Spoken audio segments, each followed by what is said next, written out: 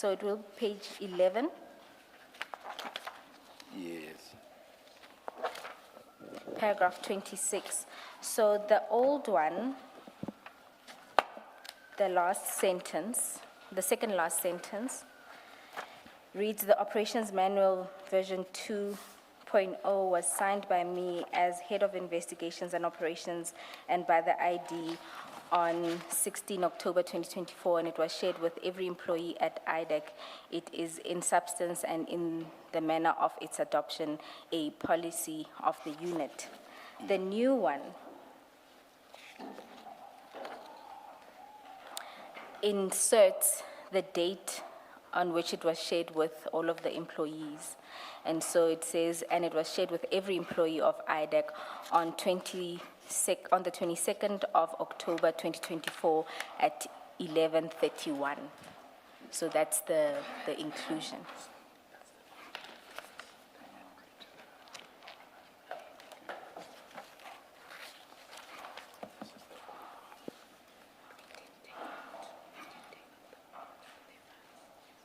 Oh, so they didn't make notes in it.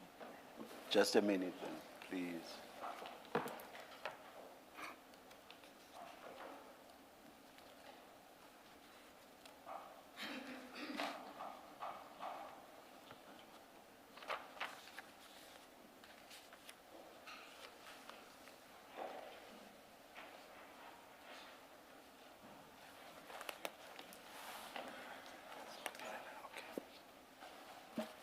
Yes, we are ready. Thank All you. right, thank you.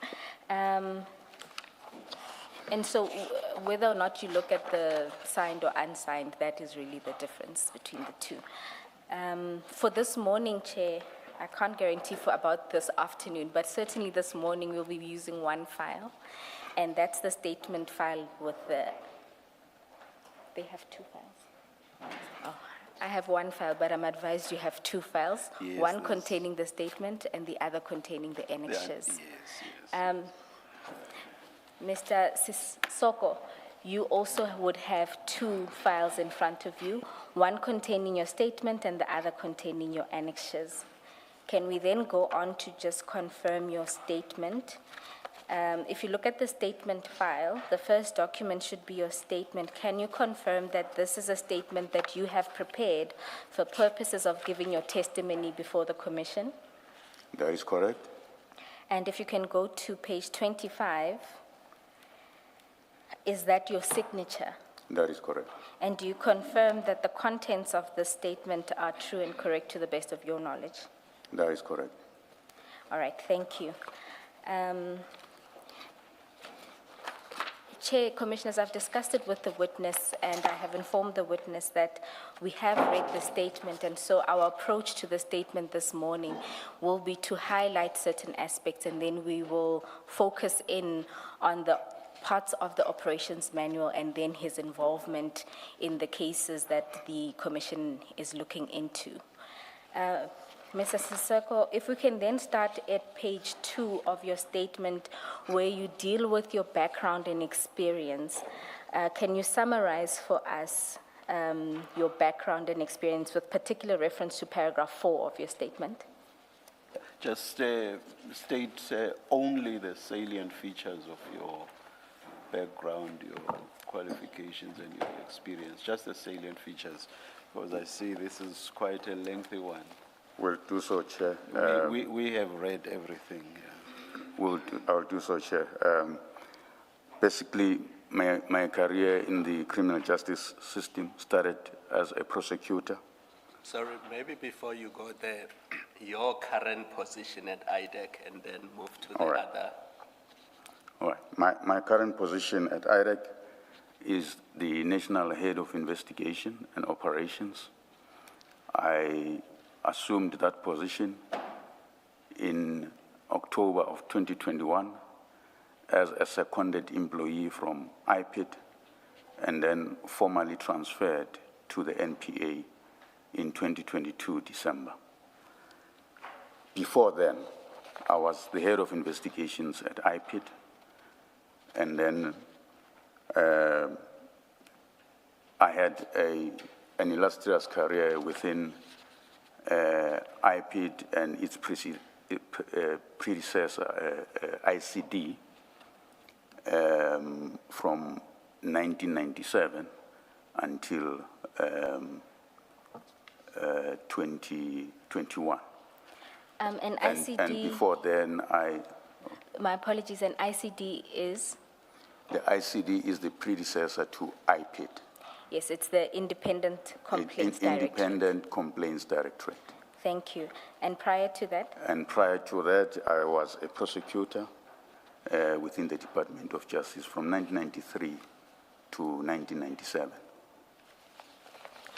Thank you. You then say in your statement, after you deal with the various trainings you've attended, that there are two features of your background that will be relevant to what we will be discussing. At paragraph 7 of your statement, can you deal with those two aspects? Thanks, Chair. First, I'm the former head of investigation at IPID. Sorry, so why is the statement? Oh, there it is, okay. Thank you. No, I wanted to ask why it's not being flighted. I see it's on screen now. All right. And together with the former IPID Executive Director, Mr. McBride, I testified before the Zondo Commission about police corruption. When the ID was established, investigation relating to police corruption arising from that testimony were authorized and moved into ID, which is now IDAC, together with certain investigators who worked on those matters. That is how investigators such as Mr. Mansara Peso, Mr. Timani Binang, Mr. Anthony Sihas, and Mr. Stanton Govender came into the IDAC. On the 20th of July 2026, I forwarded to the ID documents that I was able to source relating to discussions between the former ID and the acting executive director of IPID relating to the process of case handover to ID and secondment of IPID investigators in IDAC, then ID. The documents are attached and marked MS01. The bundle of document is a memo from the former ID, Advocate Cronje, and has annexures A to H. Annexure G of the attached document is a list of cases that were requested from IPID. Chair, I put this in the statement because the Commission asked me to deal with this issue, but also importantly that Advocate Johnson testified about it, that he had asked me to get this information, assist her to get the information from IPID, and this is the information I got. Mr. Sesoko, just out of interest, good morning. Are you an attorney or an advocate? No, I'm not either. So you were a prosecutor Yes. and then rose through the ranks Yes. as a prosecutor? Yes, so I moved from prosecution side and went to investigation side. So in your role at IDAC, you cannot prosecute? No. Thank you.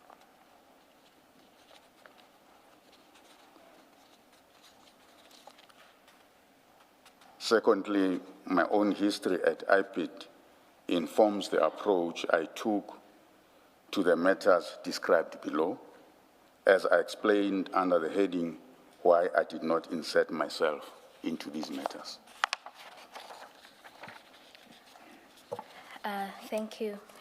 Chair, you recall that during Advocate Johnson's testimony, the Commission wanted to know which cases were transferred from IPID to IDAC, and that's contained at page 47 of the bundle of documents that is included as annexure MS01. It then also includes requests for deviations for members, some of the members to be transferred. And those are the documents that follow Annexure G.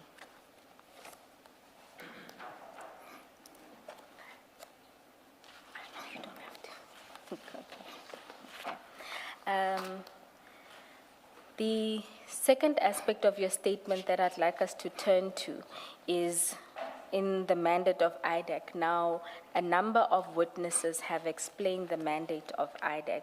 So if you can, at a snapshot, what exactly is the mandate of IDAC? You don't need to explain at length. So, Chair, the mandate of IDAC is to investigate complex corruption,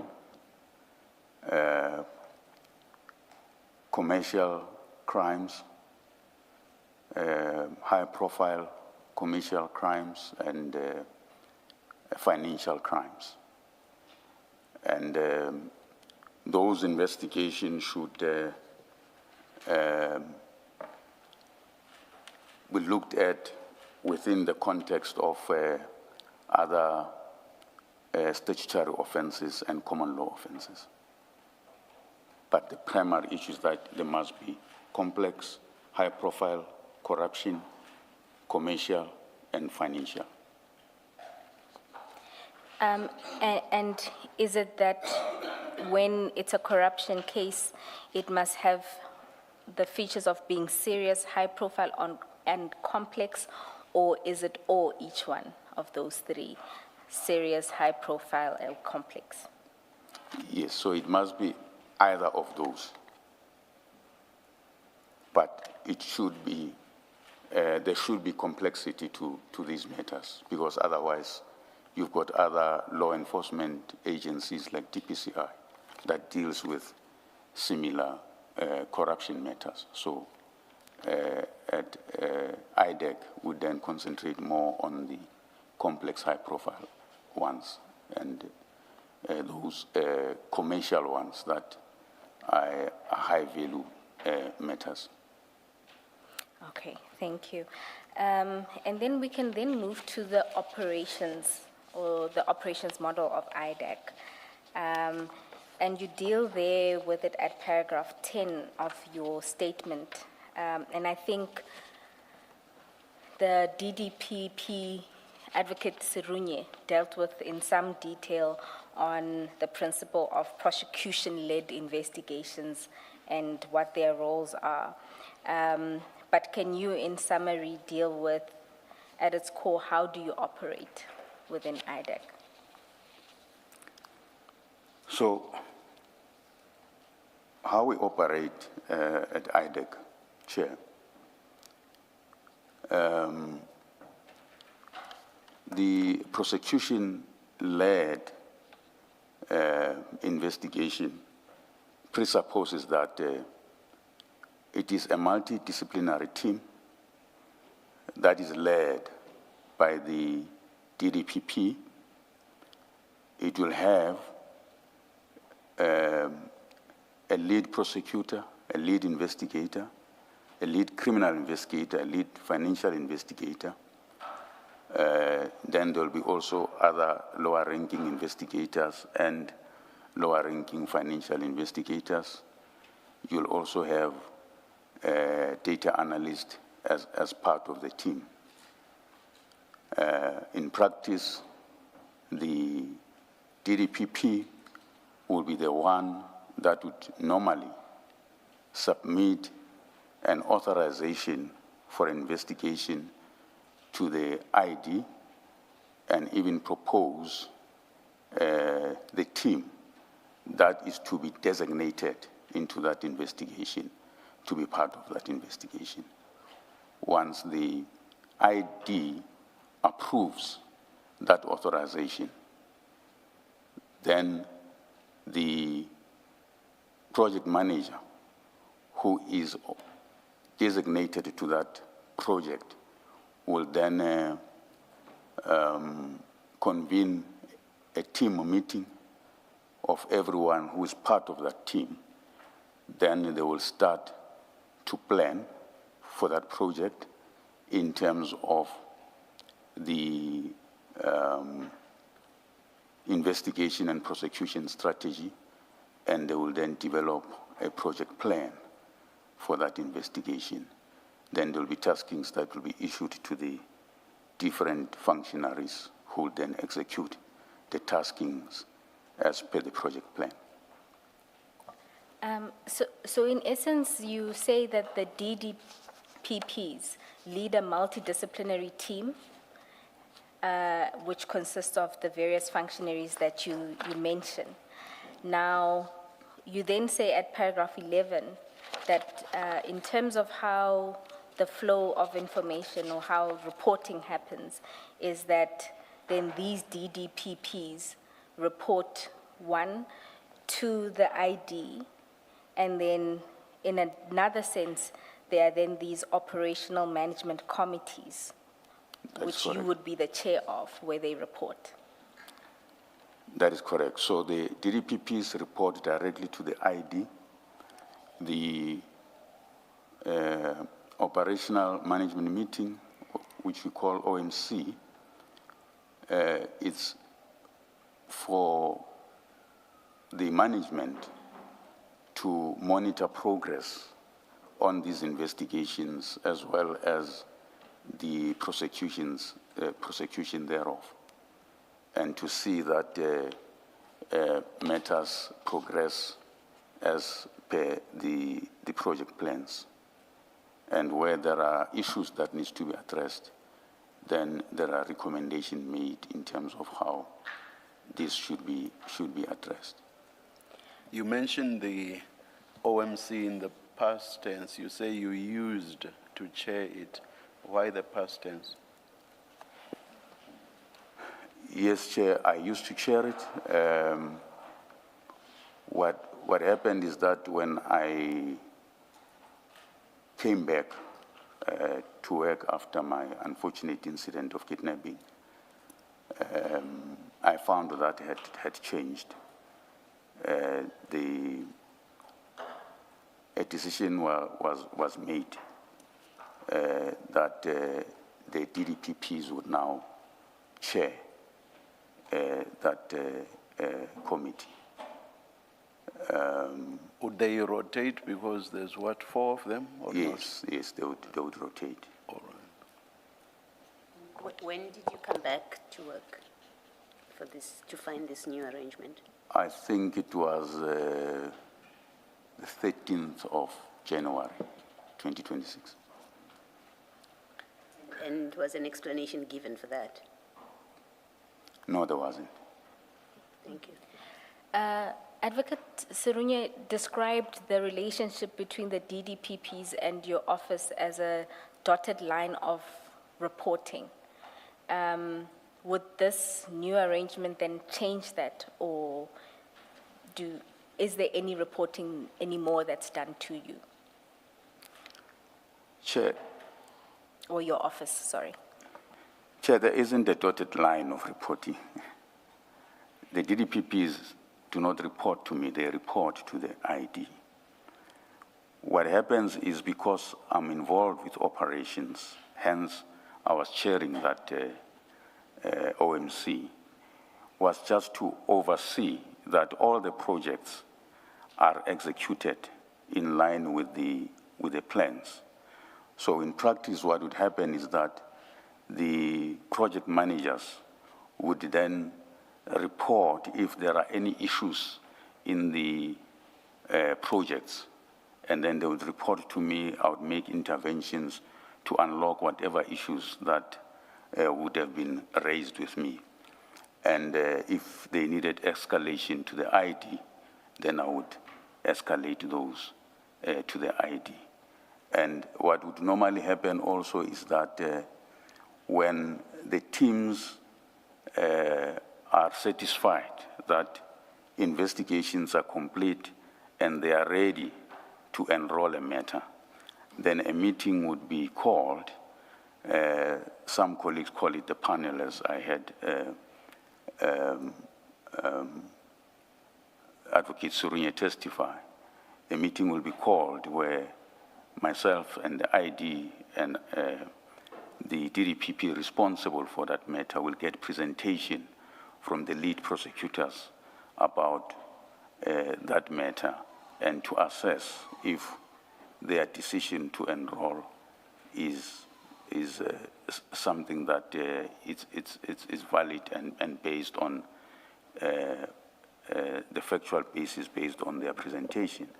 And then once we are of the view that it's ready to be enrolled, then the ID will give the stamp of approval, and then it will then be enrolled, and other processes will follow in terms of the takedown and so forth. Just to be sure, do I understand you to mean, except for being divested of your power to chair the OMC, your powers remain the same, or not? Yeah, the powers remain the same. Thank you, thank you. And This process that you describe, where you, the ID, and I think you said the DDPP would constitute a panel where a presentation is made and a decision is made eventually a decision is made whether matters are ready for enrollment, for a final decision by the ID. Did that continue to be the position until last week while Advocate Johnson was still there? Or are you describing historically that's how it used to be, or are you saying that has continued to be the case even after you were removed? Historically, Chair and Commissioners, that's how it used to be. Okay. In recent past, it was no longer like that. But in most of the matters that we dealt with and were able to enroll, that is how it used to happen. Thank you. In your description of what is reported at OMCs, I got the sense that it was operational matters that were reported. You are both the head of operations and investigations. So at that level, do you also give input on what's happening on the investigative side of things? That is correct. So you deal with things like capacity issues. Would it extend to the approaches in the various matters?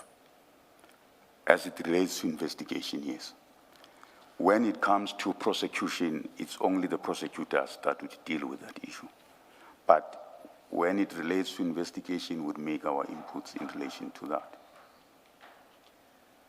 Please clarify this. Do the investigators, that is Mr. Belushan, Mr. Padiaki, and all those people, do they report to you as head of investigations? How does it work? Who do they report to?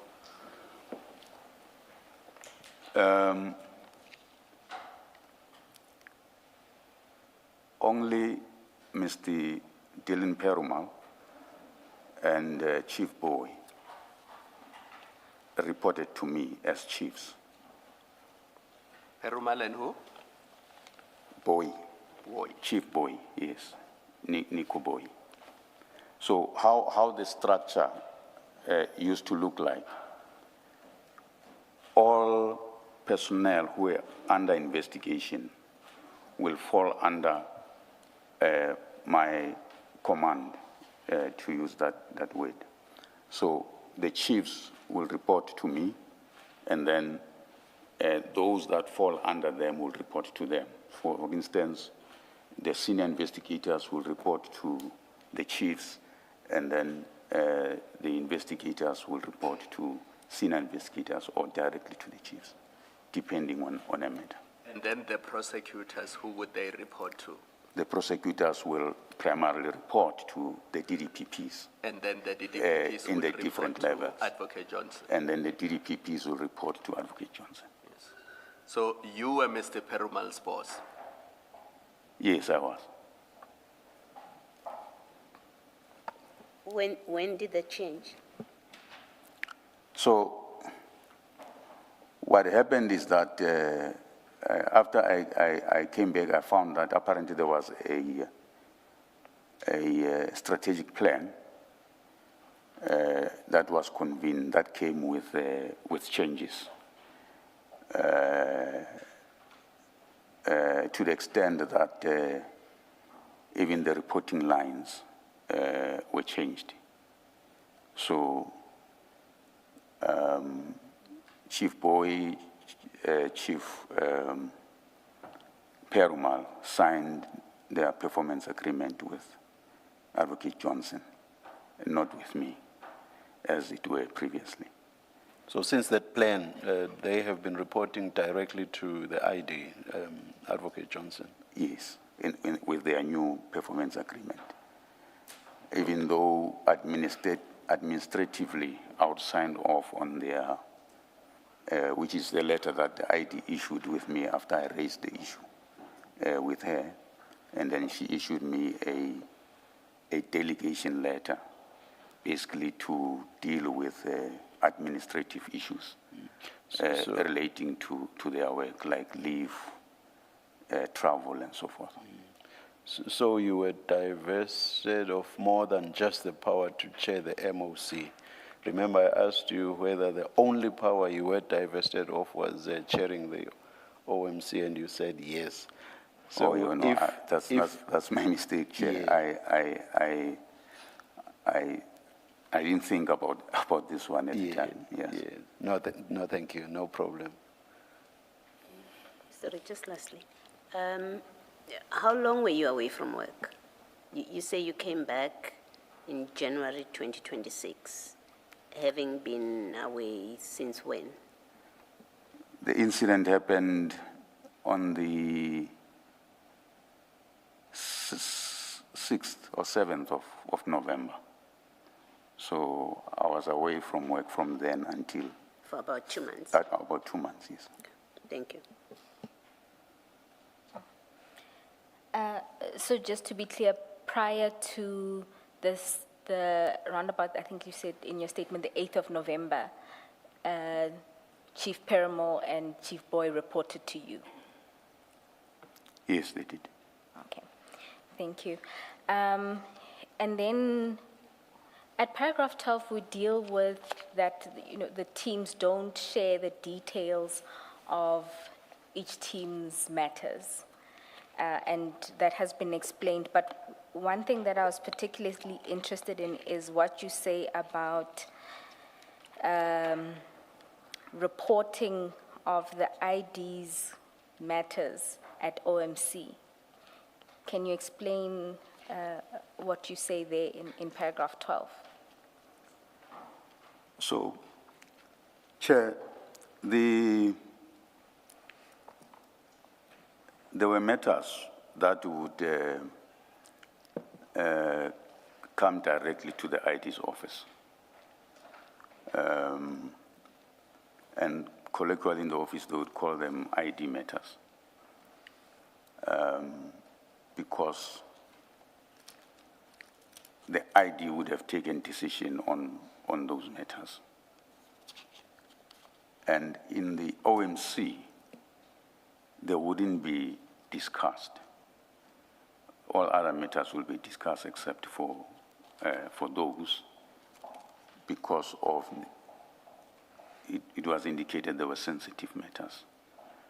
So the CI matters would be one of those where there wasn't discussion really about them, except in those teams where they were dealing with them. Outside of the CI matters, what other matters existed that were deemed ID matters?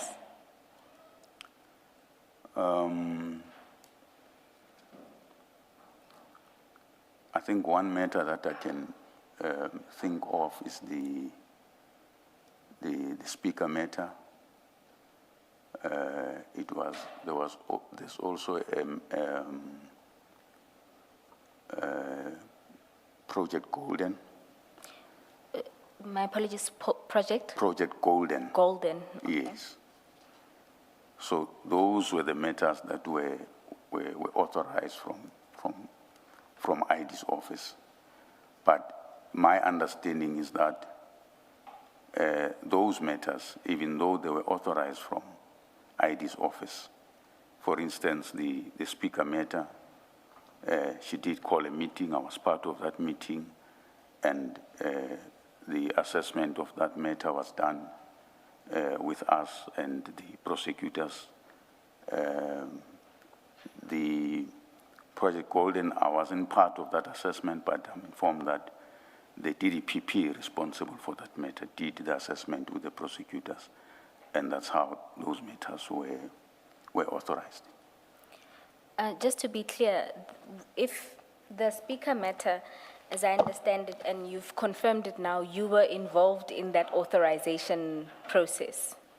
Yes, so the ID called a meeting to say she received this matter, and that invited also the prosecutors that they must assess it and then advise her, and then she was in fact advised. We did have a conversation about it, and then I think there was a general consensus that it falls within our mandate, but the prosecutors went further to do further assessment and then advise her that it does fall within our mandate and it should be authorized. And an authorization submission was prepared for her. So although it came in through her office, it ran through the ordinary process Yes. of an evaluation Yes. and recommendation for her to authorize and proper Yes. authorization. Now, with the Golden matter, you say that similarly there, although you weren't involved, a DDP was involved Yes.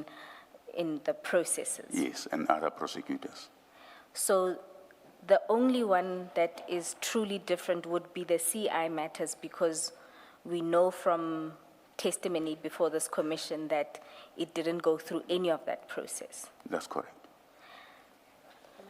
Just ask the Project Golden, you were not part of it because you were excluded or you were not available. I'm just trying to understand why you would have been involved with the speaker matter or referral, and then you don't get involved with Project Golden. Chair, to be honest, I sometimes the decisions that the ID would take, I wouldn't really understand. Sometimes she would say to me, so I forgot to inform you, and then inform me of a matter after the fact that she had taken this decision, you know. So I think it's the same also with Project Golden. From what I understood, she called the deputy, discussed the matter with the deputy, with the prosecutors, and then they then did the assessment and prepared submissions to her for authorization. So is it one of those that she said, I forgot to include? I'm just trying to understand, you were at work in that period, I assume. Yes. You don't become involved, is it because, does she then subsequently say, I forgot? Or she says nothing, the project just continues to run and you're not involved with it? Yeah, I only got to know about it when I was discussing with the project managers. Then I found out that there is this authorization on Project Golden. When I inquired further with the deputy, then the deputy explained to me. The deputy explained to me how it came about. From what I understand, it's a SARS referral to IDAC. So that's how I got to know about it. You know, So Mr. I must also indicate, Chair, so that there's a complete picture for the Commission. There was a point, I just can't remember exactly when, it might have been 2 years or so earlier, where she called me into a meeting with the management of SARS, and there was a discussion about the same issue, but it was much bigger, from what I understand. But the conclusion of that meeting was that because the matter is already with DPCI, and because of how huge the investigation is, we didn't have enough resources to deal with it. and it was agreed that it will be left with DPCI. So I only learned, it must have been a year later or so, that now it's been authorized, but it's only some part of that, not the entire investigation. I have to ask, and I ask because we now know a lot happened, a lot of wrong happened in the way things were done in IDAC. So I have to ask again the direct question. Is this one of the matters where she said to you, I forgot to tell you?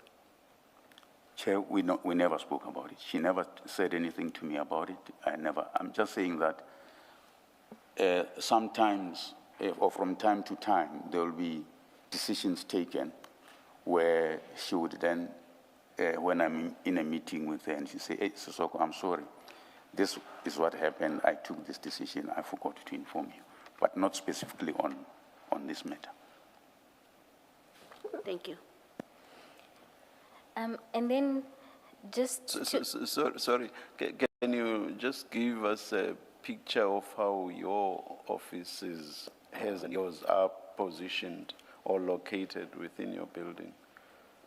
Are you here and then there are several offices in between and she's that side, or are your offices next to each other? Just give us an idea. They are not next to each other, but they are not far from each other. We are on the same floor. Okay. So she's slightly on the other end, I'm on the other end. Okay. You know, I just wanted to... It's a long passage. Yes. Her office is in the middle of the passage, and then my office is on the other end of the passage. Okay. I just wanted to understand the forgetting. Yeah. For example, if you are right next door to each other, I just would not understand the forgetting whatsoever. Not that I understand it now, not at all. Anyway, let's continue.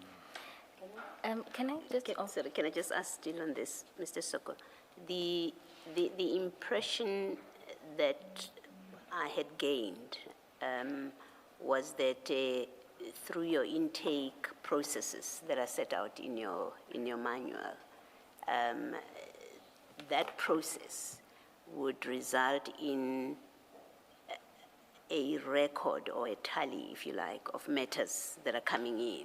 And you tell us your process, that it comes in terms of the manual, and there would be evaluations, some would be taken on, some would not be taken on, and there's a process if matters are not taken on. So I would expect that somewhere you have a record of matters that have been referred, and I would expect they would include matters that become the ID's matters. And I would have thought by virtue of your position, I assumed by virtue of your position, you would have a repository of that. If we asked you what matters have been taken on by ID, you would be able to print it off, because it's matter that as investigating director or head, you would have access to that. What does it mean then for matters such as this, where there's a project golden, you know nothing about it, it's the ID's matter, she has spoken to the DDPP and investigations run. When it comes to your records of you knowing what your organization is dealing with, what does it mean for matters like that? In practice, what is the consequence? So in practice, Chair and Commissioners, when a matter is authorized, it goes to the project managers. The project managers are responsible for that project.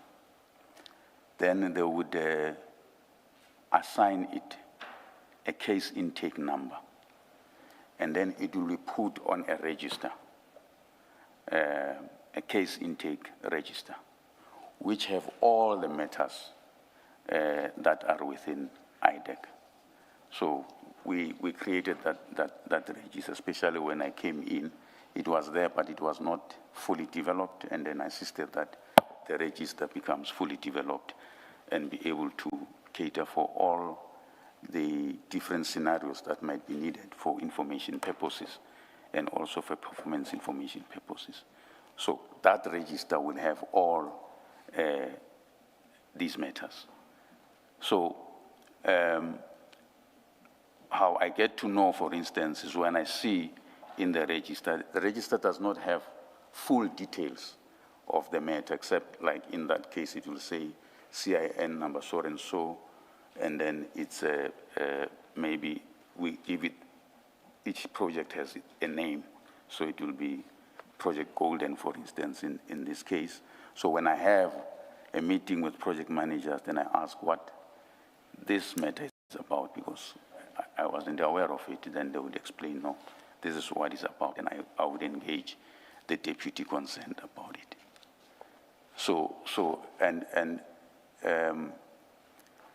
The thing is, that is how we've been operating. And when I came back from leave, I find that also that register is no longer made available to everyone, as it were.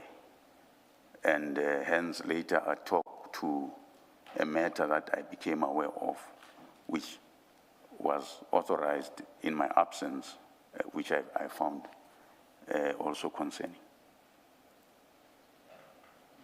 Thank you. That's very helpful. It gives meaning to CIN. I've seen CIN a number of times, and I didn't think it actually stands for something. Case intake number. CIN stands for case intake number. Thank you very much. Thank you. Mr. Sesoko, what I wanted to know, just one more aspect in relation to the 3 cases that were sort of deemed ID matters. The first one, Speaker, if I'm not mistaken, was in 2023. Yes, I think it was. Correct. Now, when you sit at OM, and this ran through the processes we know, and you were involved in the process, when you then sit at OMC and you no longer get reports about this, was this then raised with the ID?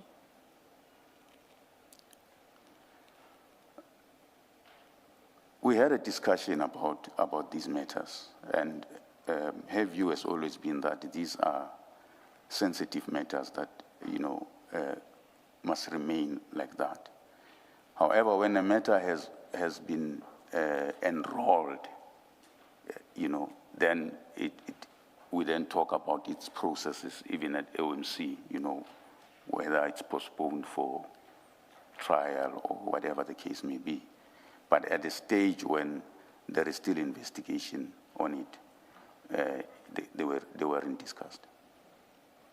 There was resistance, you say? They weren't discussed at the OMC. They weren't discussed. Okay, thank you. I just understand how it is explained. I accept when people are working that you have a system where one team that's working in the matter, they will keep it within the team. And it's easy to think about a need-to-know principle, that, well, people don't need to know, and that's how you manage information. But the idea that matters are sensitive, therefore, they will not be discussed with you, for example. When you hold a particular position, you're head of investigations, you have taken oath, you are bound to the same principles or the same rules as your ID for confidentiality, and if you disclose, you've broken the law. It applies equally to her. How does it get explained, and how do you reconcile with, well, you can't know certain things. A DPP, another DDPP will know, but you can't know, as if you're not subject to the same rules. Can you just explain to us how it is explained in the office and how that is reconcilable with the position you hold? Commissioners, some of those sensitive matters, as it were, like I indicated, like your speaker matter, they were discussed with me.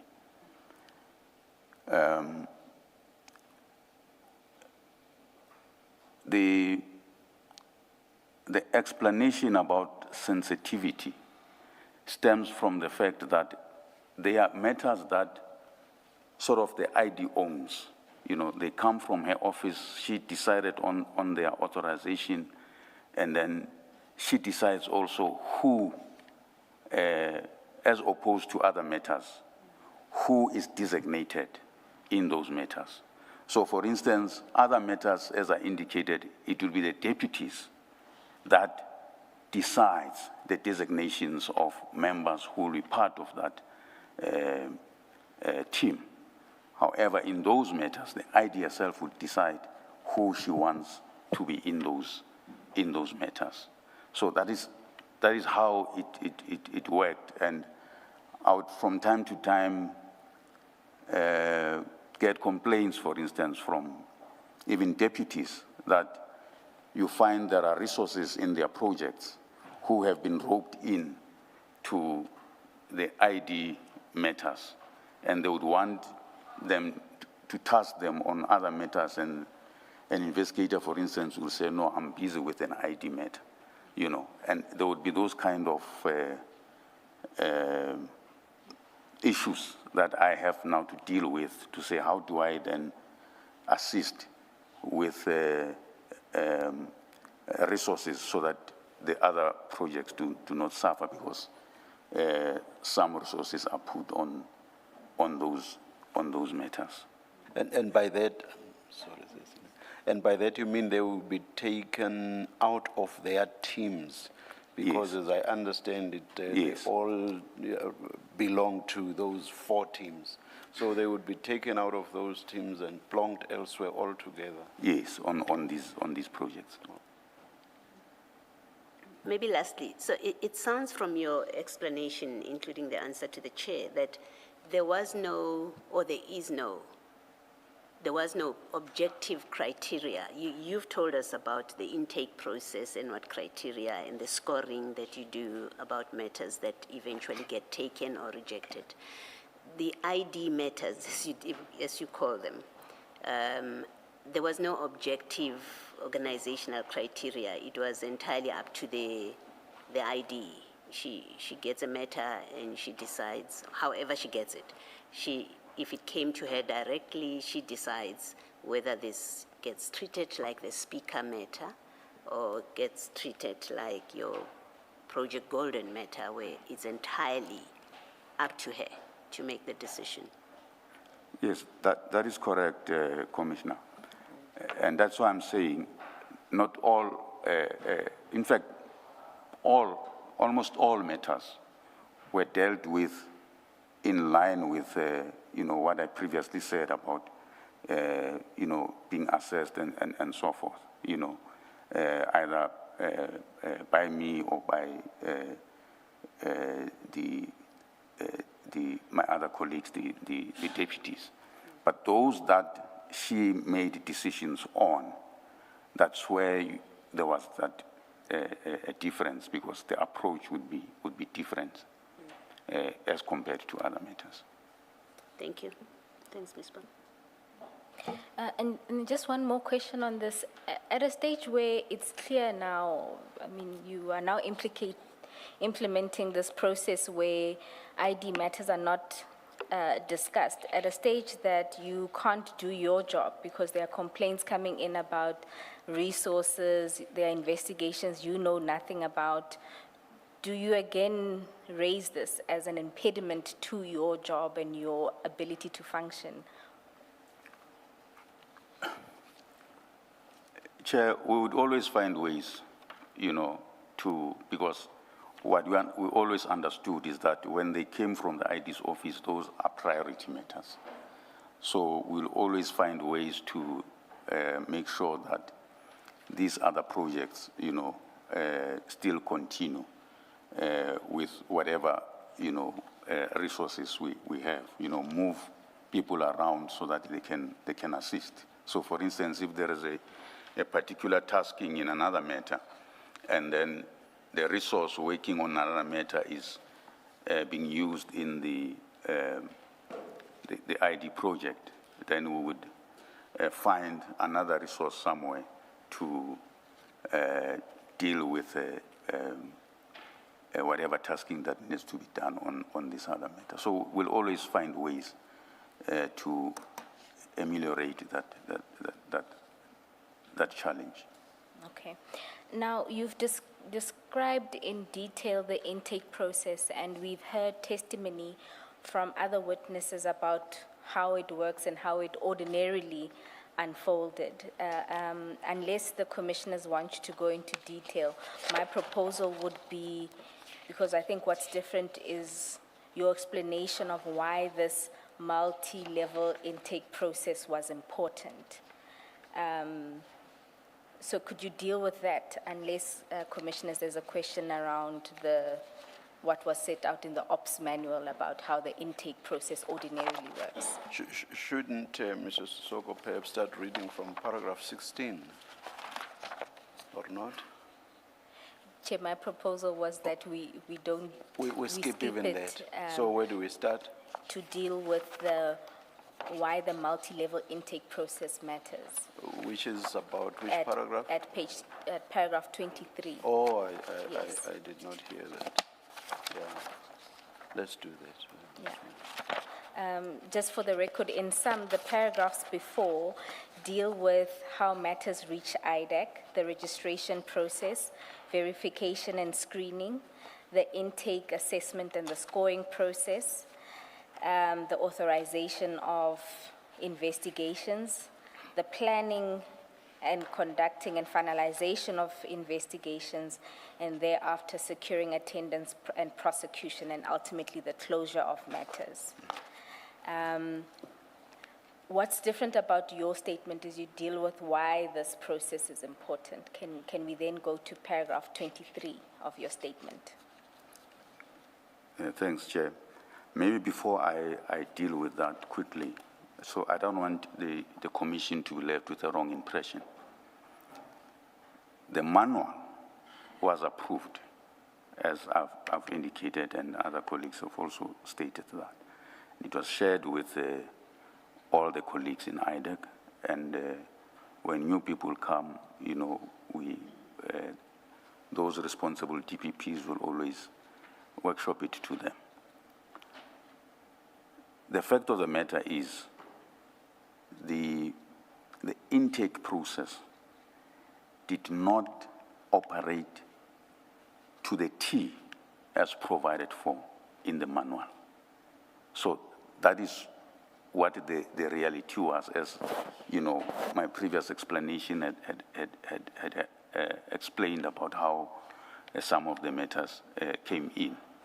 But even though it was not to the T, but most matters would go through that assessment process. And later in my affidavit will show that, in fact, most of the matters that we did in IDAC are matters that came from the commissions, which came in as a result of the presidential proclamation, and therefore did not go through this process, but rather as a result of the presidential proclamation, and the former ID would have authorized them because of that presidential proclamation, and wrote to law enforcement agencies like IPID and DPCI and requested all those matters to come to the ID then for them to be investigated. So I just wanted to clarify that. Thank you. Advocate Johnson said, for example, about Mr. Adams's referral. She said she did not discuss that with you because it was a simple matter, and she was of the view that she could handle it all by herself without involving you. Are you aware of any instances, or rather, how should I put it? Are you aware that the fact that a matter was simple, whatever that means, that was a factor or a criterion that could be used not to involve other people at the initial stages of a matter or of an intake? I'm not aware of any except for that specific matter. And that's not an issue that was ever discussed within IDAC? No. So she never said, with simple matters, I will not bother you, Mr. Sesoko. No. The decision to authorize that matter was not discussed with me, commissioners. As I will continue my testimony, you'll understand. All right. What happened. No, I just wanted to understand the criterion she said she used in respect of this crime intelligence, these crime intelligence matters. I would have asked the same question in a different way, so I'm covered by the chair. Thank you. And then just on the application of the manual, so to the extent that Advocate Johnson testified that the manual was just a draft, she would have been misleading this commission. Well, at its lightest, she would have lied to this commission. Yeah, I don't understand why she said that. The manual was signed by myself and her, and then at her instruction, it was distributed to all IDAC staff. Just remind us for purposes of the record, we've seen it, but for the record, when did she and you sign it? I have a date somewhere. I can't remember the paragraph now. But I do indicate that in my affidavit.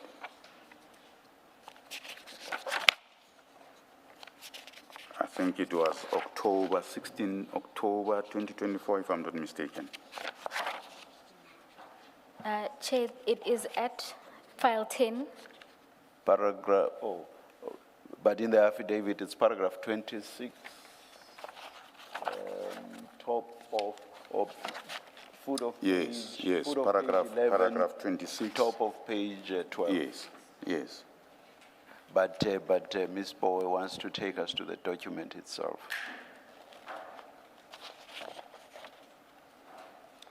At page 10 of page 10 of file 10. To the signatures. Okay, let's, Yeah. so it was not a draft, it was signed. Yes. Even distributed to. Yes. Yeah. And I do indicate that it was distributed on the, what we call ID comms, Yes. where it include all staff, on the 22nd All right. of October, Thank you. 2024. Thank you. Did it differ much from version 1? Sorry, Just look at your screen. Do you see that there's amendment history, the heading, and version 1 yes, was signed on 18 December 2023, and then the current version 16 October 2024. So did the current version differ much from version 1? so Commissioner's version 1 was never signed. Was never signed. It was a discussion document. As you'll see from my affidavit, I indicated that it was a consultative process. So we had consultants that were assisting us with this document, and then they would send a draft. So the version 1 is the draft that was first sent. We had to engage with it and then make changes on it. And when everyone was satisfied that the version 2, it's the product of what we agreed on, then that's when it was signed off. And the way things work at IDAC, you know, in other organizations, a document gets signed and then it will have an effective date. And sometimes the effective date will be sometime in the future. Mm-hmm. So with this manual, what was the effective date? did it take effect from the moment the two of you signed and authorized it? Yes.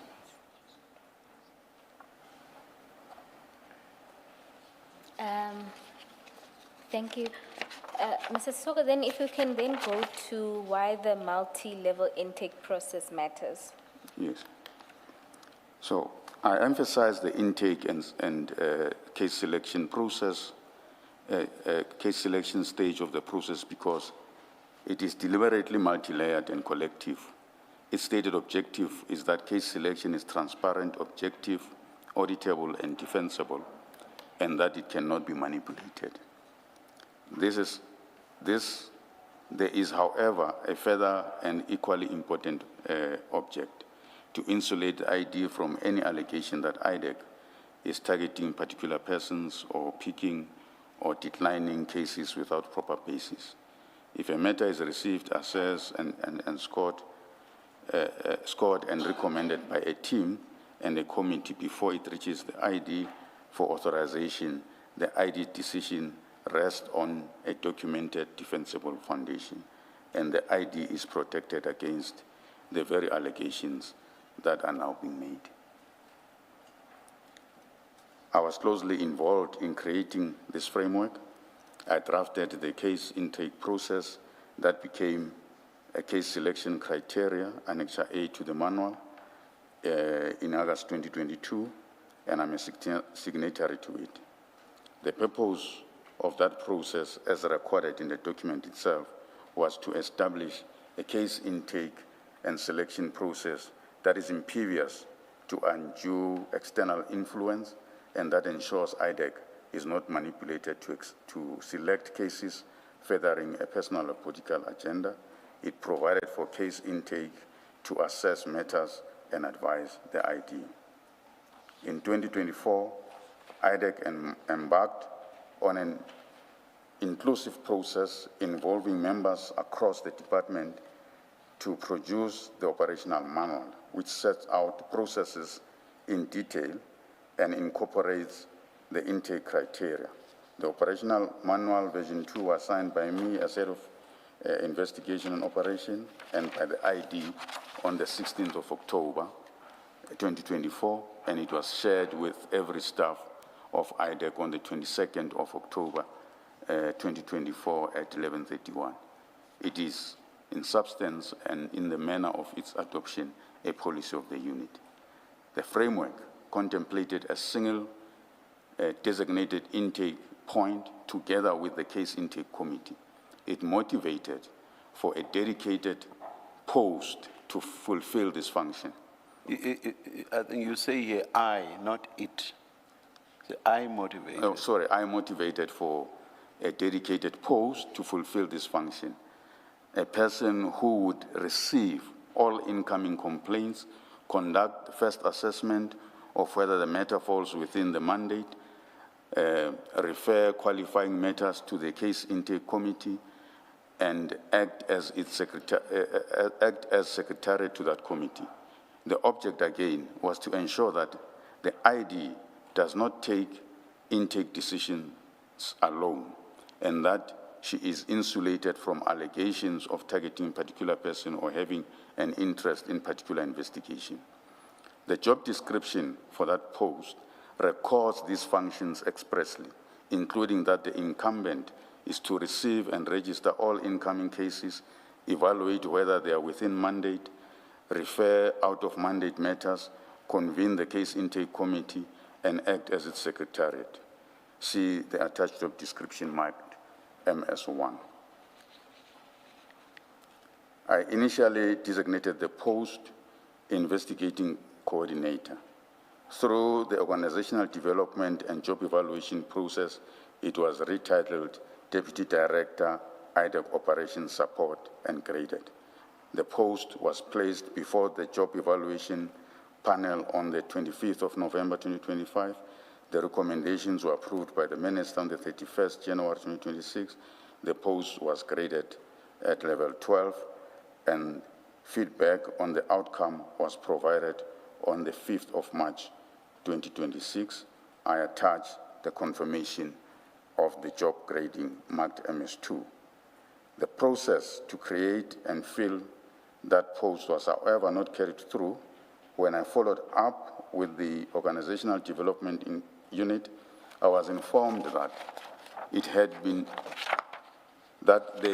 had been instructed to stop the process on the basis that the post would not exist and that the responsibilities would not lie with it, pending a restructuring. The outcome was not communicated to me at the time. I only learned of it on the 27th of July, 2026. You say this in the passive voice. You say you were informed that they had been instructed to stop the process. And who had instructed them? The ID. Thank you.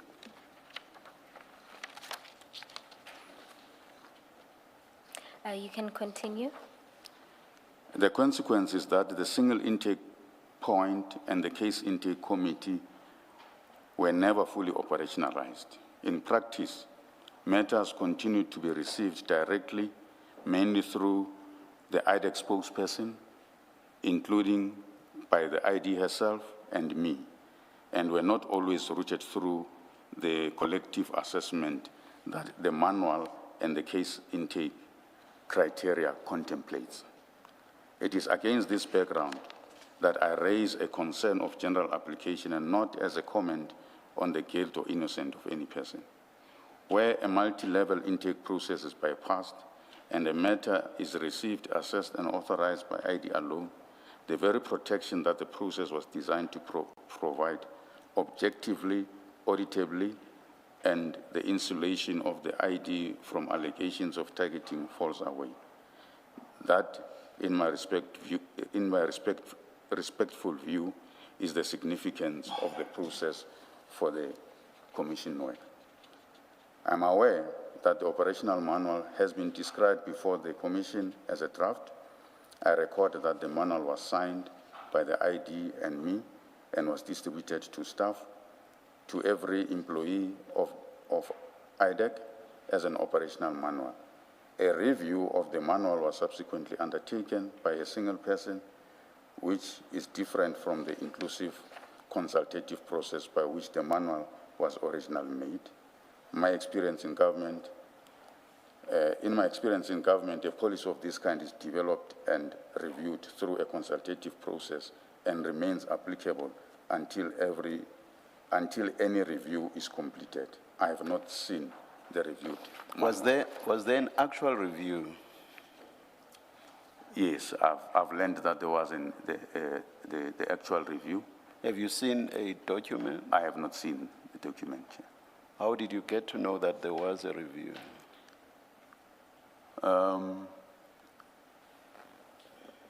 It was discussed in my discussion with the ID. He indicated that she had instructed Advocate Mohammed to do the review. We also had an investigators working session where Advocate Mohammed was in attendance, and she indicated that she was in the process of reviewing the manual. Is Advocate Mohammed within IDAC or is... She is within IDAC. All right, thank you. In what position? Sorry. Except my question, is she a prosecutor? What's her position in IDAC? Yes, she's a senior state advocate. Thank you. Not at the level of a DDPP? No. All right, thank you. As matters stand, you say you haven't seen that reviewed manual, but you know that there is a manual. To your knowledge, as matters stand, what is applicable, even if it's not being applied? Is it this new version, or you still, to your knowledge, at version 2 that's supposed to be applied? Chair, as a matter of process, as long as the reviewed manual has not been approved, the original manual still stands and remains operational. You would be one of the approvers by virtue of your position. I'm not sure with the reviewed one. Okay. So you're Because saying- I was not part of the review. Okay. Now, I'm just trying to understand. You were a signatory to version 2, Yes, and I have assumed by virtue of your position as the you are the head of investigations. yes. So I assume that's why you signed this manual. That is correct, because it was, as I said, a consultative process. And we would discuss extensively also with the ID and the other colleagues. So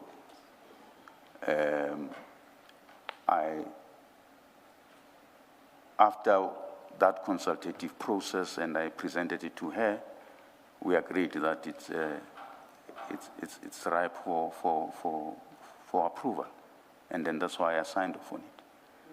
The review process, as I said, I wasn't part of it, so I cannot say to the commissioners now that I was going to sign or not, because I'm not sure. Okay. Thank you. Did this? What does the manual say about consequences for failure to follow its processes? Does it say anything at all? Yes, So say, for example, a case comes in, the case assessment report is not there, that CIS process that you mentioned, I hope I'm saying it correctly, if all of those processes are not followed, what does the manual say will be the consequence? I think the manual does allude to the fact that failure to comply may lead to a disciplinary process. But the ID can discipline herself, so if she's the one who's flouting the manual, does the investigation continue even if the processes set out in the manual are not followed? That's really what I'm getting at. Commissioner, obviously, if the ID herself flouts the manual, then the person that she reports to would have the responsibility to take that action. So that would be the DPP. The NDPP. Does the manual say it applies to her or only those below her? Can we just clarify that? Does it apply to everyone at IDAC or only those below the ID? It applies to everyone. Including the ID? Yes. Let me ask a related question. Are exceptions provided for? There is exceptions not to follow the process strictly. Are there provisions for exceptions? Chair, on the top of my head, I can't remember if there were exceptions. But can you? My understanding of Yes. the architecture of the NPA Amendment Act is such that the investigating director has got all the powers to decide on anything, including deviating. So, for instance, even with authorization, that she can, Meromutu, decide on an authorization. Can you please look at the manual during the tea adjournment and see if the manual itself does provide for exceptions? I hear you on what you say about the Act. Did you refer to a specific section? Yes, it's section 28(1), I think. 20. Yes. Isn't 28(1) about investigations? Yes, on the authorization that she can, Meromutu. But I'm not sure that that answers my question about exceptions with regard to the application of the manual. Yes, no, that does not deal with that. Yeah, I will check the manual as suggested. All right, please, thank you. Mr. Sesoko, you said that I think it was in response to Commissioner Khumalo that it would be the NDPP that would have to deal with that matter. That is correct. And how would the NDPP know? Obviously, there should be reports that go to the NDPP. And the reports would come from the ID. No. If I understand you well, you mean if there is an issue about non-compliance? Yes. Yes, so if there's an issue about non-compliance, it means employees who become aware of the non-compliance, who reports it to the NDPP would have to take action about it. So essentially, employees would have to report to the NDPP. Yes. You know, the natural question that follows is, in these instances, we know there was flouting of this manual, and you were well aware of that. Yes. Did you report to the NDPP? I personally did not report, Chair, but I'm aware that I was informed that there were a number of complaints that were referred to the office of the NDPP, the former NDPP. I may have misheard you. Did you say that you cannot or you did not report? No, I did not report. Is there a reason? Chair, I don't have a reason why I did not report. I think I say something about it later in my affidavit. I have been through a lot, and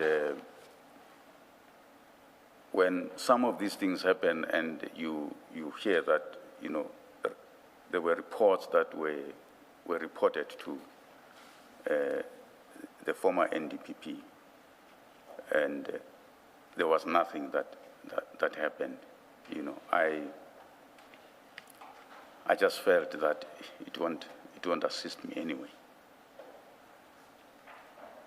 Now it looks like you were part of the problem. Two of your colleagues came to this commission and they could show us emails that they wrote in 2024, 2025, raising serious concerns. Although nothing was done, it's clear from their emails and their communication that they raised concerns about how things were done. You now have to account to us, and you did not do anything. And Yeah. because you did not do anything, it looks like you were part of the problem. You were part of the reason why the manual was not followed to the letter. Chair, I will take responsibility for that, but I had my own personal reasons. The fact of the matter is, these issues, as they were raised, and you would have seen in the emails, the colleagues were sending these emails to the ID herself, and I'm copied in those emails. And in bilateral meetings with the ID, we would discuss these issues. And she would indicate, for instance, his displeasure about the colleagues on how they raise these issues or raising these matters, because she believed that there was nothing wrong in how they were approaching that case. So I left it at that. You mentioned in your response that you were copied. In some of those emails, they were sent directly to you. And particularly, I know one of the witnesses, Mr. Rapesu, you would have been also his supervisor, because that would have come out in the investigation side of things. So, and you say that in then discussions with the ID, she would raise displeasure about them raising these issues. And in response to that, then nothing is. Yes, is done. and as it relates to Mr. Rapesu's issues that she raised with me, I took them up with Chief Perumal. And in those discussions, Chief Perumal would make it look like there's a difference of opinion in the investigative approaches. So part of what I would want to do is to try and get the team to be coherent. So I tried to sort of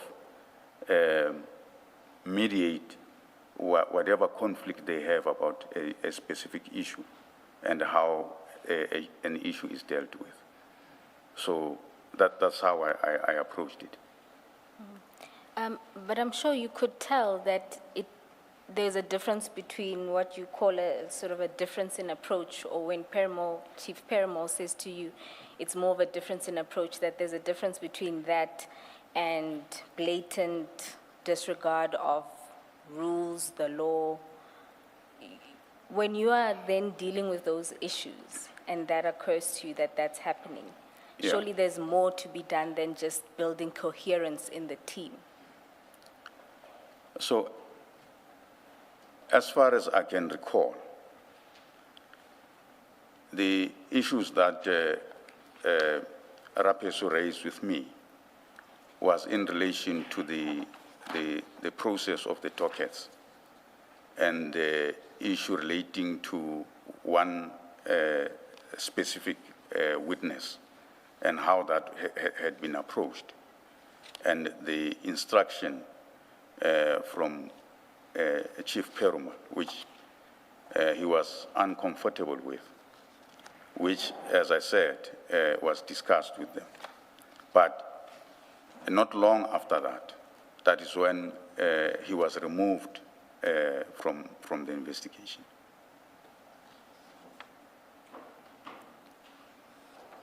That's Okay. how I recall it. It's fine. I think we will, in the sections dealing with your involvement, deal with some of the issues that were raised. And I think the records will show that it's more than just a difference in approach. There was Okay. actual disregard of both your internal operations manual and I would say the law as well. We can then move to the next section of your statement, which deals with your involvement in the crime intelligence-related investigations. Chair, uncharacteristic to seek an Let us early start. adjournment, but Let us start. Were you going to say?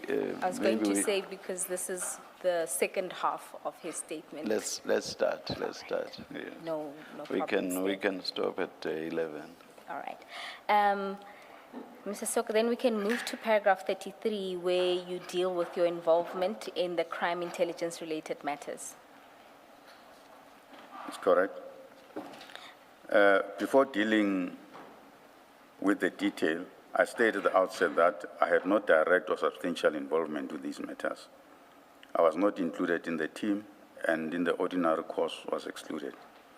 Sometimes Chief Perumal would mention something to me in passing about a case and how good evidence he had obtained.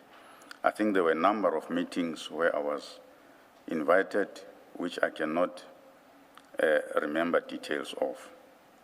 I came to learn of aspects of the matters largely when complaints were reported.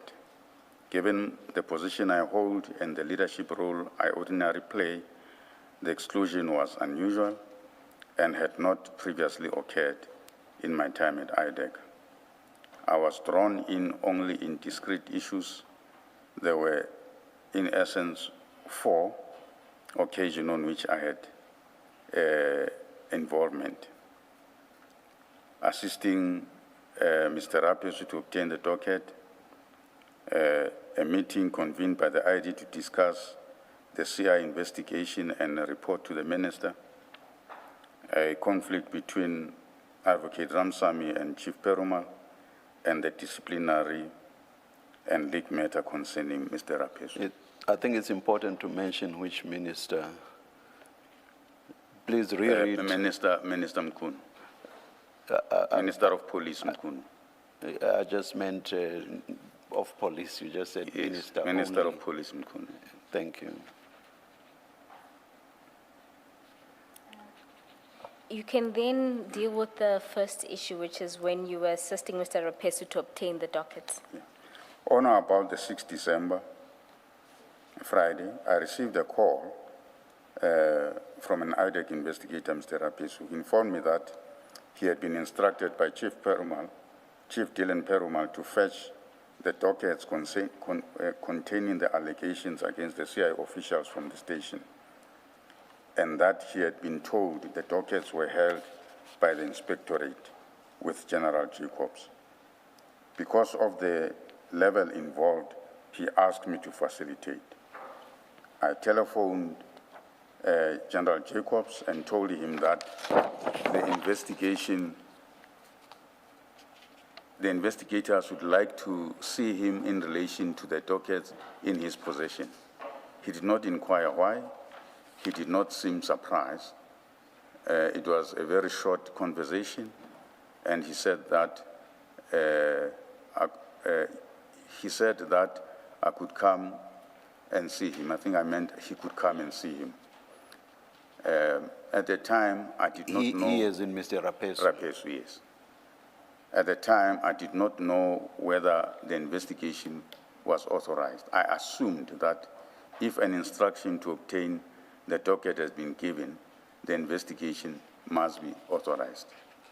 I later learned that when Mr. Rapesu sought to collect the dockets, General Jacobs asked for a letter. Mr. Rapesu reverted to Chief Perumal.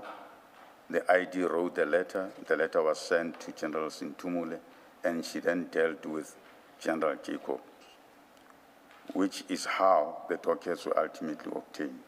I was not involved in those later steps, and know of them only from what I was subsequently told. I think at this point, we may take the adjournment. Thank you, Chair. Let's adjourn and resume at 11:30.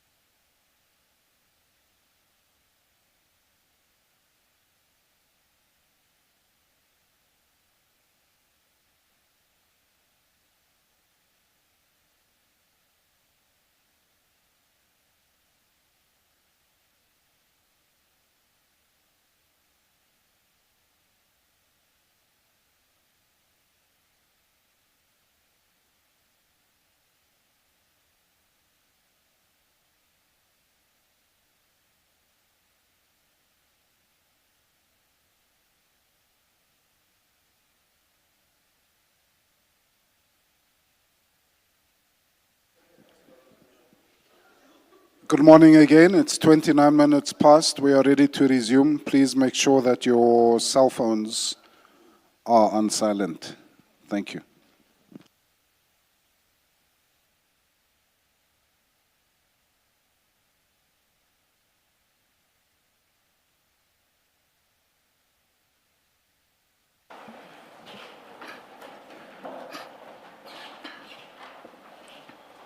Yes, Ms. Bowe.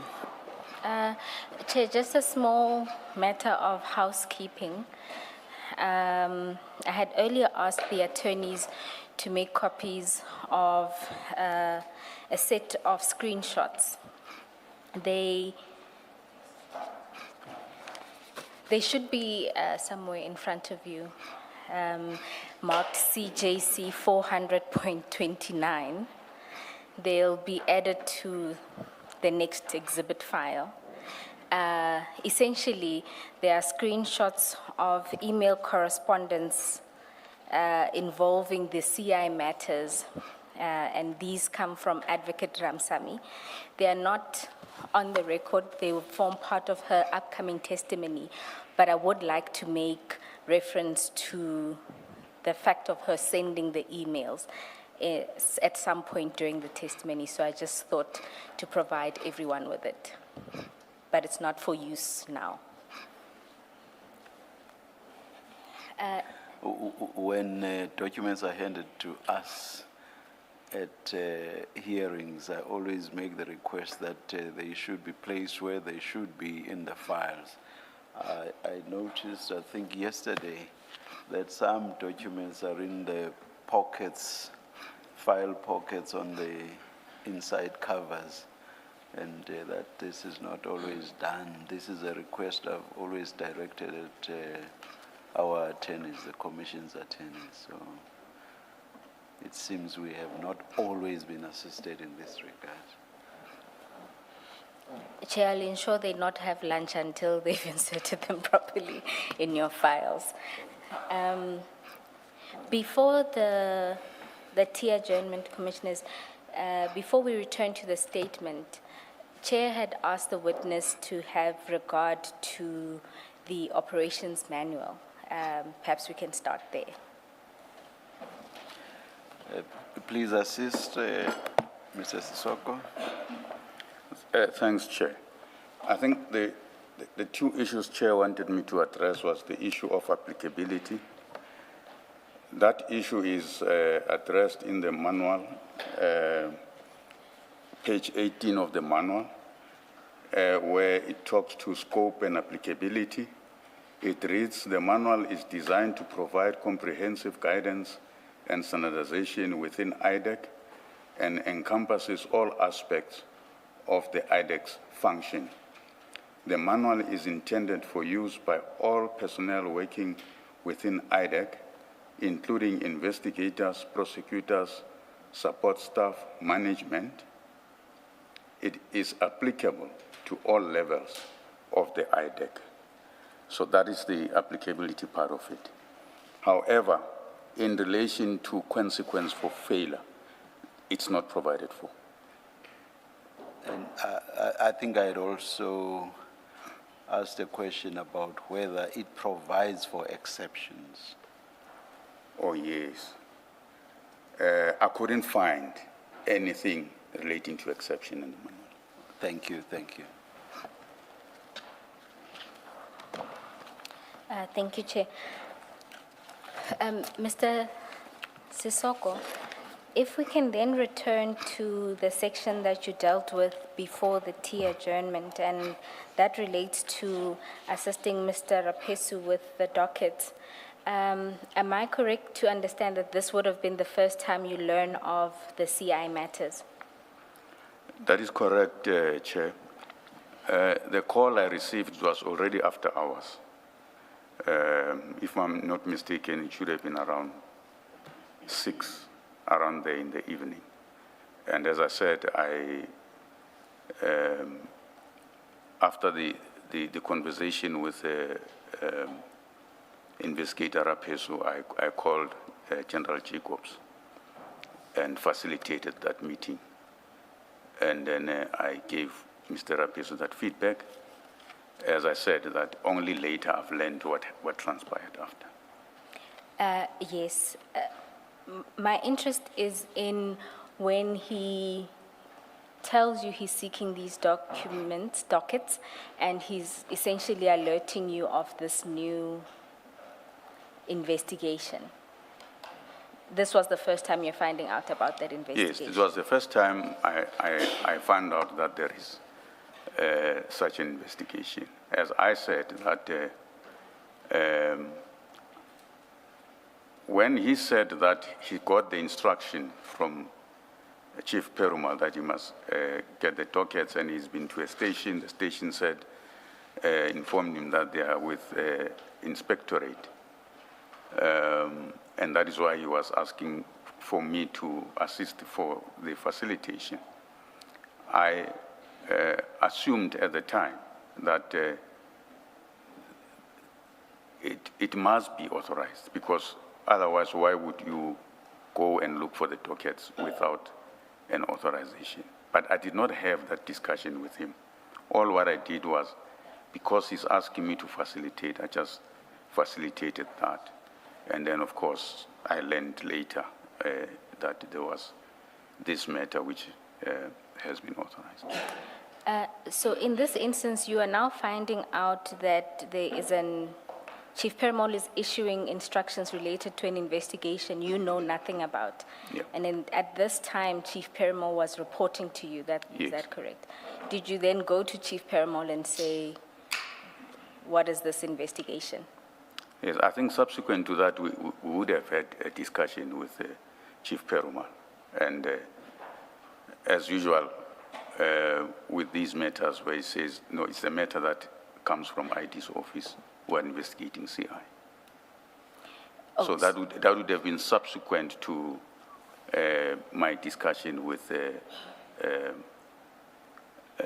Mr. Rapiso. In any event, I would have expected that Chief Perumal would brief me about it. But as I said, that it was a test conversation about it to say it's a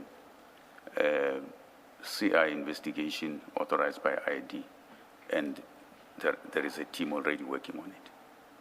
And in this instance, did you then approach the ID to inquire about it? No, I did not approach the ID to Okay. inquire about it. Thank you.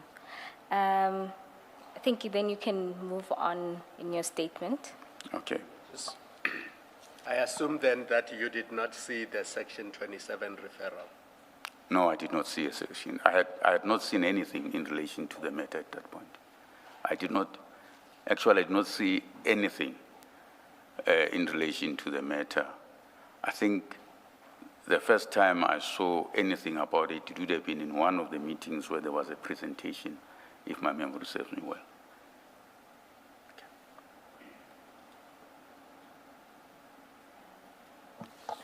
We can then proceed with the second instance of your involvement in these matters. It's the meeting convened by the ID and the report to the Minister of Police. That is Yeah. paragraph 36 of your statement. Yes. So approximately a month later, in January 2025, the ID convened a meeting, which, I don't know what I was trying to say here. To which I was called, yes. She said the meeting was to discuss the CI investigation, and that she was required to report or write something to the Minister of Police, Minister Mkhunu, and to send correspondence to the Chief of Staff, Mr. Cedric Nkabinde. The meeting was short, did not go into detail of the case. When the ID mentioned Mr. Nkabinde, I alerted her to his history. In my assessment, Mr. Nkabinde is a dishonest man, and I explained to her there was evidence, including data analysis by our data analyst in the Blue Lights investigation matter, indicating that Mr. Nkabinde was working with or was colluding with the suspects in the Blue Lives Matter and against that investigation. I advised her. Sorry. You use the definite article, the Blue Lives Matter. Yes. Which Blue Lives Matter is this? So the Blue Lives Matter, Chair, it's an investigation that we started whilst we were in IPID. It's on high-level police corruption. The suspects in that, or the accused, because now they're appearing in court on that matter, are generals in the police. General Pahlani, General Ngwenya, it's quite a number of them, and brigadiers and so forth. So that, for me, as I indicate here, it was a concern that she will be. All I wanted was Okay. a reader of the transcript must know what Blue Lives Matter you are talking about. Okay, Chair. Thank you. All right. Is it called Blue Lights Matter because it relates to the subs general, or it has to do with procurement relating to installation of blue lights? It has to do with procurement and installation of blue lights to police vehicles. Thank you. Mrs. Sesoko, please just clarify paragraph 36. You say the ID convened a meeting to which you were called. She said the meeting was to discuss the CI investigation, and she was required to report to or write something for the Minister of Police, Minister Mkhunu. That report to the Minister of Police, did it relate to the CI investigation or something else? To the CI investigation. And did she tell you why she needed to report to the minister on the CI investigation? Chair, I think she mentioned, and I'm speaking under correction because it's something that happened a long time ago, but my memory serves me well. It was about the fact that she had received correspondence from the minister about this CI investigation. Did you see that correspondence? No, I had not seen it. Thank you. And in this instance, when you are called to this meeting, you still didn't know anything about this investigation?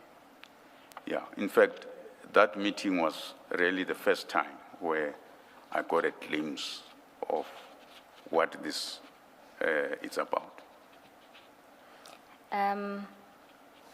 Do you recall the exact date of the meeting? I think it might have been the 22nd of January, if I'm not mistaken. When you say you caught a glimpse, you weren't part of the full discussion? No, it was, I'm saying it was for the first time that I got to hear what is being investigated and who are the targets of investigation or persons of interest. Okay. And in this instance, is this considered you starting to become part of this team, or what would have been the purpose of your involvement? Chair, I reckoned it was to be briefed, to get a brief about it, because as I said, I had not known about it before. So I think that was the purpose of being invited to that meeting. Was this before or after Chief Perumal had told you how good evidence that he had obtained was? No, it was before. It was It was before. All right, thank you. You can continue. You were at the last sentence. I where advised her to be careful. Advised her. Yes. I advised her to be careful and said that I would not advise her to report to or through him, meaning Mr. Nkabinde. The ID asked me to obtain information from the data analyst so that she would have something she could work with, and so that she could advise the minister or the minister's advisor. I did so and provided it to her. The information I obtained from the data analyst is marked MS3. It is a document I provided to her showing Nkabinde's collusion with the accused in our investigation. I understood that there had at one stage been a consideration to charge Mr. Nkabinde, but that this was not done. The DPP at the time, Advocate Law, decided to defer the question of Mr. Nkabinde and focus on the matters involving the police generals and other police officials and service provider, in part out of concern about possible Section 342A of the Criminal Procedure Act application to remove the matter from the court roll. I was informed of these decisions. I was not at the ID at the time when they were taken. My concern is that this matter was not dealt with in the normal way. Ordinarily, even a matter received by the ID herself would be referred to me or one of the DDPP colleagues or the chiefs to evaluate whether it falls within the mandate and to advise her before she takes a decision. Here, the ID received the matter and it appears took the decision on it herself. The operational manual, especially as it relates to case intake, was not fully operationalized.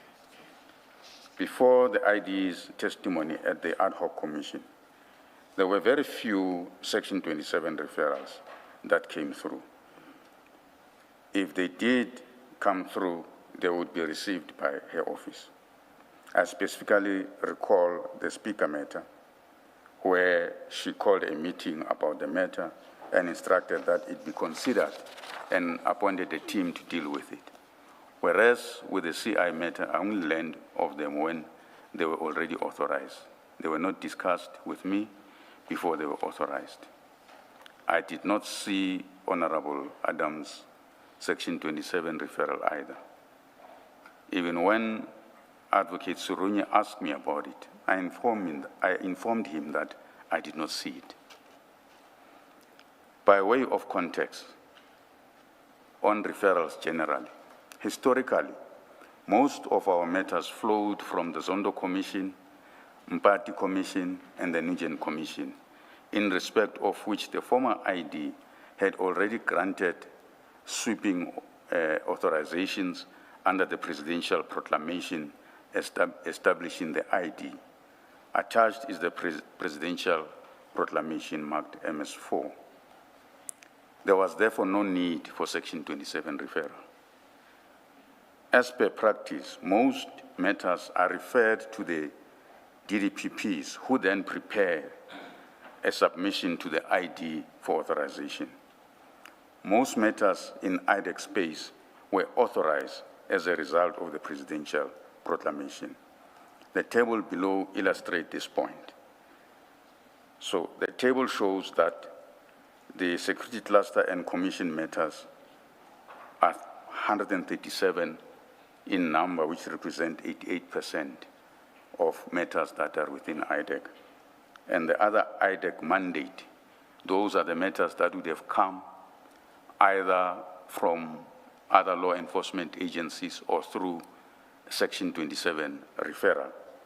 They are 18 in number, representing only 12% of the matters that came to IDAC. Mr. Sesoko. A matter, sorry, Ms. Paul. We now know that IDAC received a Medicare 24 referral. Where does it fall in your table? It will fall under the IDAC matters, IDAC mandate matters. Mr. Sesoko, you say that very few Section 27 referrals. From previous witnesses, what we heard was that there was only one other referral prior to this. Is that your recollection? And that would have been the speaker matter. And that the one that comes under Medicare would have been the third. No, as I said, I'm working from our register. This statistical information comes from the register. As I said, that these IDAC mandate matters, which are 18, would be matters that either come from law enforcement, which they refer to us, or they come as a result of Section 27 referral. The ones that are Section 27 referral that I can think of right away is like your speaker matter, your Project Golden, and which one am I missing now? Yes, the Medicare one. Does the register delineate with that number of 18 which ones were Section 27 referrals and which ones emanated from other law enforcement agencies? No, the register will show that these matters are the matters that came after those presidential proclamation matters, which are mainly from the Zondo Commission, the Mpati and Nugent Commission. So in essence, the 18 is just matters that came after Yes. the commission matters? Yes. So they wouldn't have been authorized in terms of that proclamation. They would have been authorized in terms of your protocol, well, Yes. except for Project Golden and Yes. the speaker matter. Yes, and of course the CI matters. Excuse me? And the CI Oh, matter. the CI yes, of course. All right, thank you. You can proceed with paragraph 44.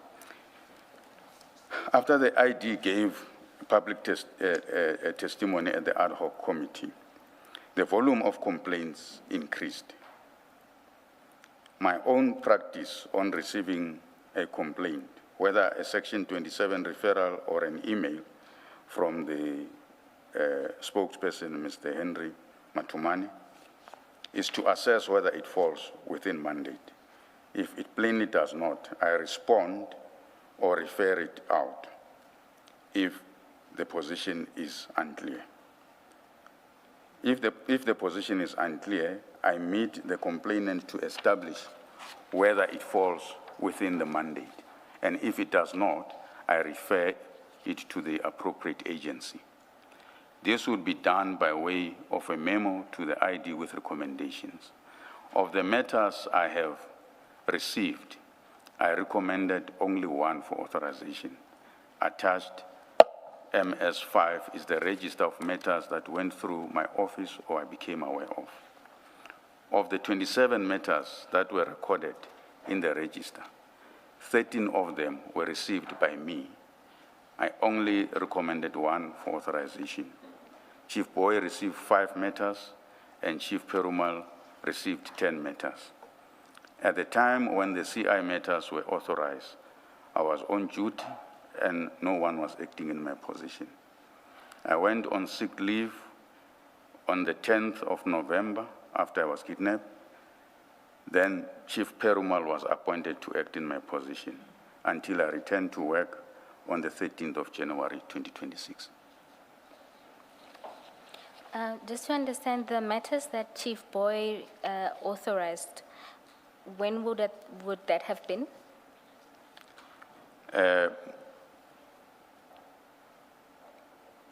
My apologies, Some of them would have been when, I think most of them is when I was on leave, if my memory serves me well. I think the register will be able to indicate, because it indicates when they were received.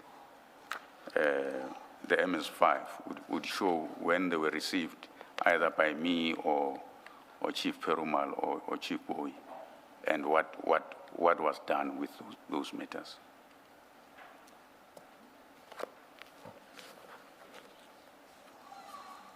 All right, thank you. Can I just ask, what informs the decision whether matters get referred, they don't fall in your mandate, I accept that, if that is the decision, or the determination, but then you get to refer to other law enforcement. What informs referring or not referring matters to IPID? Because IPID deals with police, corruption, and similar. Is there a principal position that matters never go to IPID? And I ask because in the evidence so far about the crime intelligence matters, there are matters where it looks like on the face of it, until a final determination, that this could have been referred to IPID, because from what one understands of IPID's mandate, that particular issue may well have fallen within their mandate. Is there a principled position within IDAC not to refer matters to IPID? Chair and Commissioners, the decision is based on the assessment. As we discussed before, that when it has to engage the IDAC mandate, it must meet the threshold of complex corruption or commercial and so forth, high profile. So even if it may involve members of the police, but if it meets that threshold, then it engages the IDAC mandate. However, if it does not, that's where then you have to refer the matter to those law enforcement agencies. As you'd see from the register, how I dealt with most of these matters. Some of these complaints, people complain that decisions were taken in the NPA, they were not happy with it. And when I assessed that, I realized that it does not engage our mandate. In fact, they need to do representation or things like that. Or some of the matters, people will say they went to IPID, they're not happy with IPID. You know, I would refer them to the management of IPID, that they be assisted there, or DPCI for that matter. I would refer them to the head of DPCI, exactly to avoid a situation where we take on the matter that are already in the space of other law enforcement agencies. Let me ask more directly.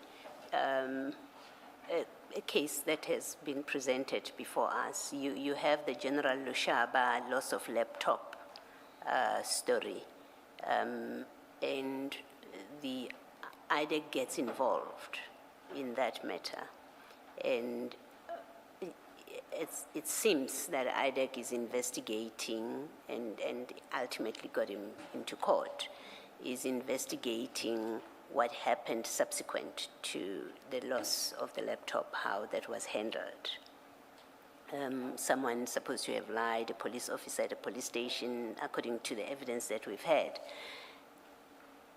On the face of it, it would seem to me that it may well have been a typical IPID matter to investigate, and yet it is a matter that IDAC fully investigates and prosecute. Can you explain how, can you answer my question with reference to that kind of question, to those kind of facts, that you have a case that looks like an IPID case and yet IDAC investigated it? What makes it fall within the mandate?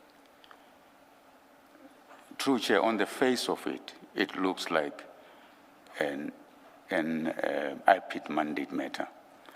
But at least from the explanation that I was given, was that there was quite a number of actions that showed corruption on the part of members who were involved in terms of hiding the true nature of what had happened, manipulating the dockets that were opened, and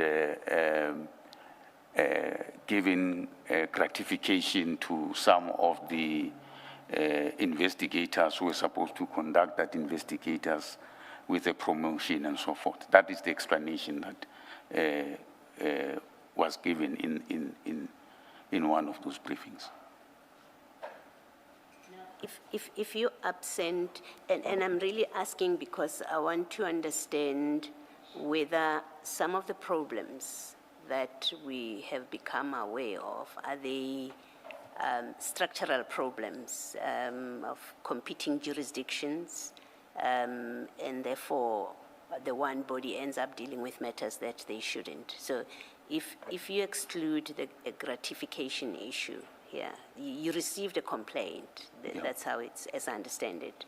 Mr. Adams filed a complaint and said General Lushaba lost his computer and there was a cover-up. That's how I've understood it to be, that there was a cover-up, and the cover-up goes to even his superior, even General Kumalo, even though General Kumalo was not his superior at the time. But the cover-up goes to General Kumalo, but also now someone took an affidavit at a police station and they misrepresented some things. Forget gratification for now. On the facts that I'm putting to you, would you still have said this is an IDAC matter? If there was no issue of gratification and alleged corruption, it would definitely won't fall within the mandate. Okay. Thank you. Mr. Sesoko, you can continue with your affidavit. We are now dealing with the conflict between Advocate Ramsamy and Chief Perumal, paragraph 46 of your statement. The conflict, the ID called me into a meeting to help resolve a conflict between Chief Perumal and Advocate Trushanta Ramsamy. As I understood it, the conflict concerned the approach to the case. Advocate Ramsamy, as a prosecutor, had taken a particular legal view with which Chief Perumal did not agree. The meeting was resolved on the basis that the parties should listen to one another, consistent with IDAC prosecutor-led model, and that the prosecutor is ultimately the person who must take the decision on the matter. This is how the issue was resolved. I must, however, indicate that in subsequent meetings where I was called into or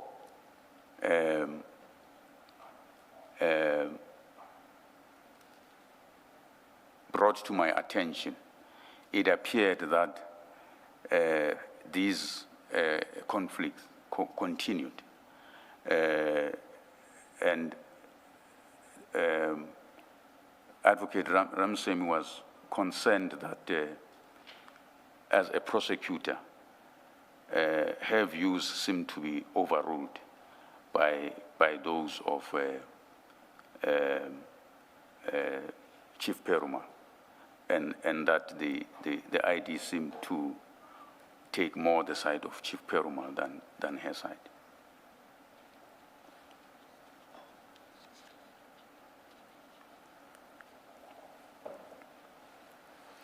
Do you recall how many other meetings related to conflicts between the two took place?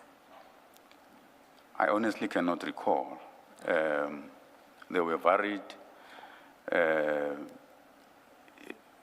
Sometimes Chief Perumal would come to me. Sometimes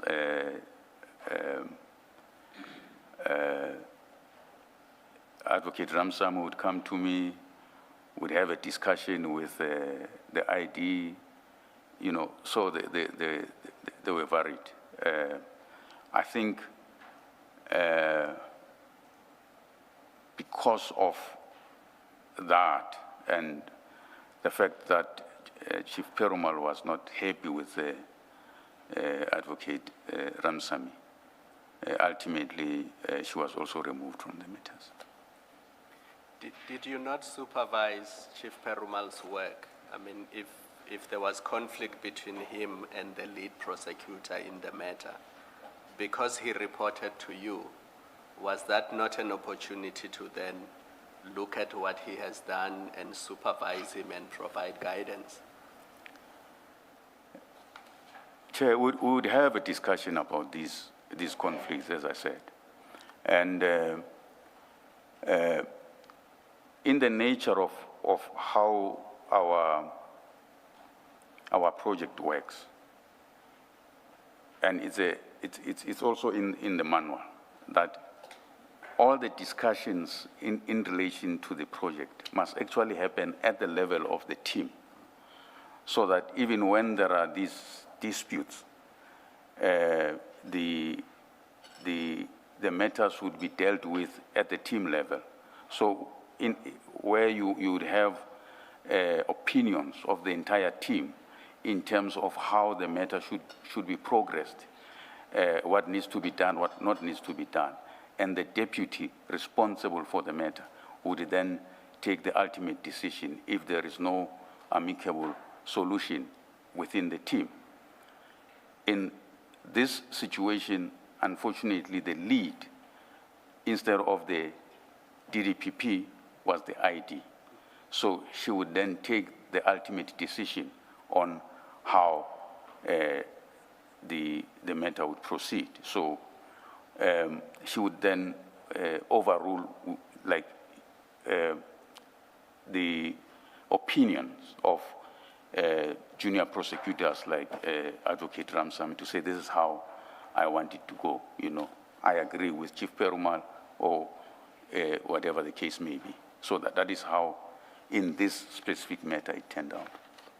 So the head of investigations is excluded from all of that. You don't play a part at all.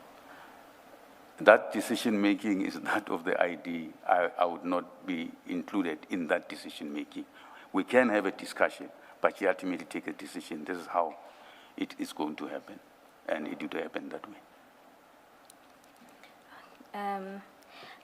But you did participate sort of in the lead-up to the final decision about what is to happen, i.e. you mediated this meeting, and then you indicated that there were several other meetings where you had to talk to either. Yes. As I said, that it would sort of be a complaints session, Chief Perumal come to me to complain.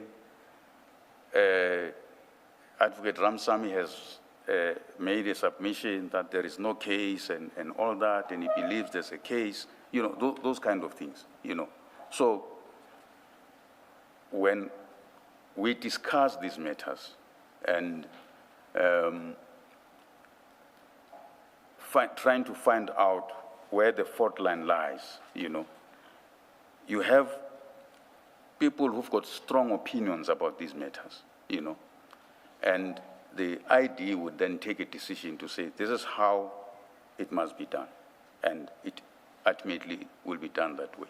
So that is why the decision to proceed the way these matters were proceeded with, the decision to enroll, all these decisions were done by the ID.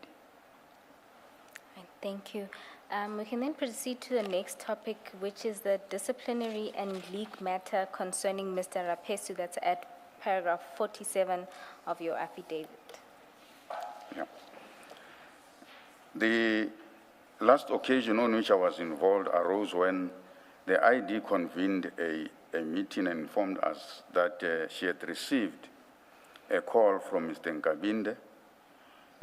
Mr. Nkabinde alleged that Mr. Rapesu had telephoned him and informed him that IDAC was conducting an investigation against him, and that Mr. Brian Badiache was the investigator. In other words, Mr. Rapesu had leaked information to Mr. Nkabinde. Present at the meeting were me, Chief Perumal, Mr. Rapesu, and Mr. Rapesu. Mr. Rapesu denied that he had called Mr. Nkabinde, deposed to an affidavit confirming that he never done so, and offered his cell phone and to take a polygraph test to demonstrate his innocence. I was tasked by the ID to refer the matter to our Security Management Services, SMS, to arrange a polygraph.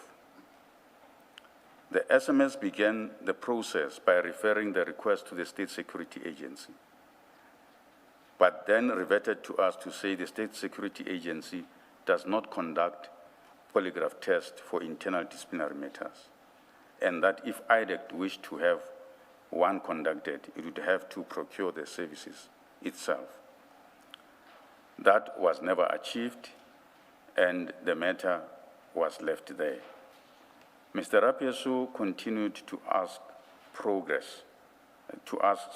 about progress, and I gave him what I knew through his supervisor.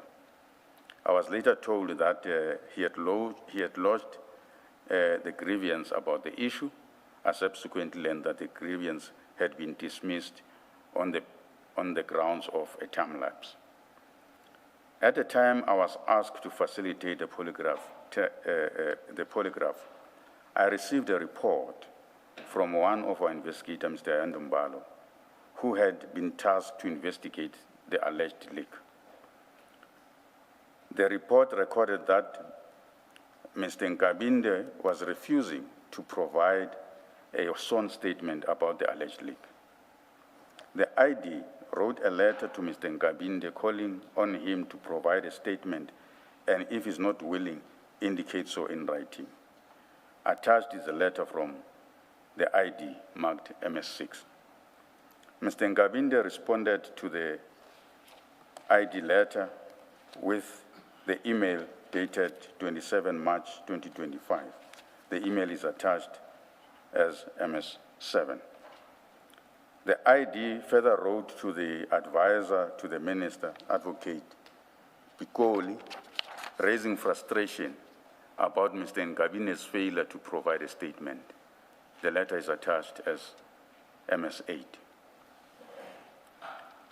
Mr. Mbalo expressed that Mr. Rapesu would have leaked the information. Alternatively, that Mr. Binang would have done so, allegedly because he learned that I revealed information to Mr. Binang. Attached is the report by Mr. Mbalo marked MS9. On my reading of the report, I was convinced that it insinuated that I'm also a suspect for leaking the information. So when communicating with SMS, I advised them that I was also volunteering to be subjected to polygraph test based on paragraph 4.2 of the findings of the report.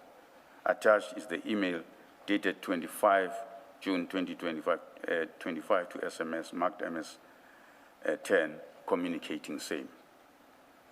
The obvious difficulty with that report is that the allegation was that ID herself received the call from Mr. Nkabinde.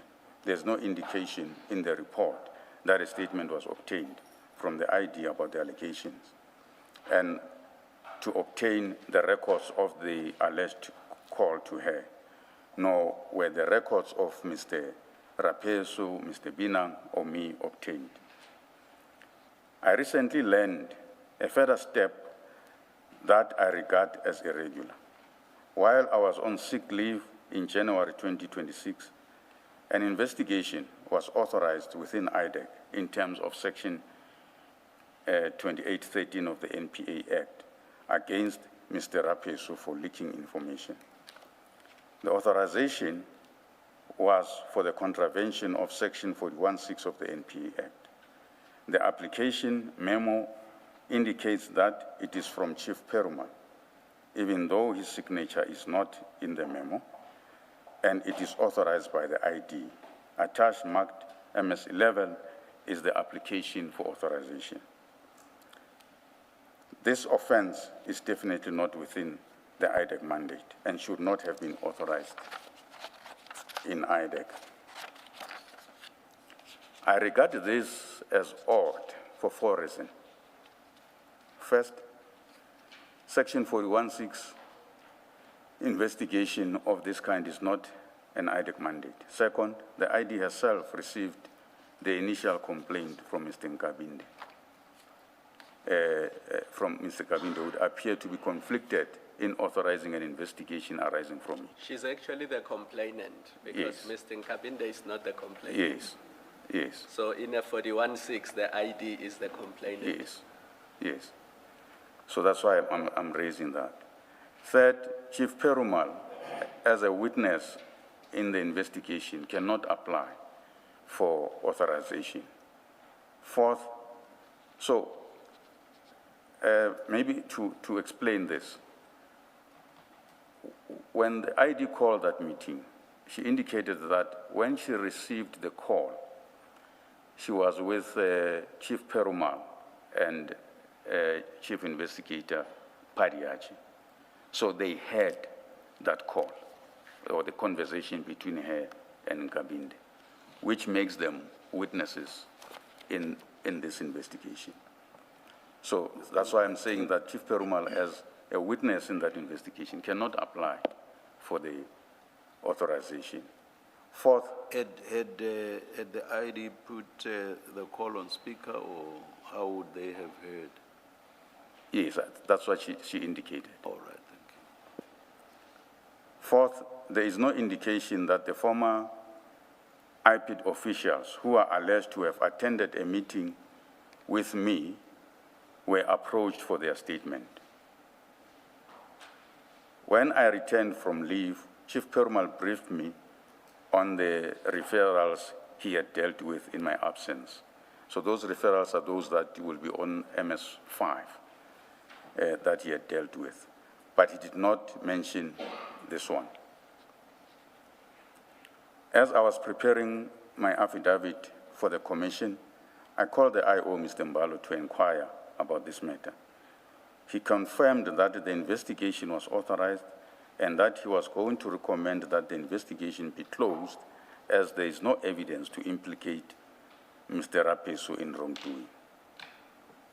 I called for the file and established that there is a statement from Mr. Nkabinde dated 27 November 2025.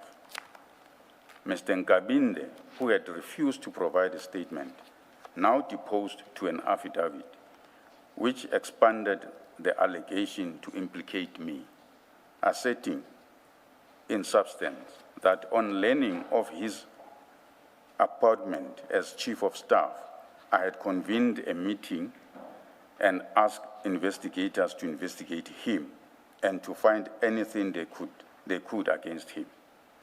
I deny that allegation. Mr. Nkabinde's statement is attached and marked MS-12.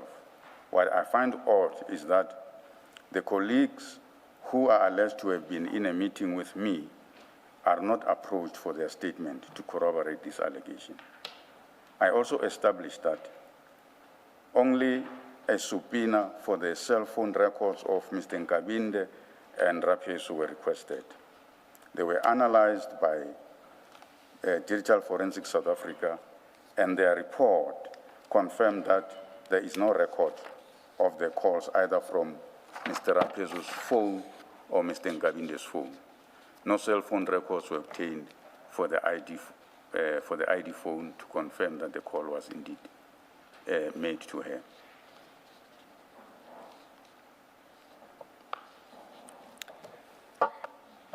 Thank you. I think we can then move on to the next section. Why I did not impose myself into these matters.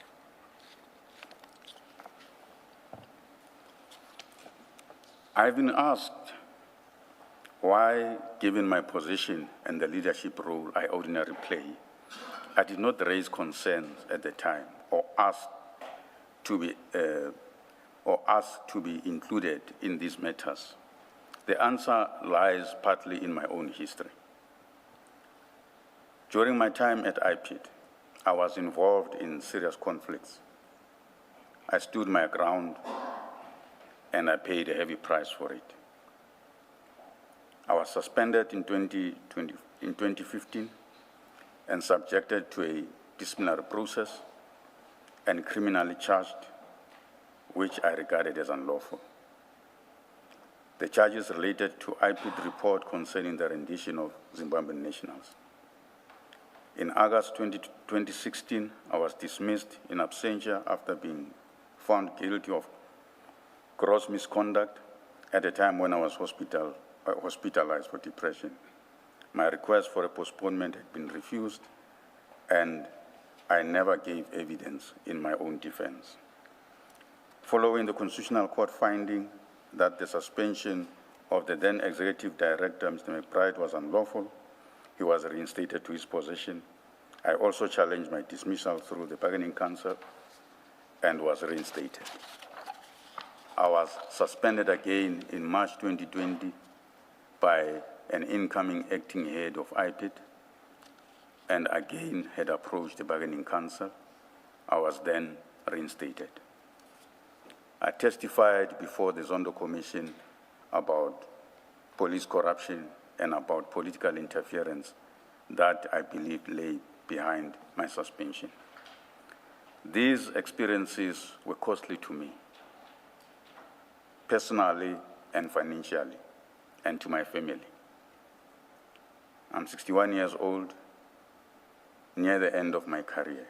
When I found myself excluded from the CI matters, I made a deliberate decision not to force my way in. I took the view that if the ID did not involve me, it was not because she did not want me involved. No, it was because she did not want me involved, and I respected that. There is, in any event, a practice at IDAC that if one is not on a matter, one does not seek to know its details, and there is a related principle of neutrality. I let the matter be, and I did not ask ID why she did not involve me. There was also a further, more recent consideration. On the 7th November 2025, I was kidnapped while driving home. I was assaulted and robbed. My attackers took my state-issued laptop, cell phones, and abandoned me near Rabridge in the early hours of the 8th November. I reported the matter to the police and received medical treatment.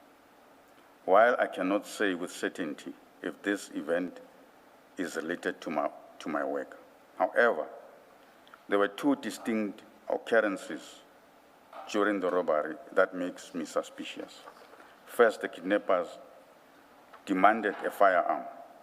When I told them I did not have one, they assaulted me so much as if they knew I should have one. Second, when they took all the gadgets, laptop, cell phone, tablets, Samsung watch, they asked for PIN numbers and passwords of all these gadgets. However, on the work laptop, they specifically demanded that I write the password on one of the kidnappers' phone, and they took the laptop to a house. They only did this with the laptop. This occurred against a backdrop of public allegations against IDAC and its leadership, and of threats directed at the unit following the CI arrest. That experience had affected how I approach my work and my own safety. In the circumstances, rather than insert myself into these matters from which I had been excluded, I confined myself to assisting on discrete issues on which I was asked to assist, and to advising those members of the team who approached me for guidance. I otherwise left the ID as the head of the unit and my supervisor to deal with these matters as she saw fit. I wish to make one matter clear. I do not say that there was no case to be investigated against CI officials. My concern is not with whether there was a case, but with the manner in which these matters were handled, and in particular with the departure from the established intake and investigation process. Even where there is a case to answer, it must be dealt with in accordance with the process, and where the process is not followed, the integrity of the outcome is placed at risk. Before you go to the conclusion, did you play any part in IDAC's presentation before the ad hoc committee? No, I did not, Commissioner. Because when the former ID went there, she was not going there in an individual capacity. She was going there representing IDAC. So you are head of operations at IDAC. Did you not assist at all with the presentation? Not at all. Not at all. And then after the 6 July 2025 media conference by General Mkhwanazi, serious allegations were made against IDAC. I'm sure you are aware of that. That's correct. Did you not, as head of operations, look within to see if there's nothing wrong that IDAC did so that you can assist the ID if she needs to account to the nation or to Parliament? There were meetings and discussions about those revelations by General Mkhwanazi.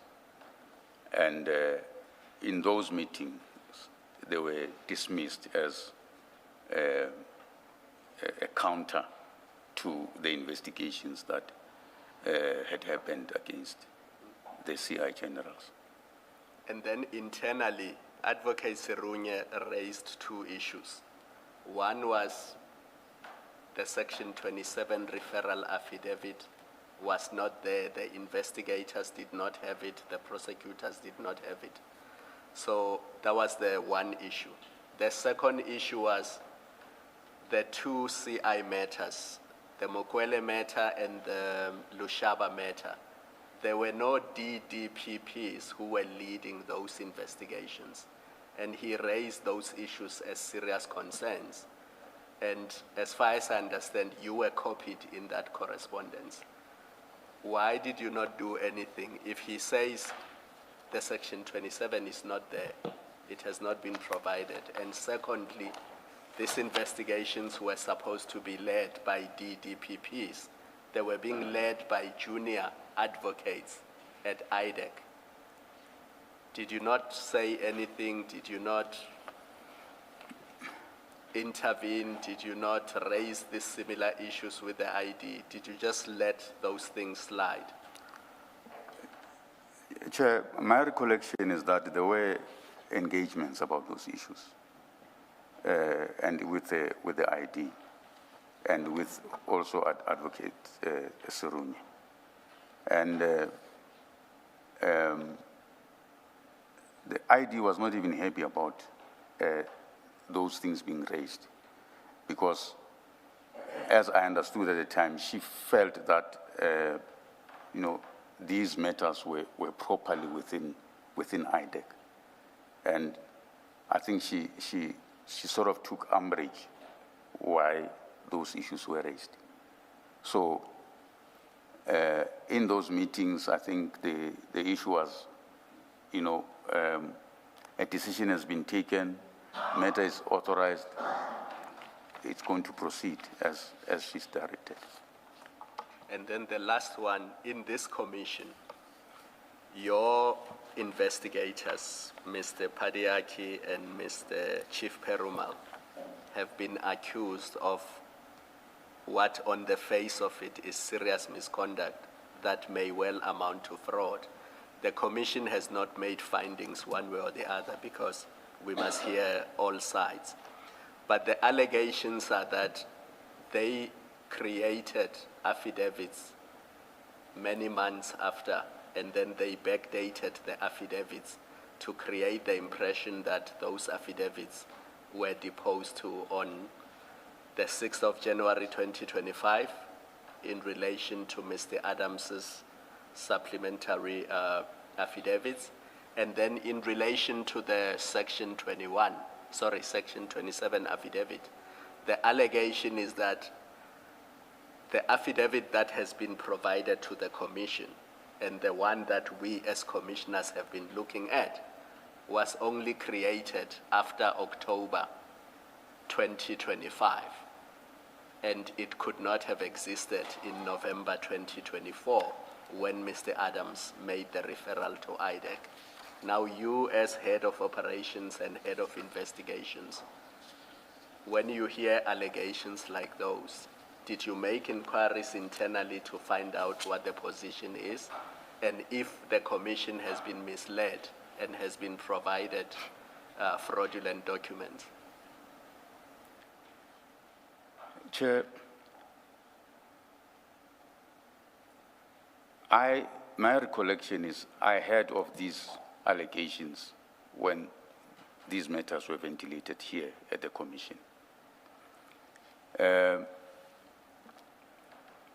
I think Mr. Rapesu would have indicated that he suspects there is something wrong that would have happened with the Section 27. And if I remember his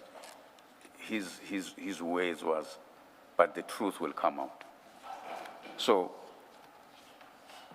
I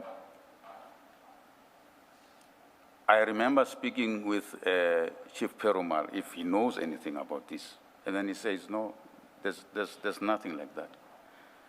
Everything, it's on board. And I took his word for it. Lastly, and it's a question Chair asked, because you are the head of investigations, is it common, is it usual within IDAC that an investigator can start an investigation and conclude the investigation without having seen the Section 27 referral? Because Mr. Padiaki told us that that's what happened in this case. He never saw the Section 27 referral. Chair, in terms of our processes, and the monarch also speaks to that,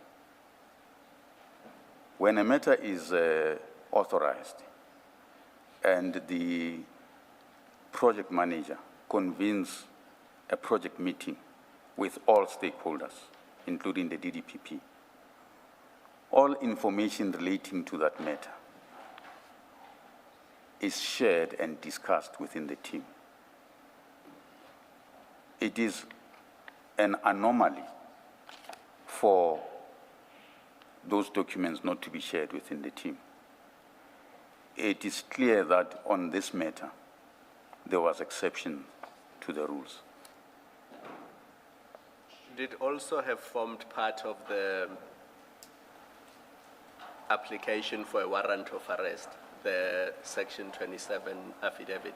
So when IDAC applies for a warrant, should the Section 27 have been attached to the affidavit that was placed before the court? How does it work in practice? In practice, the investigating officer will draft an affidavit, basically outlining the investigation conducted and the offenses that, that are alleged to have been committed. Sorry to interrupt you. Because the starting point is the Section 27 referral, does he attach it to the affidavit? No, in practice it's not. He doesn't do that. In practice it's not. But it forms part of the docket. In practice it's not. So in practice, it does not form part of the docket. You No, don't even share it with the accused. No, it is part of correspondence, internal correspondence, but it's not attached to the docket. And when they ask for it because they want to challenge IDAC's jurisdiction or IDAC's mandate, how do you deal with that? Well, when they ask for it, in my experience, is that it has been provided when they had asked for it.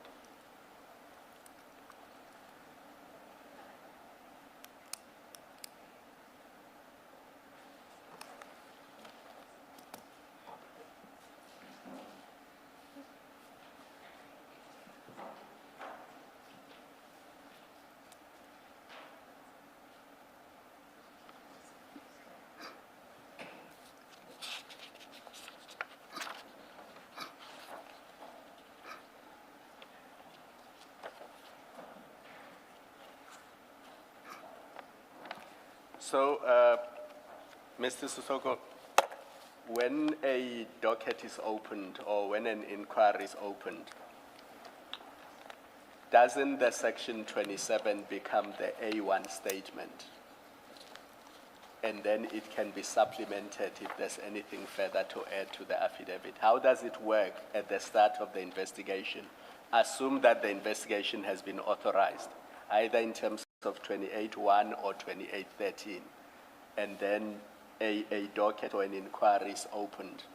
Shouldn't the Section 27 affidavit be the A1 statement? In practice, Chair and Commissioners, the Section 27 referral is treated differently. When an investigation starts, when it's authorized, then the complainant is approached for an A1 statement, and a full comprehensive A1 statement, which would address all the elements of the offense, is then obtained. And that is what is used as the A1, not the Section 27. Where does one find that? Is that in the manual or is it your interpretation? It's the practice. But where does one find that? Where is it recorded that that's the practice? I'm not sure if we record it like that in the manual. I must be honest. I'm not sure if we do that. I think the manual states the processes that must be followed, but it does not specifically say what happens in relation to Section 27 or an A1 statement, because it's more of an investigative operational issue that investigators do. And the reason we are asking this is because Mr. Serunia, Peter Serunia, and Ms. Ramsamy, they have testified in this commission that, and I hope I'm not confusing their evidence, and the transcript will bear that out. But they said the Section 27 affidavit becomes the A1 statement, and then any further statement obtained from a witness supplements the Section 27. So the Section 27 is not an internal document. It is the genesis of the investigation. It is the affidavit that must set out what offense is being reported and what offense must be investigated, so that what the investigator looks at and what guides the investigating officer is in fact that affidavit. Chair, I won't dispute that it may happen in other matters, that, you know, the Section 27 may have been included as an A1, you know. But I'm talking in generality what I know would have happened in most of the matters. But because IDAC has not had that many Section 27s, you Yes. said so yourself, Yes. most of your matters are from the commissions, Yes. and there was that general authorization from the former ID. Don't you think this is something that should be clarified in the manuals? Yes, certainly, Chair. I mean, this experience with the Commission, it's a lot of lessons learned for us. We already having a discussion internally about IDAC reset and how we improve our operations and including our manual, so that we are all clear in terms of processes, because this process has shown the weaknesses within the organization that really need urgent attention. And these weaknesses are serious because they can lead to systematic failure.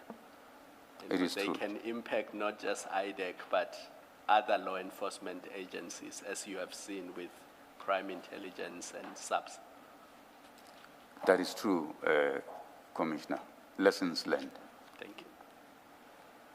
Can I?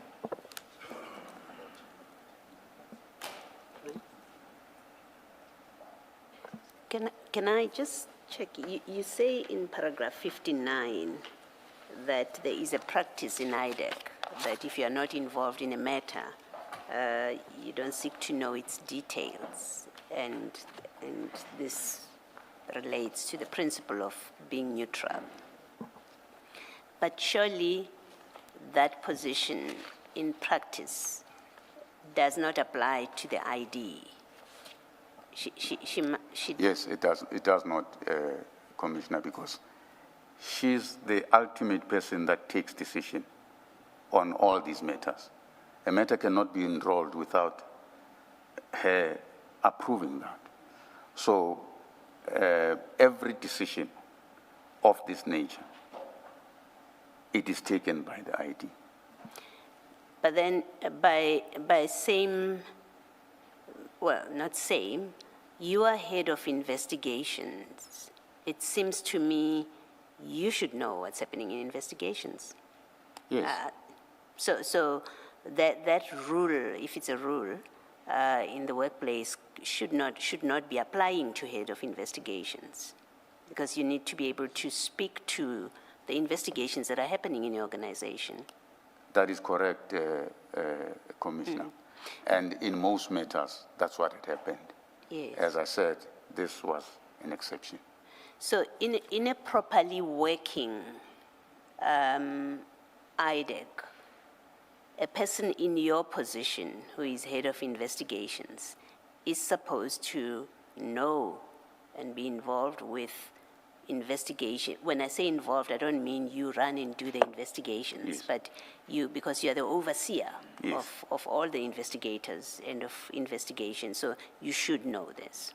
That is correct, Commissioner. Okay. Therefore, it must mean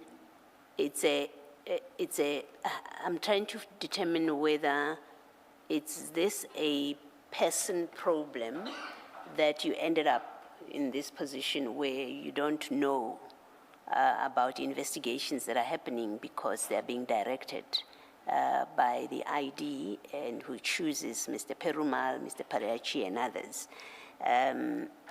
Is it a problem that a different head of investigation would have been correct to say, I'm head of investigations and I will not be excluded from investigations?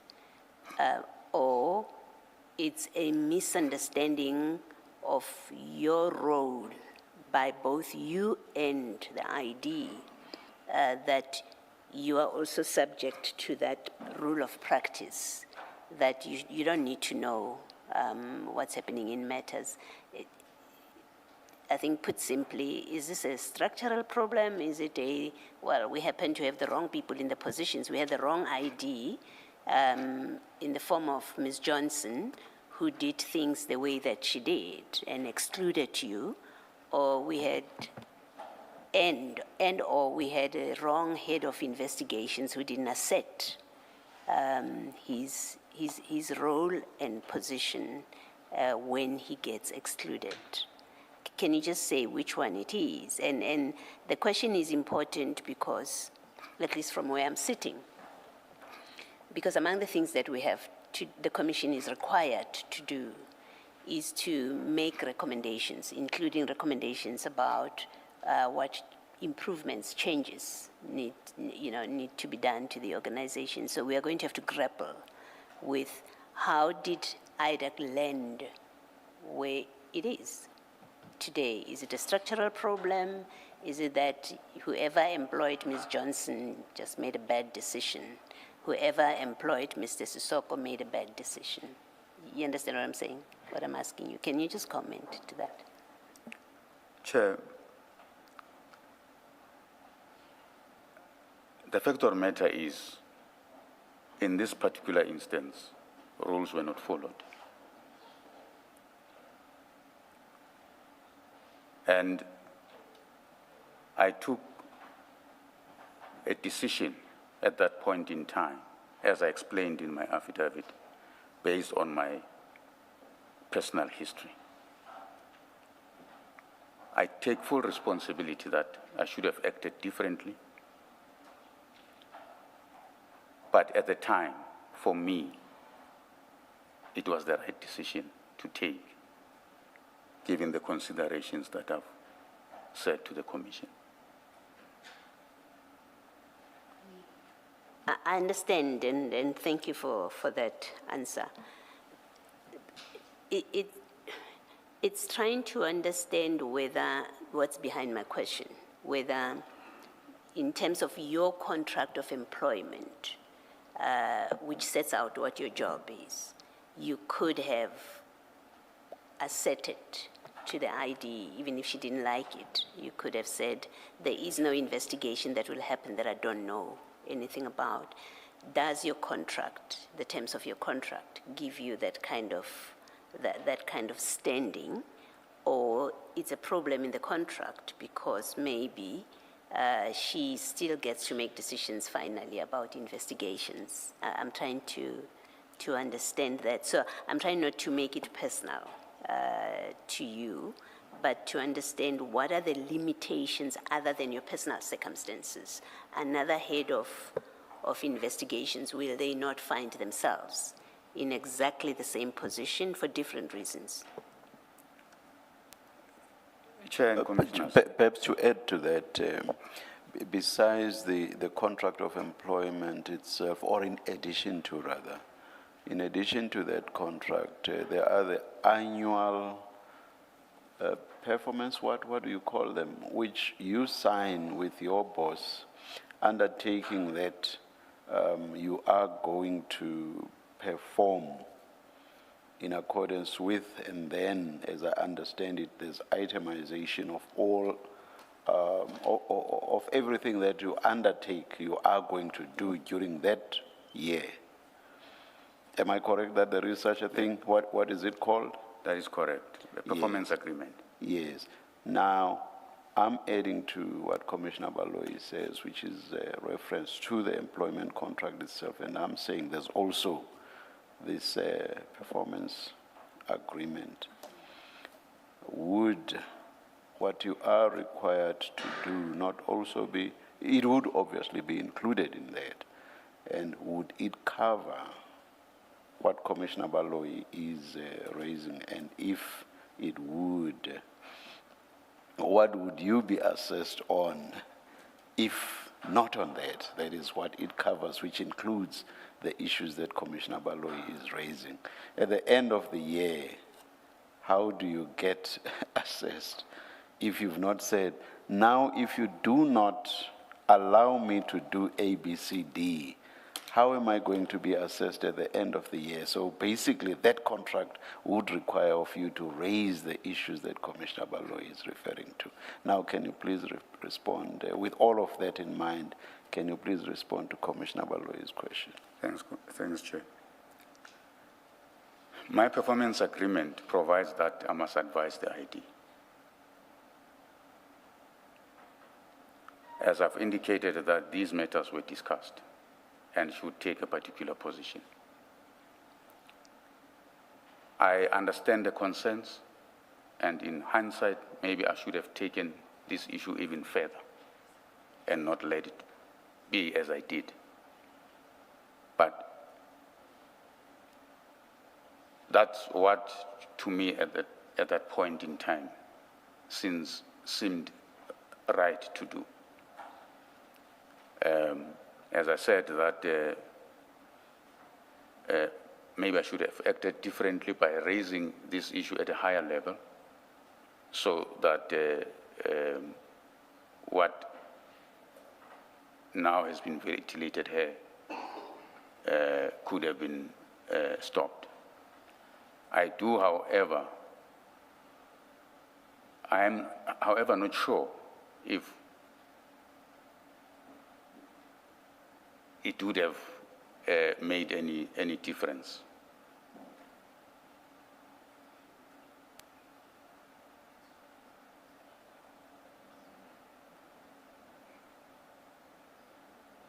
Sorry, you may carry on.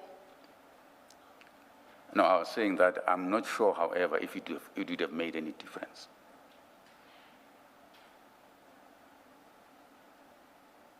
You say you're not sure because the ID is the person that she was, or what? Because you see, you speak of, you say your contract says you advise the ID.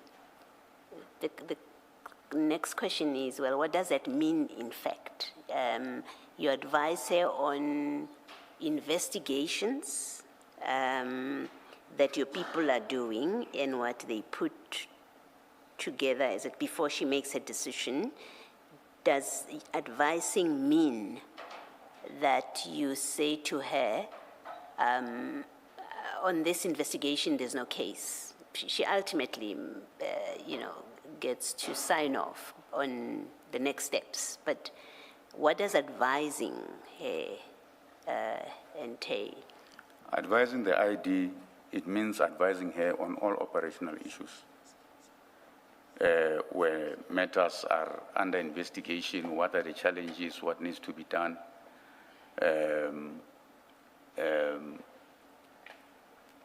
Most of the time, what happens in practice is that decisions like enrollment and so forth would happen when there has been a meeting of all stakeholders to discuss that matter, and when there is a consensus that the matter must be enrolled. But my advisory role is where there are issues of that affect the project, so that we can discuss how we overcome those issues. In relation, for instance, to these specific issues that are raised here at the Commission, there would have been discussions about it to say there are issues that have been raised. There is concerns about these things, and she would give that direction to say, no, I'm satisfied about these things. This matter will go on. If there has to be a takedown, the takedown must go on. You see, from the evidence, say, let's take the Mukwele matter, that it has appearances, even we haven't made any final decisions, but concessions made by the witnesses. There seems from those concessions to be an acceptance that there were shortcomings in the investigations, at least one area. There were shortcomings in the investigations. The question that it prompts for me is, where was the head of investigations when there were these bad shortcomings, these serious shortcomings, and the matter gets J50 issued, people get arrested and they go to court? Where was the head of investigations when this happened, where a poorly investigated case lends at people getting arrested and people getting to court? Even before that, it lends at a decision to prosecute. Now, from your answer, it's still not clear to me that things got that bad because the head of investigation was missing in action for reasons that you give, or look at the perimeters of my powers, my position. I can't do more than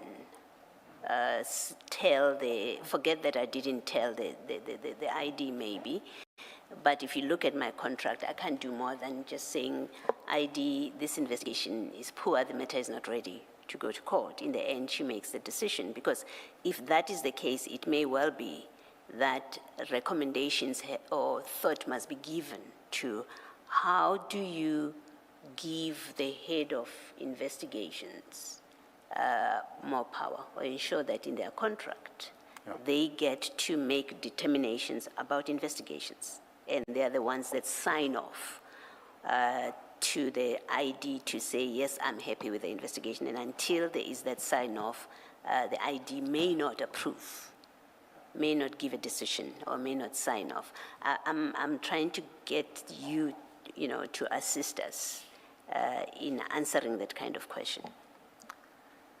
And I must say that in your answer, the way you've answered, I haven't gotten the kind of assistance that I'm looking for, or the answer to my question. I understand, Commissioner. The reality of the matter is that this investigation was directed from the ID's office, not from my office. All decisions relating to it were directed from that office, including the takedown. I learned of it after the fact, when in normal circumstances, when you conduct a takedown, we sit in a meeting, discuss how that takedown would look like, you know, whether there's a warrant of arrest to be applied for or HJ175, all those issues. That was not the case in this specific matter. So it was an unusual situation, and I think that's the best way I can answer you, Commissioner. Would you consider as an appropriate suggestion that I put to you that the system, the structure has to be such that the ID should not be immersed in the investigations, should not be directing investigations, because ultimately her people must satisfy her when she make him her. When they make the decision now, as they're empowered to do, starting with the 2813, right? 2813. The ID should be sitting as a neutral party, so to speak, where others come and persuade her, we need a 2013, and then she can interrogate what they're doing at that point. And then they go and do their work. Now she must authorize an investigation. She should not have been involved in the process of directing, go find this, go find that, because ultimately when they come to her for the, to her in this case, because it was a her, for a 28-1, she must look at it with a fresh eye, with an unbiased eye, if you like. The same for all the various stages that she must authorize. Would you consider it an appropriate suggestion that the ID should in fact be insulated from all of that, so that by the time she's required to exercise the statutory powers of being the ultimate decision maker on the different steps, she looks at things with a new eye and an unaffected eye? Commissioner, I agree totally. In fact, most of our matters, that's how they have been conducted. She would come at a very tail end. And as I said, that when those meetings happen to discuss where now the team says the matter, the investigation is complete, now we're ready to enroll. And that's how in most matters it would have happened, except for this one. Maybe the exception suggests that it should be an entrenched position in respect of which no ID has an option to deviate, and there's no exceptional matters, because all matters that come to IDAC must meet the criteria, so they cannot be exceptional and sensitive matters that only the ID should look at. That is correct, Commissioner, and that's what motivated me to create the case intake criteria. Okay. Part of the concern you have raised, or an explanation that you have given for not escalating things to the NDPP, you shrugged your shoulders, and we've had evidence as well that where matters have been escalated to the then NDPP, there was no good outcome out of it, and people seem to have ended up in worse positions than they were before they lodged the complaint. How do you suggest to fix for that kind of problem? Is it again a matter of, well, it's about the integrity of the people that you appoint, or it's a problem in this scheme that we have, where you have IDAC falling under the NPA, and ultimately the NDPP is the one that people must escalate things, but the NDPP has a working relationship with the ID because they all belong to the same organization. Is that the problem? And does, in your view, the appointment of the judge, IDAC judge, and whatever his terms of reference are, create a different playing field than what you had when it was just ID and NDPP? Yeah. Commissioners, I think, unfortunately, the issue of the judge came much later, even though it was provided for in the legislation. I think it took time to be implemented. I would venture to say that had it been in place much earlier, some of these issues would have been raised with the office of the judge, and maybe there would have been interventions much earlier. Do you say that because the terms of reference of the judge? Yes. Okay. Remember, the judge would look at complaints, even by IDAC staff, political interference, whatever complaints they might have in relation to how IDAC is run, and of course, even public about the work of IDAC. So I think people would have felt even more empowered to take the matters to the IDAC judge. Thank you.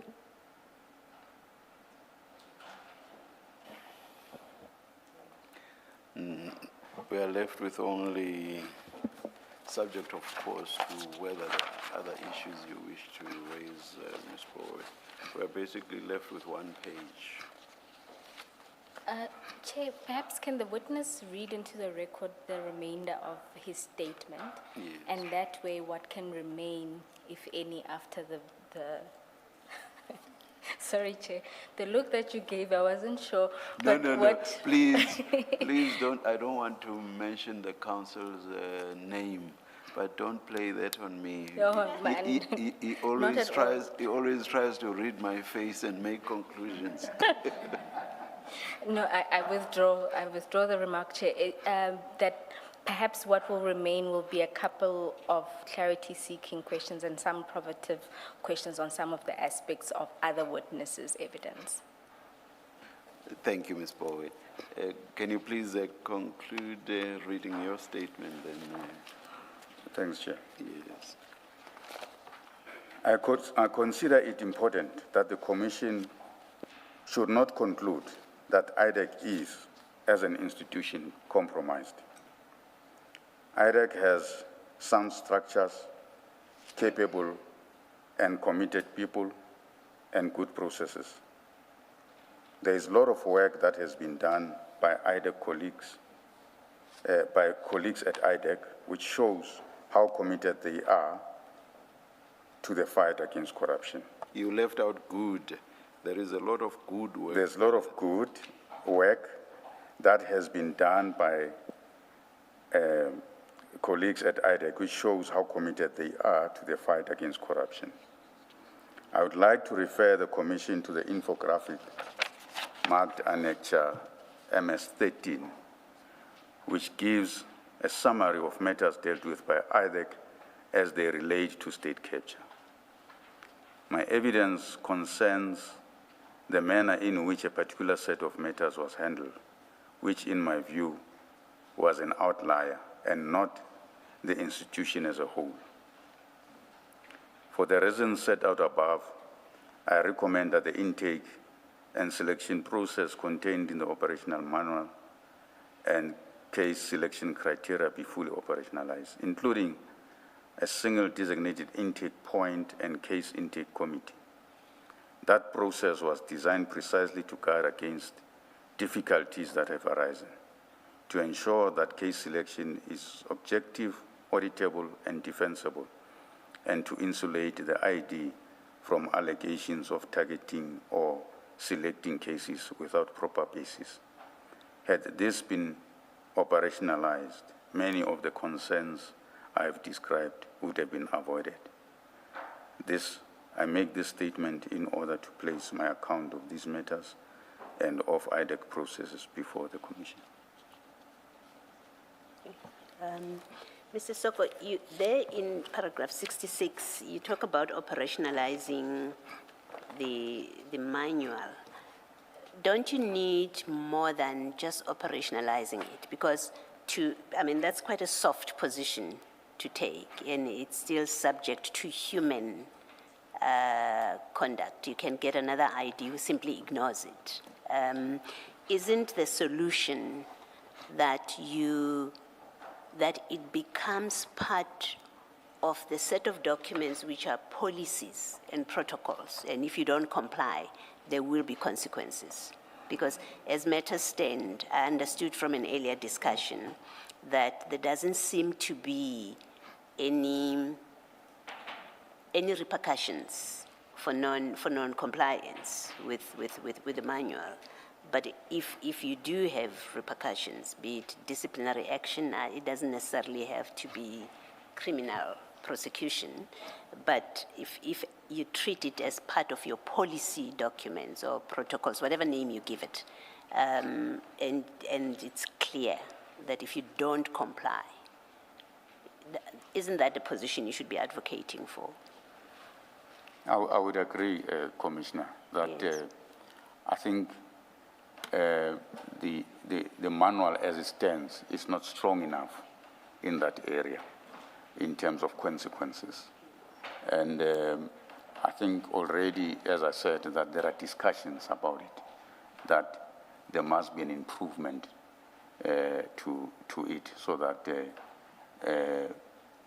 everyone complies with its provisions without exception. And there's consequence. And there's consequences. If you don't comply. Yes. Okay, all right. And then lastly from me, in paragraph 65, you say, my evidence, at the end, you say, my evidence concerns the manner in which a particular set of matters was handled, which in my view was an outlier and not the institution as a whole. I must confess that I'm outside IDAC, but the bit that we have had from other witnesses, I would be very cautious, and I think I would suggest you are too, being inside as head of investigations, about how far this, which you call an outlier, goes.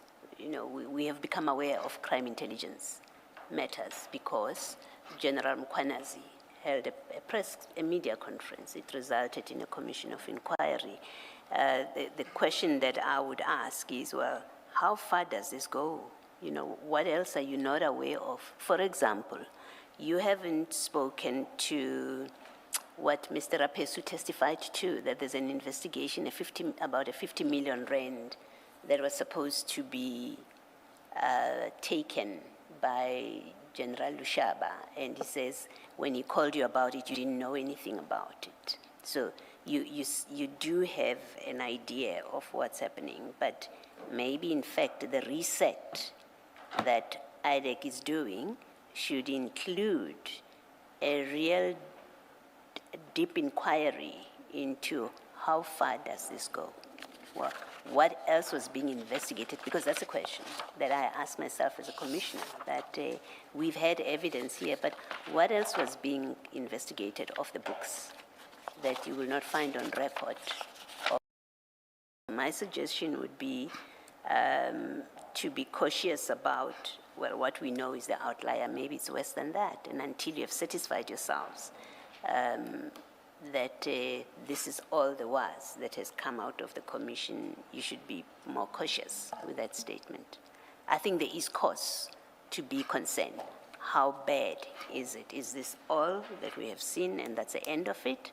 I have no reason as I sit here to think that's all there is. And I understand, Commissioner, from your own position. I'm speaking from what I understand from inside.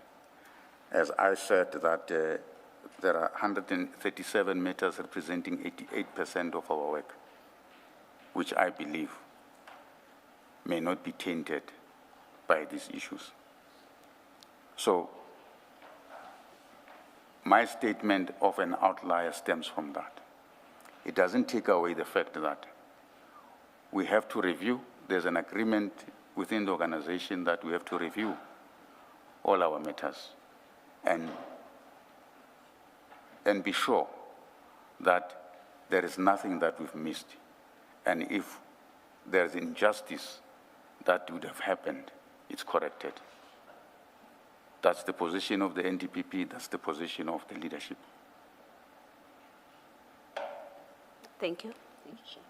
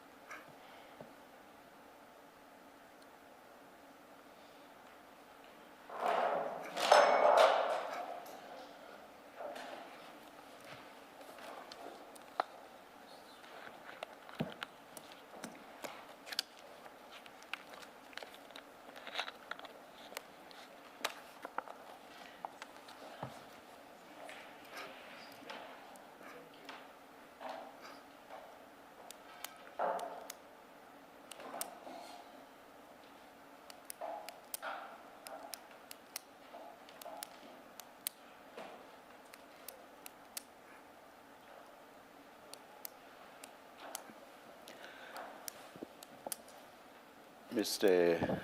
Sesoko, before this last engagement by Commissioner Baloyi, my co-commissioner engaged you on what you consider to be necessary, and there was a discussion on policies and how strong the wording of that is, in particular with regard to consequences. I just want your comment on this. I have no idea what we will recommend in the end. It may either be a continuation of an institution called IDAC, or it may be a totally different institution. I do not know. Or the killing of any such institution altogether. But on the assumption that something similar to IDAC, where depending on the acceptance of our recommendations to continue to exist, don't you think it would be better if the processes would actually get legal force from an act, whether it's the NPA Act or whatever other act? So the act itself specifically provides that such a process document should be created, and having its force from an act of parliament, it would be less likely that it would be flouted at whim or at will by whoever the head will be. Of course, human beings being what they are, they will flight laws, which is why, for example, we have criminal trials all the time. We have administrative challenges against state functionaries, and so they will flout the law. But I think it will give more force to have it provided for by the act itself, and not officials sitting down, crafting their own document as they please and of their own accord. What's your comment on that? Chair, my comment is that I think it will be a good idea that IDAC will have operational regulations. In my previous environment in IPIT, that's what we did once, because I was involved in the development of that IPIT Act. But we ensured that there are also regulations regulating the operations. So once they have the force of regulation, then it enforces all these issues that we spoke about. And is it the act itself that says there must be? There must be a regulation. All right. Which talks to the operations. Yeah, yeah. It's exactly something similar that I have in mind. Yes. Depending, of course, as I say, on what our ultimate recommendations are with regard to IDAC. Yeah.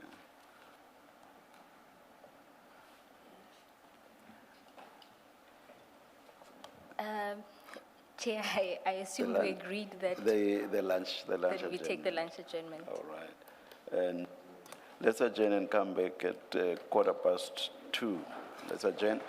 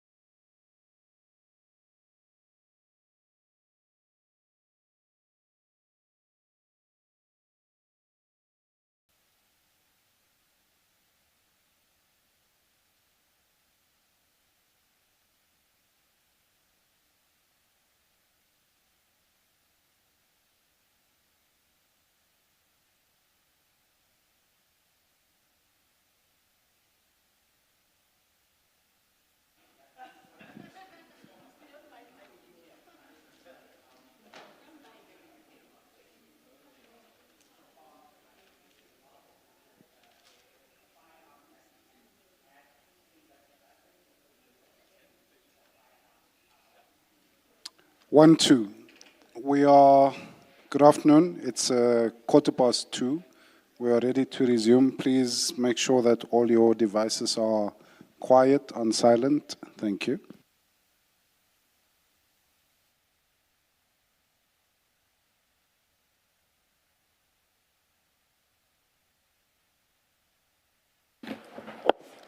Yes, Ms. Powe.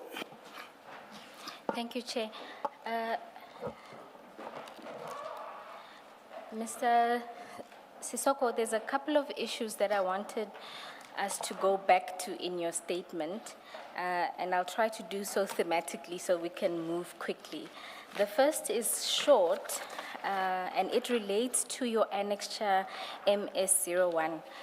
Just to note, Commissioners, that there was a mistake with the labeling of the annexures, and there I take full responsibility. You'll see it starts with MS01, and then the next is MS1. But we propose to leave it like that. Alternatively, we'll go 1.1. But for now, if we can turn to MS01, and it's just a clarity-seeking question regarding this document. This document seems to be discussing the secondment of investigators from IPID to the ID, correct? That is correct. When regard is had to it, I think it then lists the individuals to be seconded. That's correct. And then one of the annexures to it is that list of cases that's attached as Annexure G to this. What we wanted to understand is, as far as the dockets themselves and the movement of those dockets from IPID to the ID or IDAC as it now is, what informed that? Because this largely just speaks about the secondment of the investigators. Chairperson and Commissioners, my understanding of MS01 is that it records the correspondence between the former ID and the then acting executive director or directors, acting executive directors, both Mr. Sinne and Mr. Sitsedi. But it records all other discussions that happened, including the issue of the handover of the dockets. At the time when this happened, I was in IPID. It was before my secondment to IDAC or ID. All right. So you weren't involved in these deliberations? Yes. So the deliberations happened between the two, the acting head and the head of ID at the time, Advocate Cronje. My understanding is that, as I had testified earlier, that upon the proclamation by the President of ID, when the ID then, which is IDAC now, started operating, the first thing that the investigating director at the time, Advocate Cronje, did was to write letters to the DPCI and to IPID to request the handover of all the dockets that were related to state capture matters, that were related to Mbati and Nugent Commission, as per the proclamation, but also requested the investigators who were working on these matters, because the ID at the time did not have its own resources. So they relied on secondment, or as the DPCI called it, duty reassignment of these investigators to the ID. And that is how all these matters landed in ID. So there were a number of cases that were opened when there was a lot of discussion about the state capture and the Guptas. There were a lot of dockets that were opened by civil society, by politicians, and so forth. So once the ID was established, then Advocate Grunier asked for all those matters as long as they traversed the issues that were being traversed at Zondo to come to the ID. Now that list come as a result of matters that were in IPID and were dealt with at Zondo. All right, thank you. Are those the only cases that came over into IDAC, the ones that were traversed, that raised issues, also touched upon? And when you say issues, I take it you mean facts that related to these dockets that are now in IPID.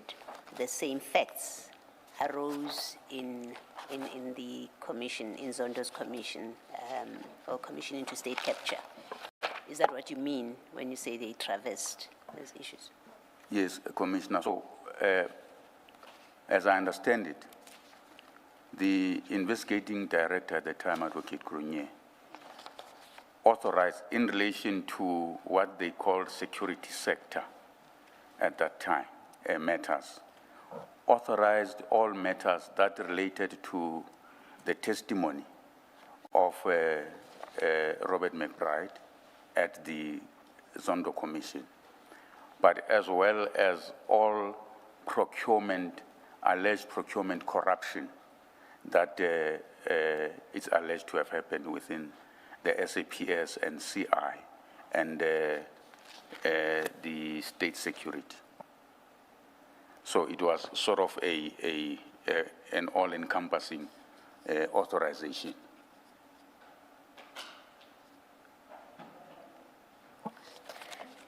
Thank you, Mr. Sesoko. Then can we please move on to, let's deal with your involvement in the CI-related matters.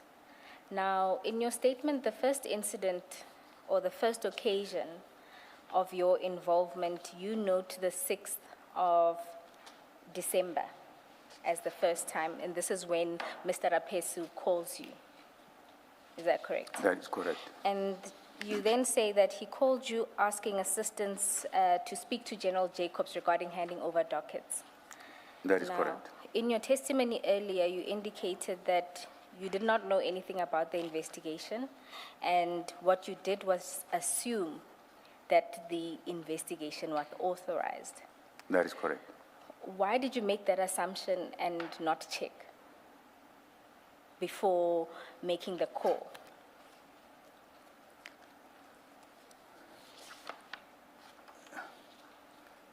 Chairperson, I think, as I said earlier, that I wouldn't expect an investigator to ask for Chief Perumal to instruct someone to ask for a docket from the SAPS if a matter is not authorized in IDAC. So that is why I had assumed that it must have been authorized. On your testimony, you had indicated that there had been sort of 2 occasions where investigations were authorized in the ID's office, and you then find out about them, you know, as a by the way, or after the fact. In this instance, you would have known nothing, and you were requested, or you were going to call a general to hand over dockets, in fact, of live investigations, and you did nothing by way of verifying, which means if Mr. Rapesu, for example, was out on a limb and not seized with an actual investigation, you wouldn't have known. You would have participated in him acquiring dockets in a process that potentially wasn't authorized. I guess I'm trying to understand why you would take such a massive step, because it's not like you're speaking to a normal person. You're talking to General, the head of IG, the inspectorate, sorry, and asking him to hand over dockets, where in a matter you know absolutely nothing about. That is true. In retrospect, maybe I should have asked first, but I think it's also a trust issue. I didn't expect that an investigator would ask for a docket without any authorization. Can I just ask something about this? Your answer for me would hold if at this point you were aware that there is an investigation that is being conducted. And so when Rapesu calls you, you would, I think, reasonably assume, of course, I know about this. Not assume, you would say, of course I know about this, and then reasonably assume that he's asking because he's been sent by Perumal. You have no reason to doubt that. I can understand on those facts. If you didn't know as of the 6th of December, 24, that something is happening, is being done relating to crime intelligence, and then you have a junior, I call him a junior, only to say he's not the chief investigator. He calls you and he says, facilitate this. If you didn't know, what he's telling you at that point is Perumal is conducting an investigation that you know nothing about. And at this point, Chief Perumal reports to you at this point. So if you didn't know, it doesn't make sense. It is curious in the absence of an explanation that you don't call Perumal and say, what is this that I hear about before I do anything to get dockets released? I'm your boss. You report to me. And then have Perumal tell you it's in the ID's office. And then maybe at that point you say, oh well, in that case, I will not interfere. That would make sense. As I say, the alternative is you knew something was happening, and that's why, and that you've been excluded from it, and that's why you respond the way you do to Rapesu. Can you just explain that? Yeah. Commissioners, I think my actions at the time were mainly based also on my discussion with Rapesu, and in terms of how the instruction came and so forth. But I also took a view that I will take it up with Chief Perumal, which I subsequently did. But at that point in time, I must admit I did not call him immediately. I'm not quite sure, commissioners, because it's quite a while. I think we might have spoken much later on that day with Chief Perumal. But you would probably have actioned already. If you're speaking later in the day, the question really is, before you act on something like this, and we've had evidence that says, actually on the 6th it was very busy. People were very busy. That's the day that I think a section 2813 was issued. Yes. There was clearly lots of activity in the office. And unless you were not in the office, it's difficult to understand that you would not have been aware, even if you are not closely involved, but that you were completely unaware that this is brewing, this is happening. And then, firstly, as a fact, that you were not aware at all. You're the second in command. People report to you. And then Rapesu calls you, and you deal with it so compliantly on your statement. Obviously, he calls you because he thinks you know something about this, you're involved with this, you're the head of investigations. And then you are compliant, you facilitate without asking any questions. I don't understand that. And what makes sense to me, and let me put it to you so that you can comment, what makes sense to me is at the 6th of December when Rapesu calls you, you had an idea. You must have had an idea of what you may have disapproved. You may have decided to distance yourself from it for the reasons that you have given and any other reason. But the picture that this creates is you must have been aware that something about crime intelligence investigations was going on. And I'll just do what they ask me to do, and I don't want any part to it. What do you say to that? Commissioner, if that was the case, I would have considered to it. As I said, and I think even Mr.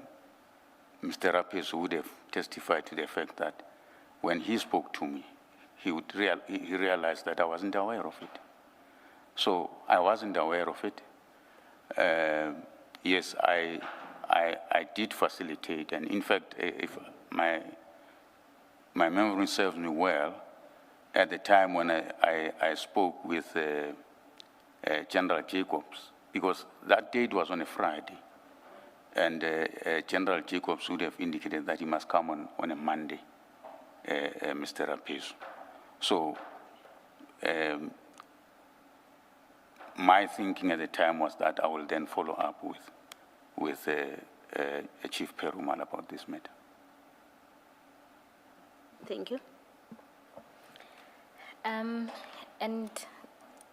if we can then move on chronologically about what happened next. You then speak about the meeting that was convened by the ID and the report to the Minister of Police. To deal with that one, I'm going to ask that we look at file 10 at page 251.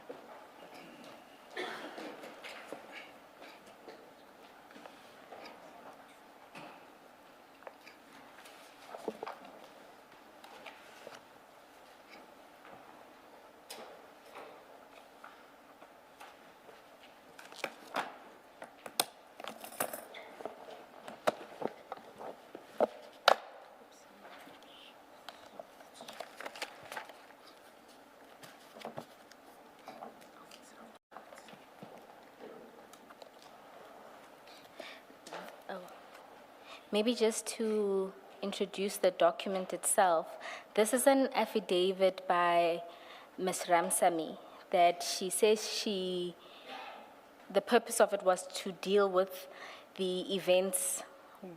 This is around when Mr. Rapesu was being charged with having leaked information.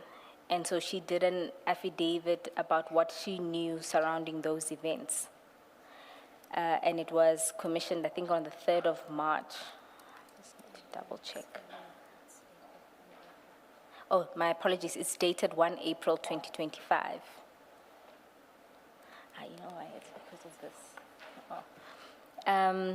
Now, if we can then go to paragraph 6.18. You'll see there, I don't propose to read the entire paragraph, but if you look at the last sentence,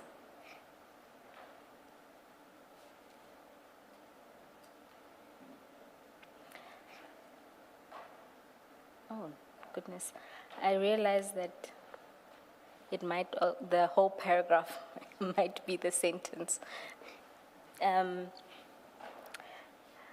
So it just says, on 16 January 2025, there was a scheduled meeting with a deputy director, senior investigator, Binang, and myself in the ID's office on another matter. After that meeting was concluded, I asked the ID if I may see her privately on another matter.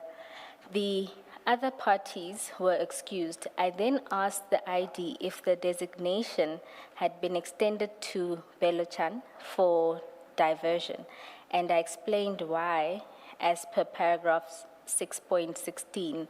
I expressed my concern after the ID informed me that she was not aware that Belochan was party to that consultation. The ID then sent an email to all designated members and the head of operations, Mr. Sesoko, for a presentation to take place on the 22nd of January 2025, and I was told to note my concerns in the presentation. Do you recall an email of this nature from the ID? No, Chair, I can't particularly recall. As I said in my statement that there were a number of meetings that were called, some of which I can't remember the contents thereof, but it's possible that there was such an email. Yes, and this meeting, the one that happens on the 22nd, is the one that you are referencing at paragraph 36 of your statement. You'll recall in your testimony, you confirmed that you suspect that this would have been the meeting of the 22nd of January. Yes.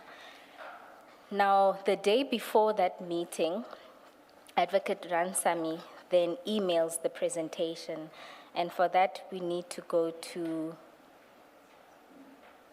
page 216 in the same file 10.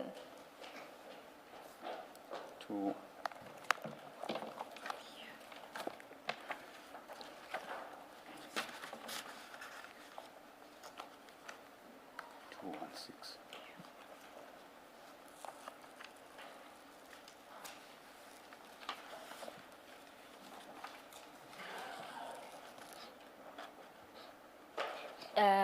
Do you have it? Yes. You'll see there that Ms. Ramsamy, on the 19th of January at 12:54, emails to you and the ID the presentation in question. And in the body of her email, it says, "My apologies for emailing over the weekend. The presentation is due tomorrow, and the team are engaged in various tasks attached for your perusal." So in this instance, you weren't copied. This was sent to you, this presentation. Do you recall if you read it prior to the meeting?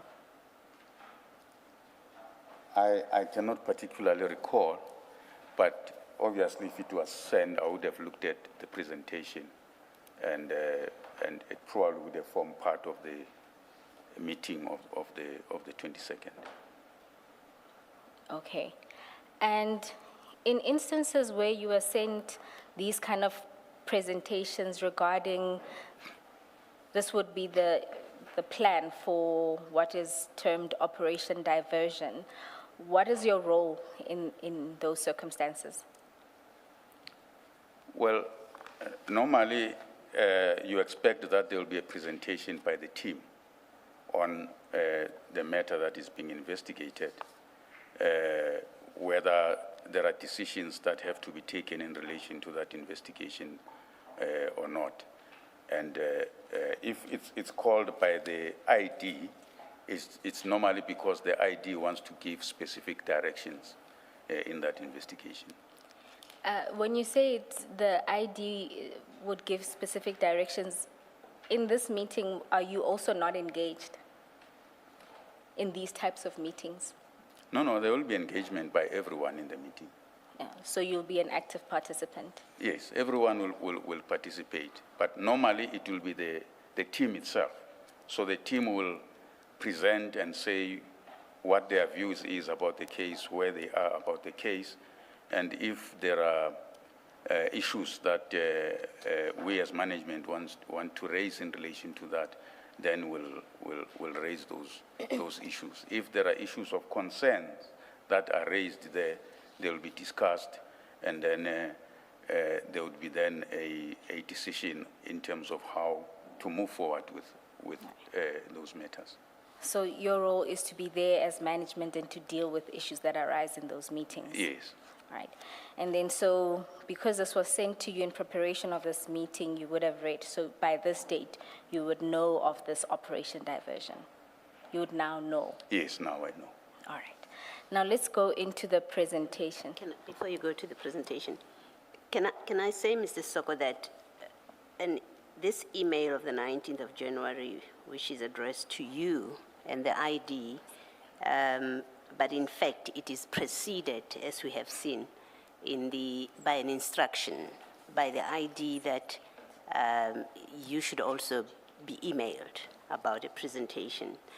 What it suggests is that at this point, the ID had not excluded you from these matters, as covered in the presentation at least.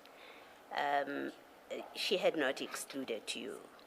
Otherwise, she may well have taken the matter. It's an ID matter in the way that you described it, without going through the process in the manual, without engaging you. She took the matter on. But as of the 19th of January 2025, she quite clearly, and in fairness to her, whatever else she does that is wrong, in fairness to her, she hasn't excluded you at this point. You, and as you are going to be discussing the presentation, you participate in that meeting. You describe that, you say to Ms. Bowe that everybody gets to participate. We get to express our views. So what we know and what we must conclude from this is that at the latest, 19th January 2025, you are involved in these matters, in this project that is called diversion. And the ID at this point has not excluded you. Yeah. Chair, I wouldn't describe it as being involved. I would say I'm aware now that there is this matter. Because remember that what happens is the email is sent to me, yes, and then there's going to be a meeting. My expectation is that that's when I'm going to get more details about this matter and as to what are the issues in relation to this matter. Yeah, I suppose you and everybody else that didn't know anything that was in this presentation would find out at this meeting, at this presentation, what this is about, which you do. You do, and we will get there. At this point, I'm making the simple point that after taking the matter from wherever she got it, when we've had a long debate about how this matter lands with the ID, but having taken that matter on the 19th of January, but in fact earlier than that, when she gives an instruction that you should be invited, a presentation should be prepared and you should be invited, and then as at the 19th of January, you are part of this. However it plays out later, we are not yet at how it plays out. We are at, this tells us she hadn't excluded you. So Yes, you, at this and point, you yes. do receive the presentation. I concede You to do look at it. In prep of that meeting, you look at it. If you didn't, it's a choice that you made, but it's given to you to look at. So you do get to become familiar with what's supposed to be discussed come the 22nd of January. Yes, I concede. That's correct. Yes. Yes, thank you. Do you have it? Okay. Then before we get into the presentation, I just want to note one thing. In that affidavit from Ms. Ramsamy, she notes that on the 16th,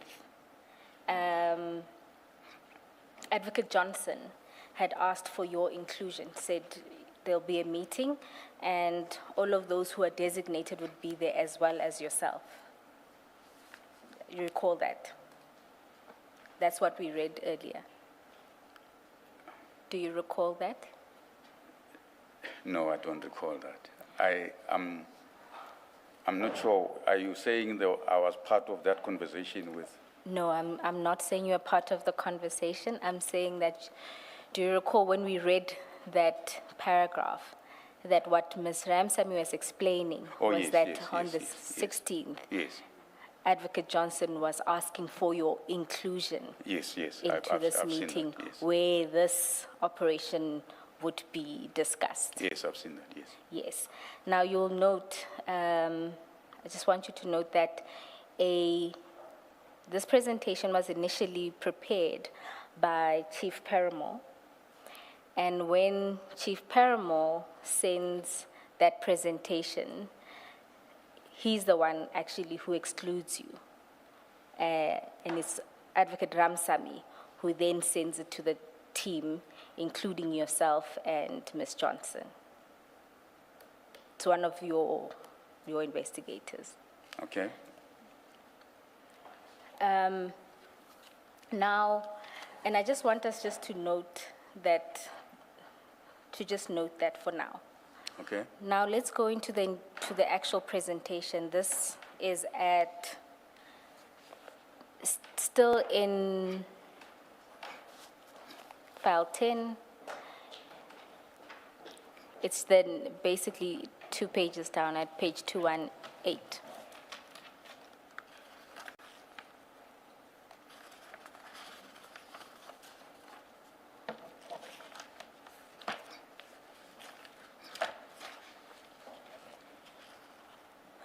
You'll see there's an introduction that deals with crime intelligence.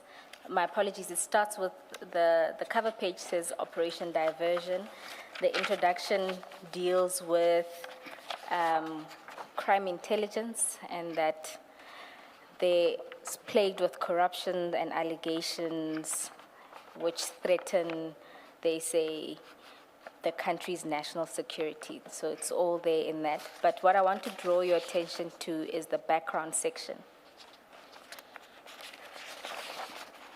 And in that section, you'll see that they detail the affidavit that was received in terms of Section 27. And then it notes the allegations that IDAC was to initiate investigations into. It's a fictitious housebreaking incident.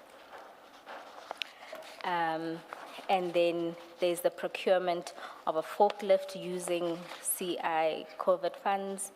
There is promotions or appointment, in brackets, gratification to specific senior managers. And it goes on about abuse of COVID funds to, and then mentions the purchase of property, the PKTT, and the use of the funds to pay for hotels.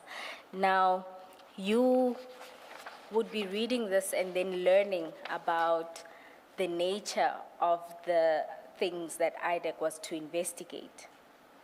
And on the face of it, some of them don't appear to fall under IDAC's mandate. I'll draw an example to the procurement of a forklift, for example. That's point 2 of the allegations. When you're reading those and you're seeing what appears to be things that on the face of it don't fall within the mandate, what goes through your mind? Commissioners, my view at the time, the presentation is not normally a detail. So the meeting would give a detail. So I honestly did not raise eyebrows with it, with the understanding that when we get to the meeting, we'll get to understand what this investigation is about. But did you then get that detail at the meeting? Yes, as I had testified earlier, Chairperson, that when the team members explained what is alleged here, it was how it was presented was that there is corruption, manipulation of processes, there is issues of gratification and so forth. So those were things that were discussed in the meeting that then said, justified why the matter was in IDAC. But also, for me, it was because the ID had authorized it. I did not question much about what is being presented would be something that does not necessarily fall within the mandate. But the issue was about the mandate itself, and as I understand it, the substance of the question by Ms. Poe is whether all these indeed fell under the mandate. And that question cannot be answered purely by the ID having authorized what was going on. The question of the mandate is a legal question answerable in terms of the statutory mandate. So I'm not sure that what you say answers that part of Ms. Bowe's question. Chair, as I'm saying that at the time, based on what was presented, that's how I understood it, that what the team members were presenting to say what it's alleged and what is being investigated would then, the offenses would then fall within the IDAC mandate. And Ms. Bowe specifically refers to the procurement of a forklift, and she suggests to you that that could not possibly have fallen under IP's mandate. You say all the questions were answered. Was that question or that issue answered? That specific issue? If my memory serves me well, commissioners. If so, how? If so, how? Because unless, for example, you are able to say there's fraud, there's corruption, or there's corruption insofar as the procurement was concerned, if there wasn't corruption in relation to that procurement, then it would have been an offense falling under IDAC's mandate insofar as there is provision for certain specified statutory offenses, but those, at least on our interpretation thus far, those should be additional related offenses, and we interpret the additional related to be additional and related to the other offenses specified as falling under IDAC's mandate. So Ms. Bowe is suggesting to you that the procurement of the forklift could not possibly have fallen under IP's mandate. Commissioners, as I remember what was presented at the time, the issue of the forklifts, it was not one forklift, what I remember. It was a number of forklifts. And this irregular procurement was alleged to have cost the SAPS millions. So it's not the amount that would make an offense fall under IP's mandate. It's its nature in terms of what the Act provides for. It's not the magnitude of the amount involved. Commissioners, my understanding... Or don't you agree? My understanding at the time was that... Don't you agree? Don't you agree to the proposition I've just made? That it's not just the magnitude of the amount involved, because that's what you said in response to my last question. Commissioners, how I understood it is that it falls within the mandate in the context of financial, a financial offense as provided for in the Act, and also the fact that the amounts involved also.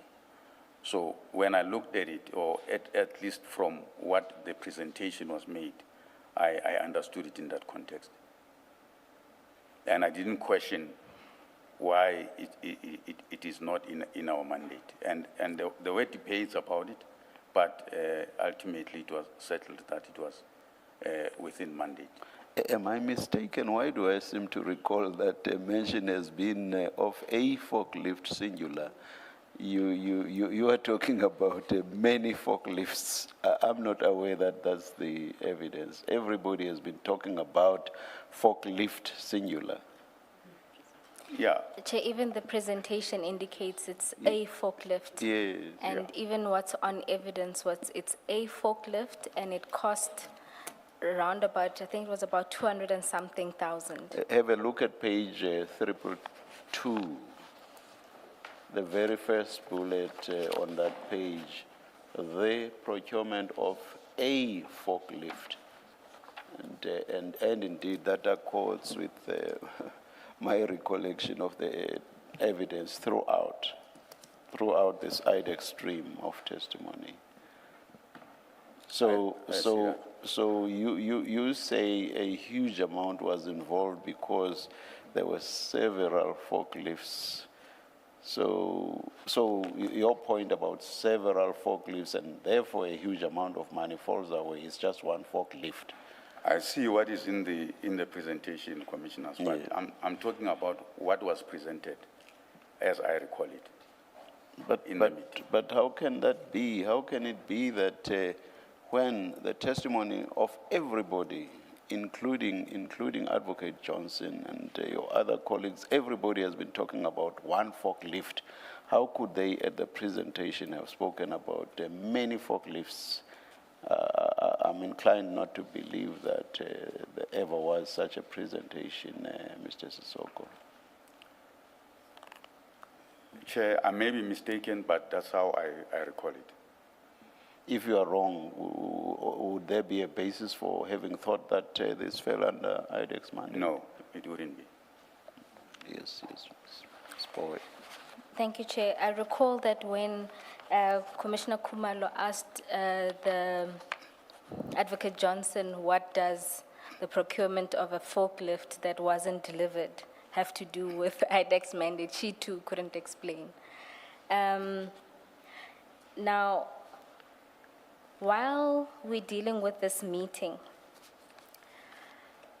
let's leave aside the aspects of the 27 referral.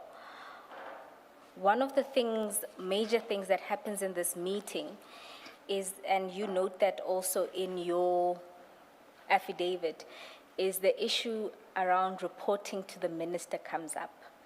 And in particular, the ID indicates that she would do so through the Office of the Chief of Staff, Mr. Nkabinde. Is that correct? That's correct.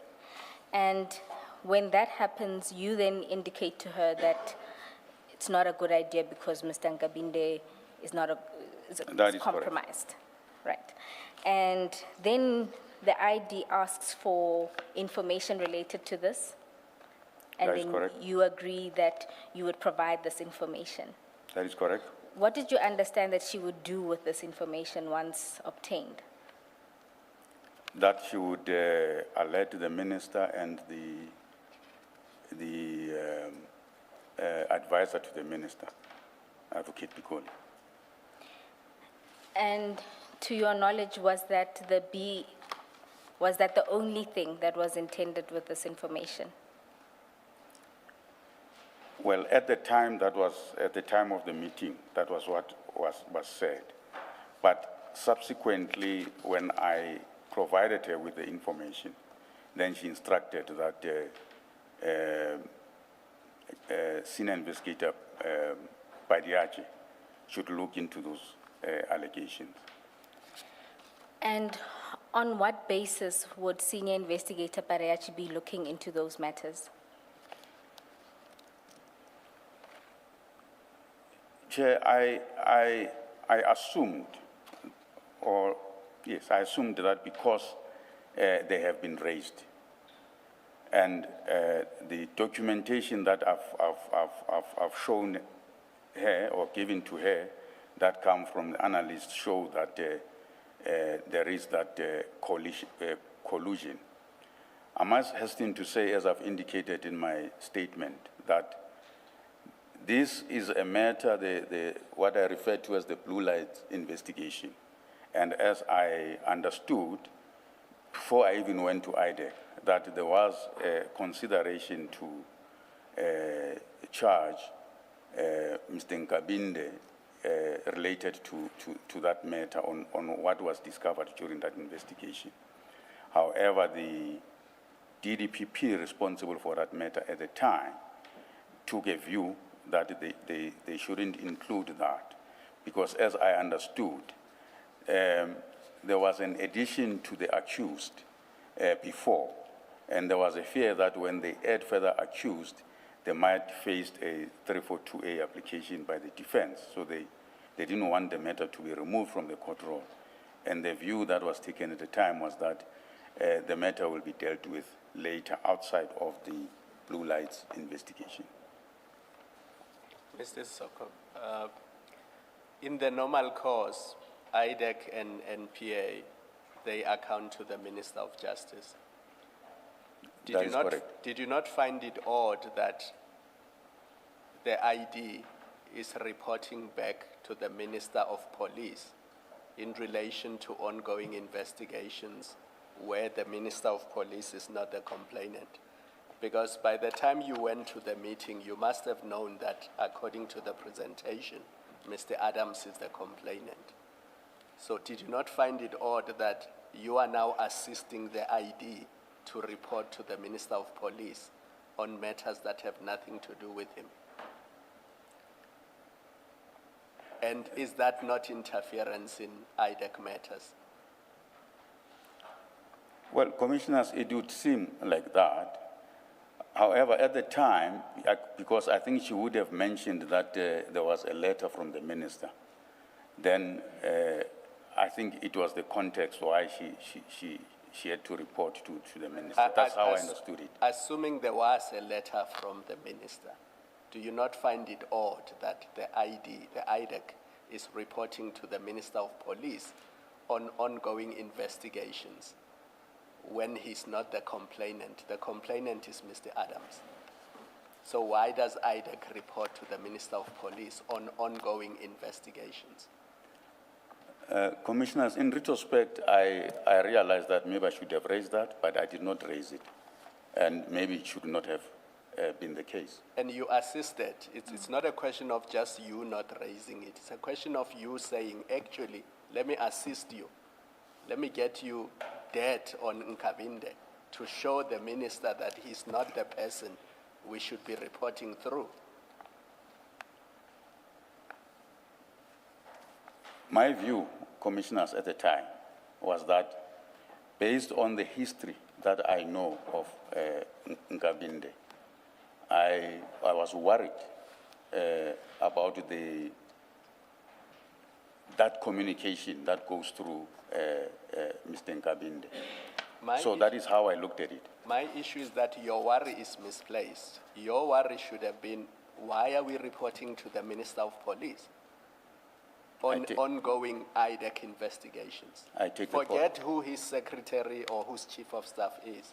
We should not be reporting to the Minister of Police on ongoing investigations where he's not even the complainant. The complainant is Mr. Adams. I take the point, Commissioner. What you did is you opened a line of investigation in relation to Mr. Nkabinde, which you later complain about, and you say you subsequently learned that a 41-6 or a 28-13, I can't remember which is which, has been authorized in relation to the leak to Mr. Nkabinde. I'm not sure I understand. The investigation to find out what cases Mr. Nkabinde is involved in, and that report which you attached to your statement, you came up with that because you said you don't trust Mr. Nkabinde, he's dishonest. The ID then said to you, find information for me, which you then did and you submitted to her. That is correct. And as a result of that, somebody told Mr. Nkabinde, we don't know who, that IDAC is investigating him. That is correct. The domino effect of that is that the 41-6 in relation to one of your colleagues was then authorized, which you say is unlawful. That is correct. Yes. So you set it in motion. Yes, in a way, it appears like that, yes.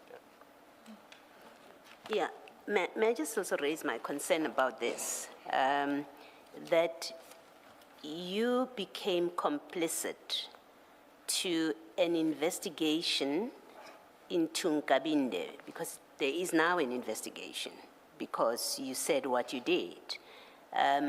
But you participate in that investigation because you go and find information on something that you volunteered. You're the one that volunteers it.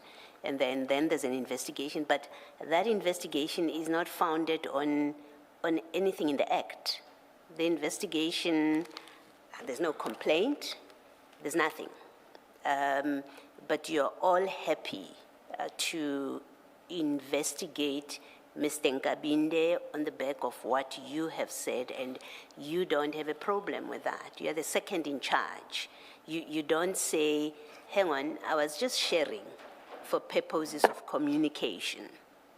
Because if that's all you were doing, as a rule, as the one who holds the rules and who should be holding your people, your investigators, to your manual and to your rules, you in fact become complicit in an investigation into Mr. Nkabinde. And from where I'm sitting, it's no different from what Mr. Perumal has been doing, which is conducting investigations or participating in investigations that do not comply with your manual, that actually do not have a basis in your act. Because this which you are now investigating about Mr. Nkabinde, it doesn't arise from the act.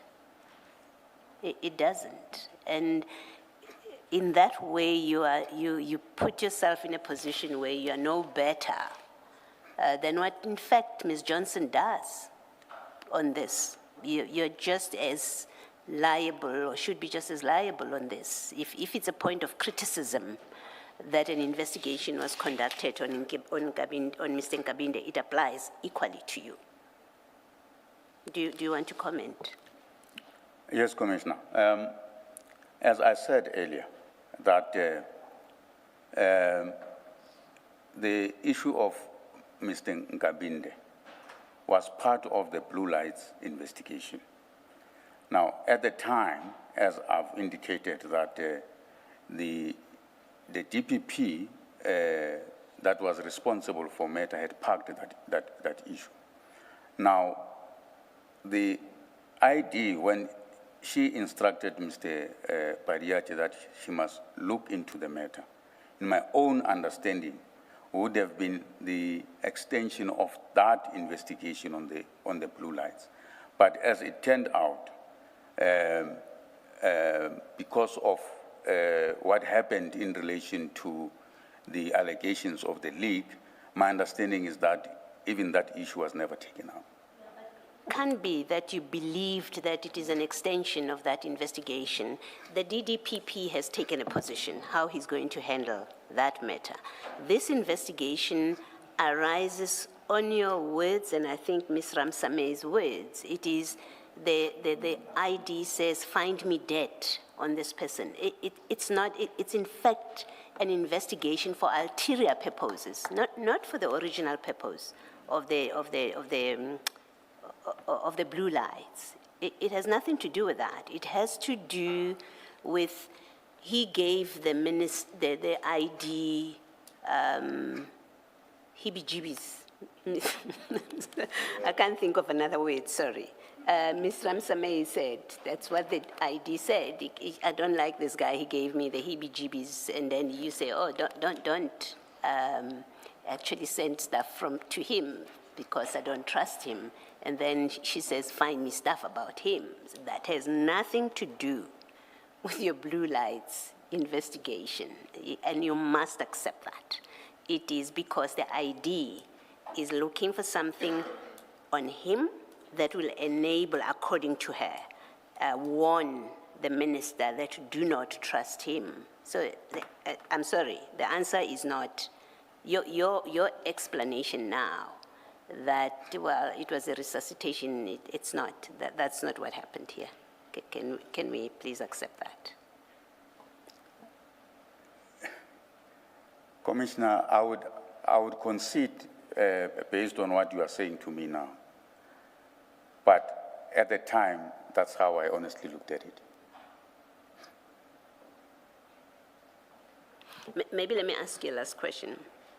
At this point, what was the nature of your relationship with the ID that hopefully provides an explanation of your posture when she's doing clearly things that are wrong? Because it is wrong, this investigation. And that's not me saying there was no merit in the blue lights thing that you've decided to park against him. I'm talking about here what I say the motive had nothing to do with the blue lights, had with how she claims he made her feel, but also now she wants to warn the minister. For you not to say to the ID, no, that's wrong. Thank you. And then just on the last thing on this point, I just want us to go back to Ms. Ramsami's affidavit at page 252.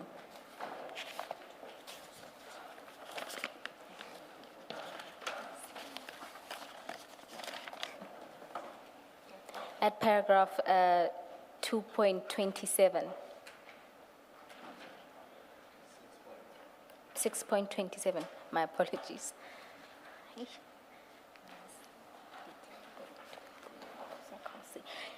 You will see there that Ms. Ramsamy gives a recollection of all the things that transpired and who then was assigned to do what in relation to this Nkabinde matter. You'll see she starts by saying that you began explaining the IPID history of Nkabinde and all the events leading to Nkabinde's resignation. Said Mr. Sesoko further indicated there was a case where transcripts were available from Nkabinde's time in IPID and asked Rapesu about this and to share it with all of us. He also asked Rapesu about a case, I cannot recall the exact acronym, KMP or KGP. Rapesu then replied that he would send same. And these are matters that were during your time at IPID. Is that correct? Yes, that's correct. And it seems unrelated to the blue lights. Yes. All right. So those are the first set of documents you were going to provide to Advocate Johnson. No, the documents that I was going to provide was what came from the data analyst. Yes, that comes up later. So this Yes. one, you had asked Rapesu about this and that he must share those transcripts with everyone. Yes, that was in relation to the KJP matter where there was a credibility finding against Nkabinde. Yes. So what I want to show you is that it was not only that Mr. White report, there was more that was shared about Mr. Nkabinde. So that's the first, it's the transcript.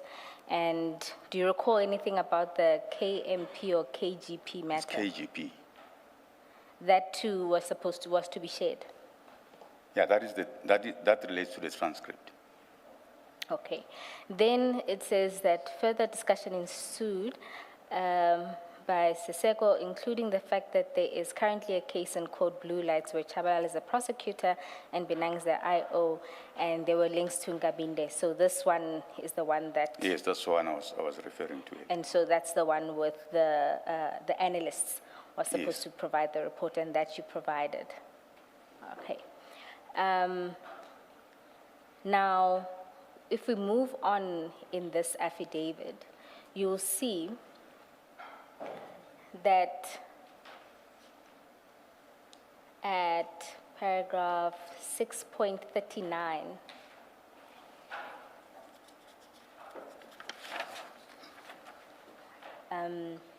Ms. Ramsamy explains that on the same day, Sesoko contacted me telephonically indicating that he was on his way to the office and wanted to see me.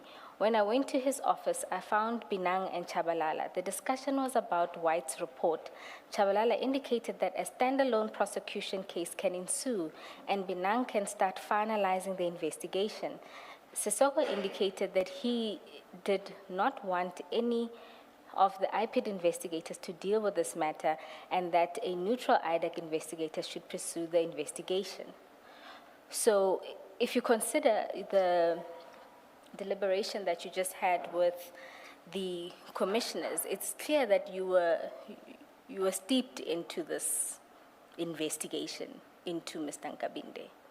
Yes, for And you me, were having meetings to see how you can then further it. yes, for me, was the issue of furthering what had been parked in relation to the Blue Lights matter. But you are not furthering it because it was parked in the Blue Lights matter.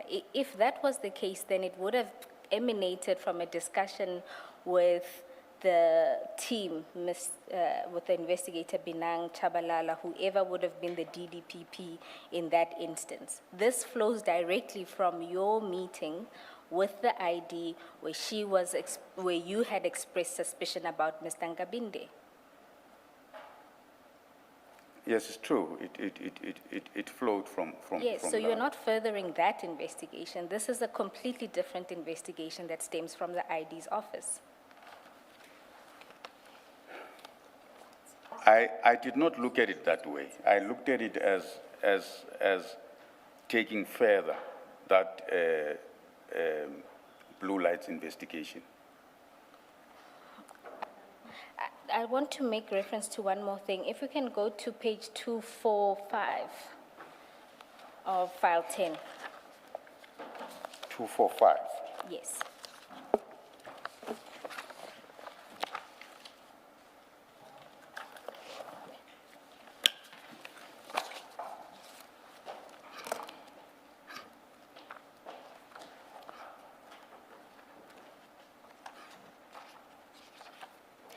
You'll see there, it's WhatsApp exchanges.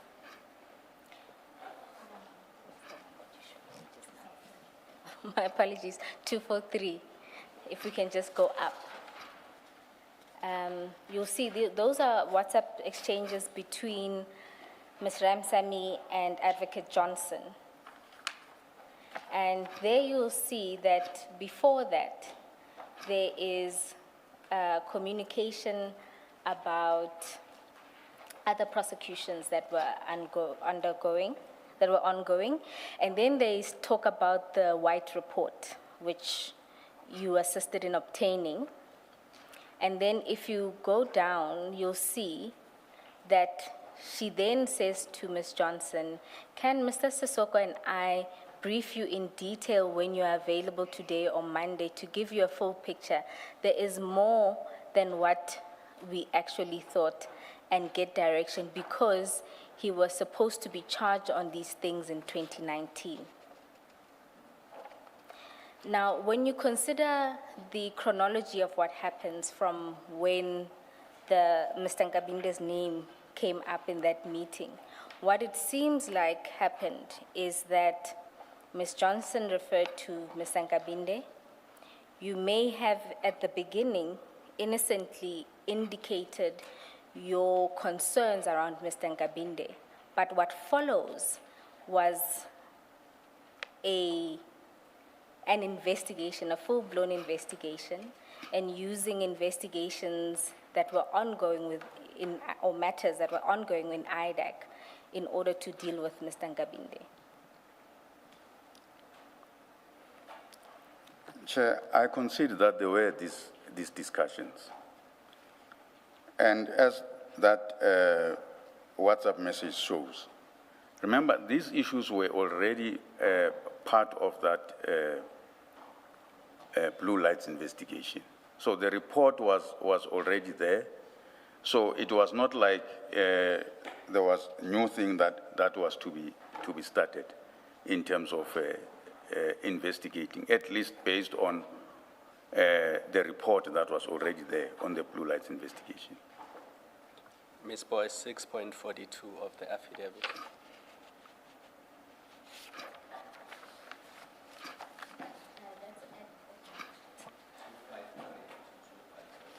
Thank you. Let's go to 6.42, where Ms. Ramsamy says, Sesoko proceeded to explain to the ID and Paramore the links as Sorry, per 42.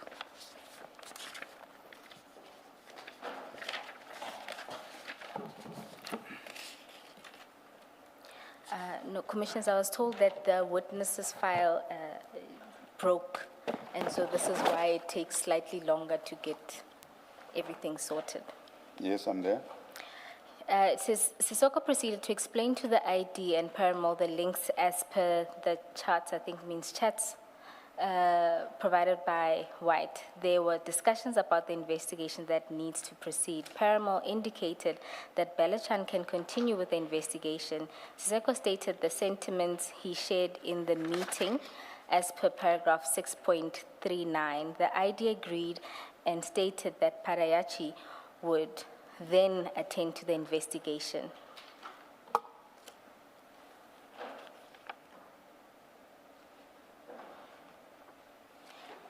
Can you see that? I see that. Your involvement continues after this as well. If you look at what happens at paragraph 6.44, on 30th January 2025, Sesoko contacted me regarding the authorization documents for the Nkabinde matter. I sent the ID a WhatsApp asking if that authorization should be done in terms of which form of authorization.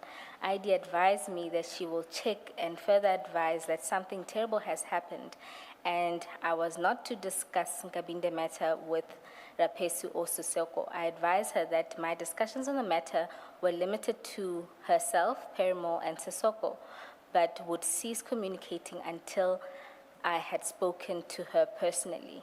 Now, what you'll note there is there's a communication there about authorizations and how those would be done. Now, if this was an extension of an ongoing investigation, wouldn't it be simply an authorization in terms of that existing authorization? Yes, that's what it's supposed to be, and that's how at least I understood it at the time. But I see that she was asking about authorization. In fact, he's saying you were asking about the authorization document on the Nkabinde matter. So it couldn't have been an extension of those existing matters. I cannot recall asking for authorization. I don't think I would have asked for authorization when I knew that the Blue Lights matter has been authorized. Thank you. And then I just want to put one more thing to you.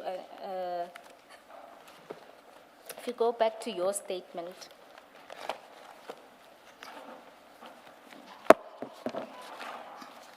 And my apologies, not even your statement, annexure MS7.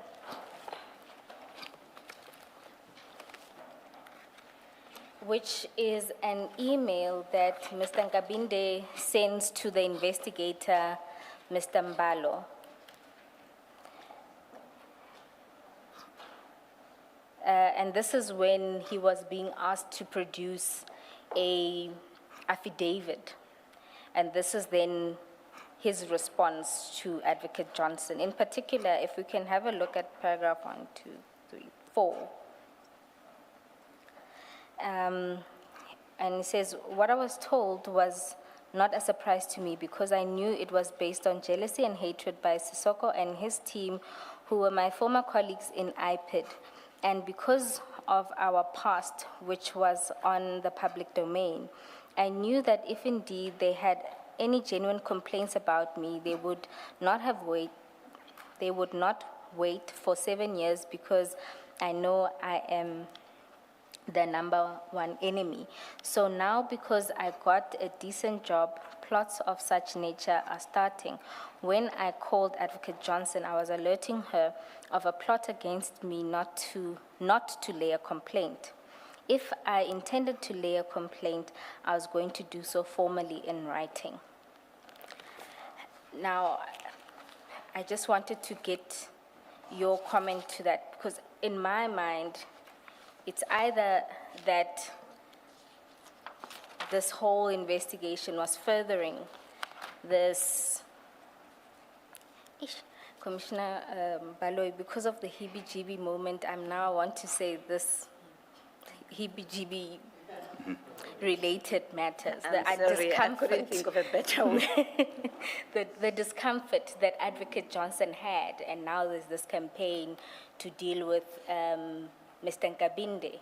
Alternatively, could it be what Mr. Nkabinde says about your relationship with him? So I just want to put it to you to respond, because he says he thinks this campaign is because of your history with each other. Commissioners, it's true that we have history with Nkabinde, and I'm the one who removed him from an investigation team after we had found that he was colluding with suspects in our investigation. So it's understandable that from his point of view, he thinks that I had an agenda, or I wanted to get back at him for some reason. But I never had that kind of an agenda for him. For me, it has always been that because of what I knew and his involvement in criminality, he had to be held accountable for it. That is all what was in my mind at all given time. Thank you. Then I want to deal with another aspect that emerged from this meeting, and this is a tasking that was given to you in relation to meeting with the IGI. Do you remember that? Maybe Yes, just to yes. show you where that emanates from, if we can go to, we'll display it because I don't recall asking that file 11 be brought, but we'll just display it on the screen. And then it's also in the supplementary statement at paragraph 16. Ms. Ramsamy is supplementary.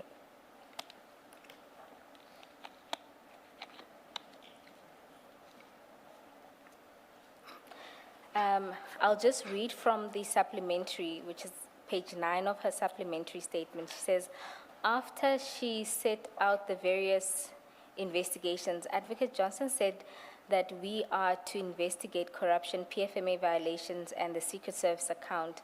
Mr. Sesoko was tasked with arranging a meeting with the IGI, which did occur. Right. And now this is in relation now to Project Diversion, is it not?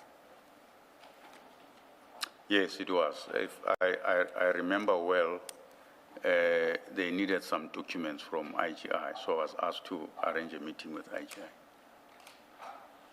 And I think what I want to say with this is that it speaks to your involvement. So it's not that you're there passively, is that you are now being involved in this matter. Can you see that? I see that. What documents were being requested? Or do you recall? From my recollection was that the IGI would have conducted some investigation, and they needed some documents in relation to that. So that meeting was about that, but the IGI indicated that they cannot provide that information. Excuse me, the IGI didn't provide it. They cannot provide that information. And was it only related to that? Because if I recall correctly, Ms. Ramsamy said she was also part of this meeting. Was it only about the documents? That's how I recall it. All right, thank you. Now, the next aspect I wanted to deal with.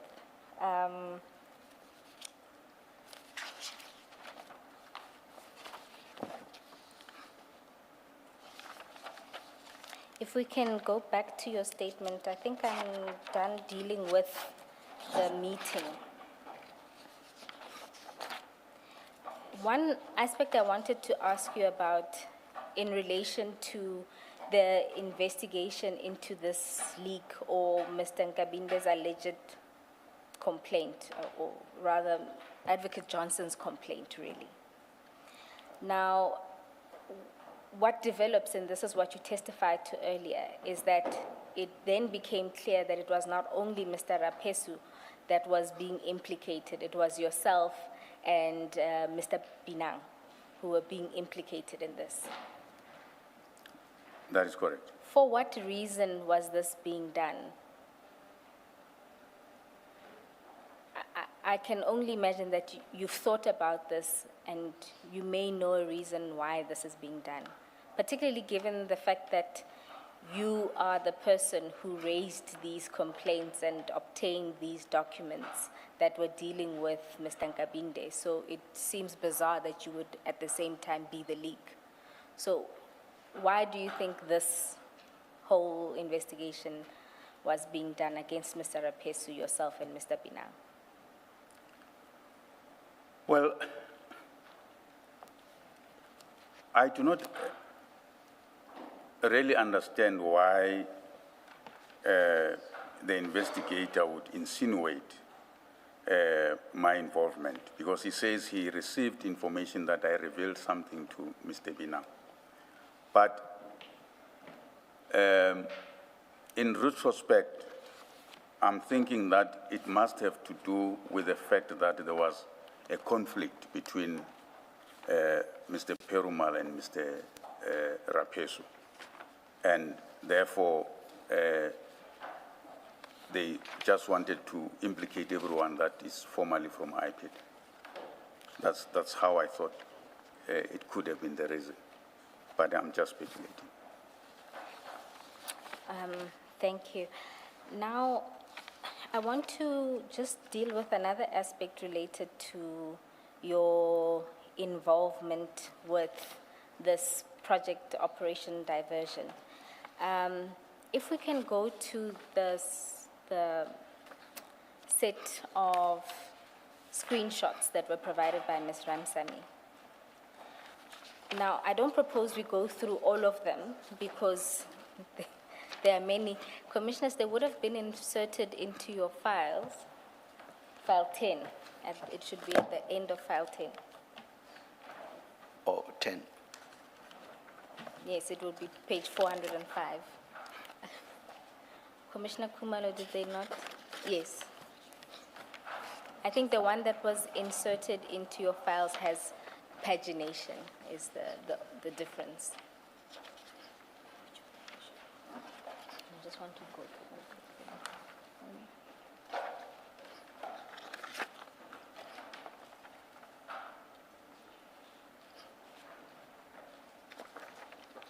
You said we go to page 4 what? 405. 405, thank you. And my file is also about to break. Chair, maybe it's a sign we must stop. Yes, Ms. Bowe.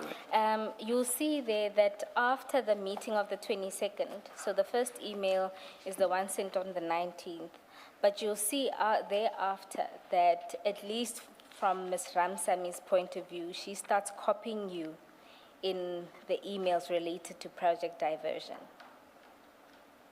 You see that?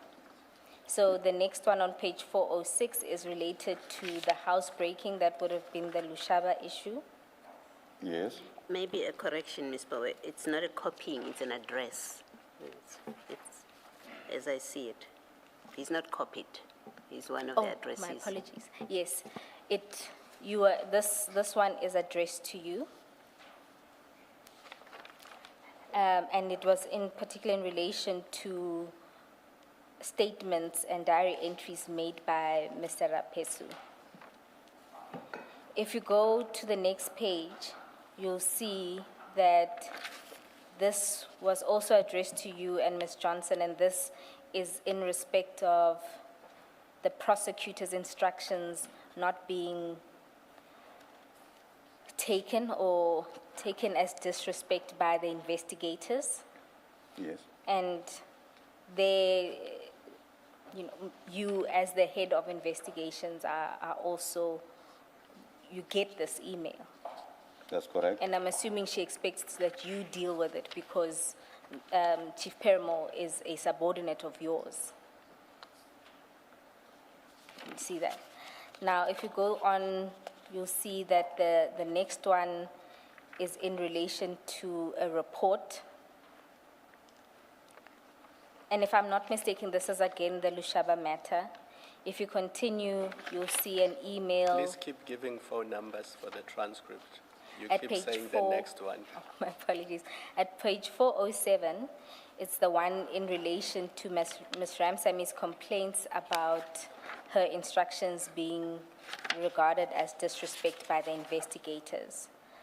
At page 408 is a report that comes from Mr. Rapesu. And there you were copied. And this, as I understand, was in relation to the Lushaba matter, where he had done a preliminary report. Then at page 409, you were also copied in an email to Advocate Johnson related to the SAPS Tembisa hospital tender.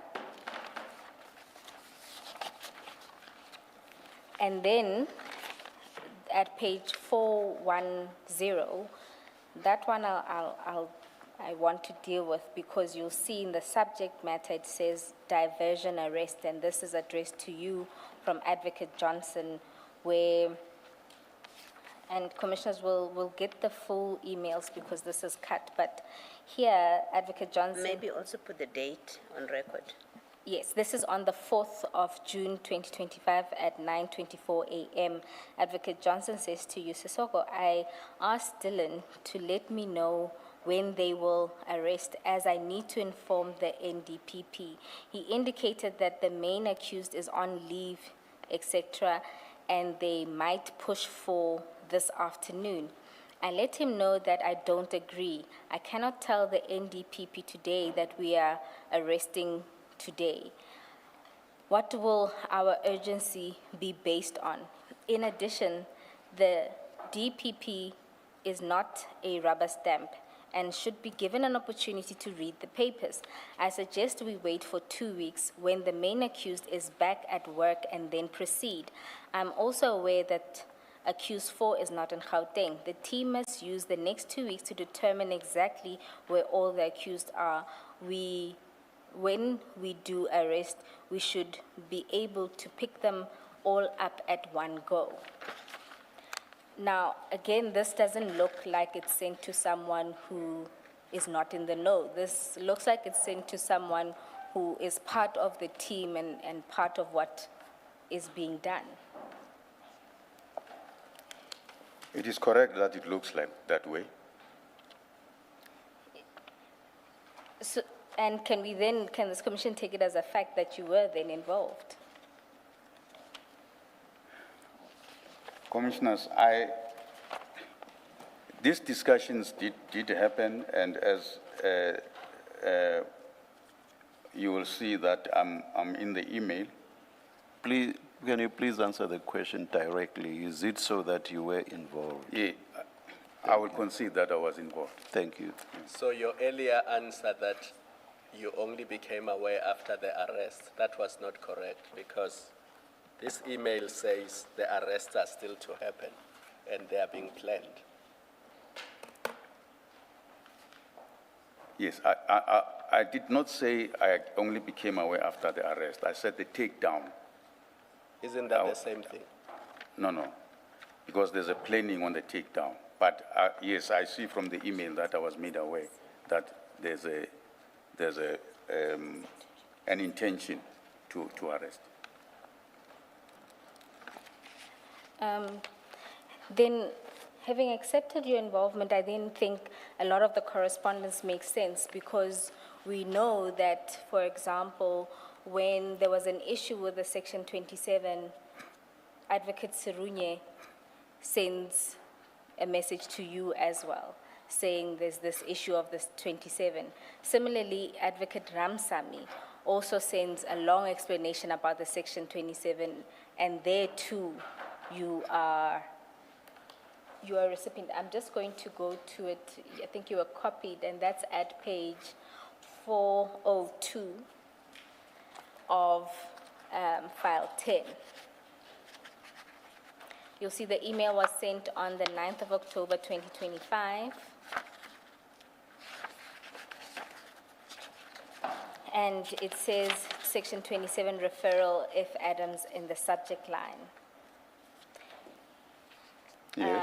And you'll see there she does a long explanation about her account of what happened with the section 27 referral. And in particular, I want to draw your attention to 1.4, where she says, on the 10th of June 2025 in your office where a meeting was held with myself, Mr. Sesoko, Mr. Perimo, Mr. Padiachi, Mr. Mlambo, and Mr. Charles, I indicated that we needed the documents in the folder. At that point, we were all packing to move offices. You indicated I should text you the following day and that you would look for it through the many boxes. And this was this for the arrest? Because this happens around the time that you were planning and discussing the arrest under Operation Diversion.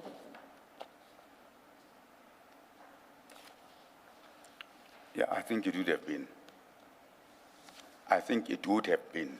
Okay, again, it just speaks to involvement. I think now that we know that you were involved, we can move past this, and there's one For other 112, aspect. maybe? For 112? 112. Oh.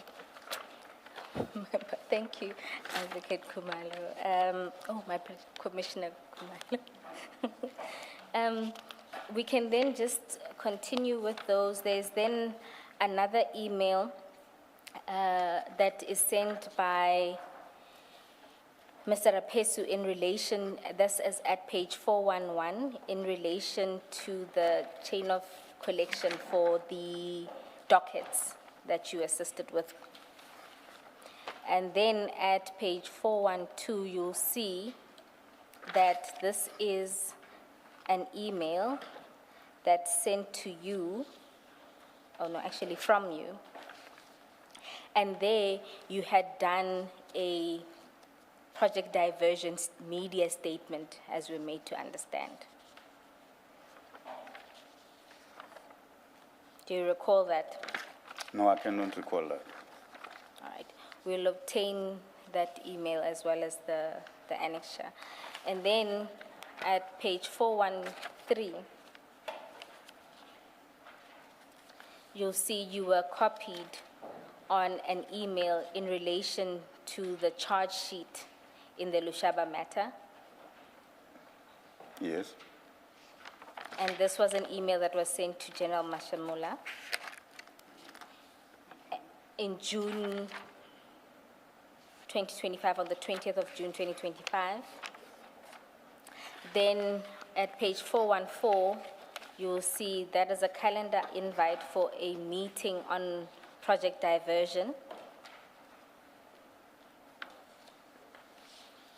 And you were one of the participants. At 415, my apologies, let me just place the date on record. This 24 July at 7:05 a.m. At page 415, you were copied on an email regarding leg 1 of project diversion, which was the Lushaba matter. And this email was on 16 October 2025. At 416, there was a meeting request for further particulars in one of the cases. And again, here I'm not sure if you were copied or if it was sent to you, but you were part of that email chain. And that was on 22 October 2025 at page 417. You'll see that was an email with the subject line diversion case 1 and 2. This would have been Lushaba and the Khumalo matters. And there you were copied on an email dated January 27, 2026. And then on page 418, this is a 28 affidavit. This is division leg 1, diversion leg 1, and this was related to the Lushaba matter, and this email was on the 28th of January 2026. This is not the sum total. I had just requested Advocate Ramsamy to provide me the correspondence that was shared amongst the team, including yourself, on these matters since the meeting of the 22nd of January. From all this, it appears that you were involved throughout. That is correct, Chief. Some emails were sent to you directly. On others, you were copied. And besides just emails being sent to you, some of these say there were requests for meetings. You yourself have said that you did attend meetings. That is correct. And then also and crucially, you have also accepted that you would attend to what I may loosely call logistical matters. You would personally pursue those, make requests to, let me say, people outside of IDAC, make requests, get information that was required for purposes of these investigations. So all of that paints a picture of you being fully involved. You accept that? I accept it. Yeah. Yes, yes, Ms. Bowen. And then one other thing I want to quickly touch on is if we go to file 11, I know you don't have it, so I'm going to ask you to look at your screens. And you will recall that these are notes from Ms. Ramsamy where she was telling us about one of the contents of a meeting which happened on it's the same meeting on the 22nd of January. And in that meeting, one of the things that was discussed was essentially a plan to and this was something that Advocate Johnson said, a plan to catch out the National Commissioner. And the idea was that they wouldn't tell the National Commissioner about investigation. He would then be summoned to Parliament to account, and then he would lie, and then he would be caught out. And this plan was discussed at this very meeting where you attended. I don't know if you recall that plan. I don't recall any discussion about such a plan. You were in the meeting. I'm not sure on which What is date. the date of the- 22 January. It's the meeting of the 22 22 January, January. yes, where the presentation was made. I honestly don't recall that discussion about the setting up of the NASCOM. And you'll see it happens just before there's a discussion about that IGI meeting that you were to facilitate. I see that. Mr. Soko, it is of sufficient gravity and importance that if you were at that meeting, I would expect you to remember. I don't think it's every day unless you are telling us that you sat in meetings where every day this topic about setting up the National Commissioner came up. Then I would understand, well, it's one of many meetings and we can't pin you down to the 22nd of January. If it's a once-off discussion, it's of sufficient seriousness that I don't understand that you don't remember. If you were in that meeting and you've told us you participated in that meeting. You can comment if you want to. Commissioners, I understand where the commissioner is coming from, but I honestly don't remember that conversation.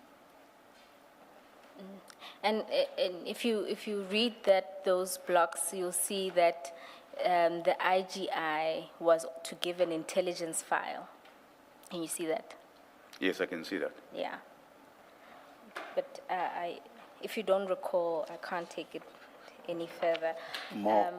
Perhaps more accurately, if you say you don't recall, Yes, if you. then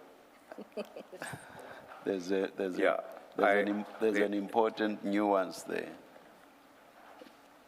Yes, Mrs. No, Soko. I was talking about the NASCOM one. The IGI one, I did indicate that, yes, there was a request for me to arrange that meeting. Yes.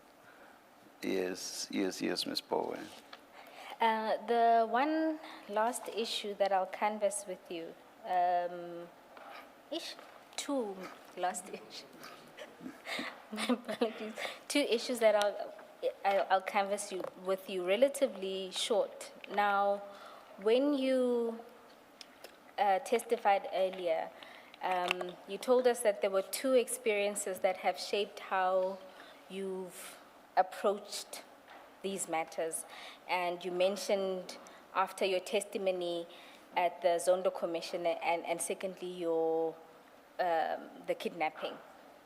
Now, the kidnapping happens after a lot of this has happened. So I'll focus on the victimization, right? That you want us to have regard to the victimization that happens at IPID, right? Now, was your view that if you were to say something about what was happening at IDAC, you would be victimized? And if the answer is yes, by who? Commissioners, how I viewed this whole matter at the time was that based on my experience and what I went through, sometimes standing up to things that are wrong, you end up being a victim yourself. And I know that may not be satisfactory, but at that time, I took a view that when the ID takes a particular decision, I fall in with it. And that's what I did. The problem with that is if you want to be a leader, which you are, you should not put up your hand to be appointed as a leader. If that's your attitude, you just should not put up your hand to be a leader. In fact, standing up to authority may even be expected of officials who are by far junior to you. So with you, it's worse. And I accept that, Chair. Yeah. Chair, the last aspect that I wanted to canvass is in relation to an incident that happens around the 24th of July, 2026. I just want to preface and say the reason why I make mistake with numbers is I have numeric dyslexia. So I see something, but I read something else. So this is 24 July 2026. And this was after a staff meeting. And Ms. Ramsamy wasn't there, and you then spoke to Ms. Ramsamy. Do you recall that? In particular, she was wondering what she had done. Do you recall that?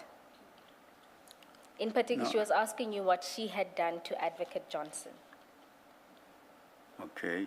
and Investigator Paramore. Do you recall that incident? I had a lot of conversation with Ms. Ramsamy. Maybe you can remind me. Don't you want to be more direct? I can be more direct. It is. Yeah. Ms. Ramsamy, because she's not done with her testimony, I'll say she will testify that during that conversation, when she asked you what she had done to Advocate Johnson, your response was that her problem started when Ms. Ramsamy was disagreeing with Chief Paramore, and that Advocate Johnson listens to Chief Paramore.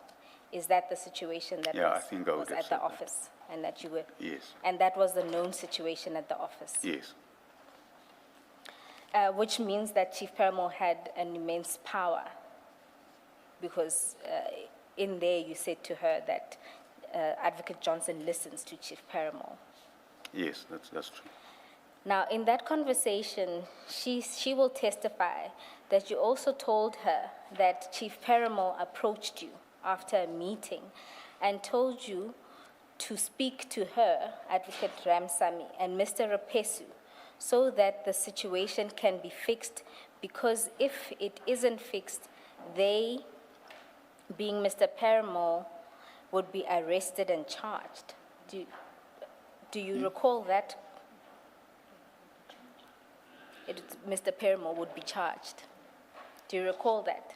Yes, there was that conversation, and yes, Chief Perumal did approach me and to say I must talk to them,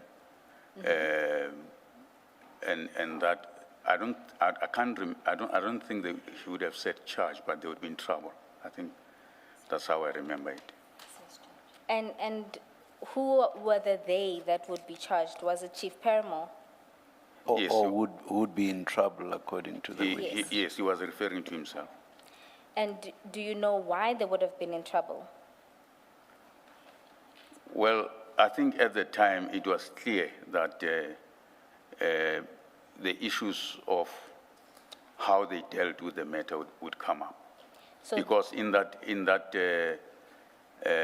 meeting, there was a file that Rapesu had, and then in that file, it would appear that they had inserted some information which was not part of the file, and Rapesu indicated in the meeting that those documents, which, if I recall, were related to the forklifts, were not part of that file, and they would have been inserted in that file.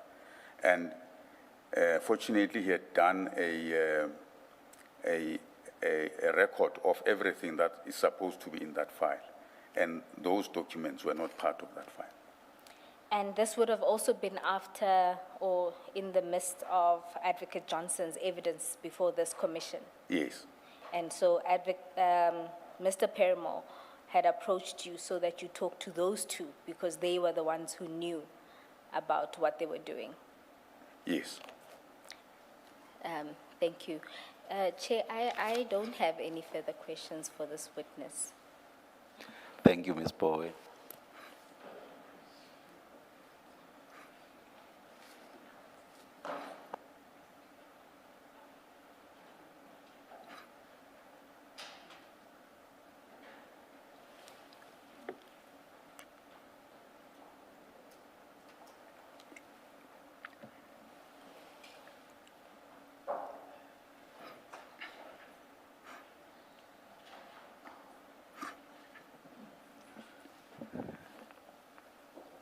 No re-examination, Mr. Ramatsekisa?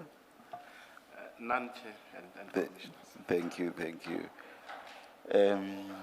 Mr. Sesoko, after a long day, you are excused, but should issues arise that require that you be recalled, that may happen. And you have heard Ms. Bowe say that Ms. Ramsamy is going to say something that relates to you or is about you. So you are excused for now, but I'm just saying we don't know now, but there may be that possibility, but you are excused. That will be in order, Chair. We are not sitting tomorrow. I had a prior commitment before there was to be any extension. The hearing of evidence would have ended on the 31st of July. So I got involved in commitments that I simply cannot get out of. So we are not sitting tomorrow. And on Monday, it's a public holiday. So we adjourn and resume at 9:30 on Tuesday. Women's Day, Chair, to be specific on that. At least you cannot accuse me of not being cognizant of that. Go to the opinion piece on the Daily Dispatch of today. You'll see that I'm very much cognizant. Let's adjourn until then.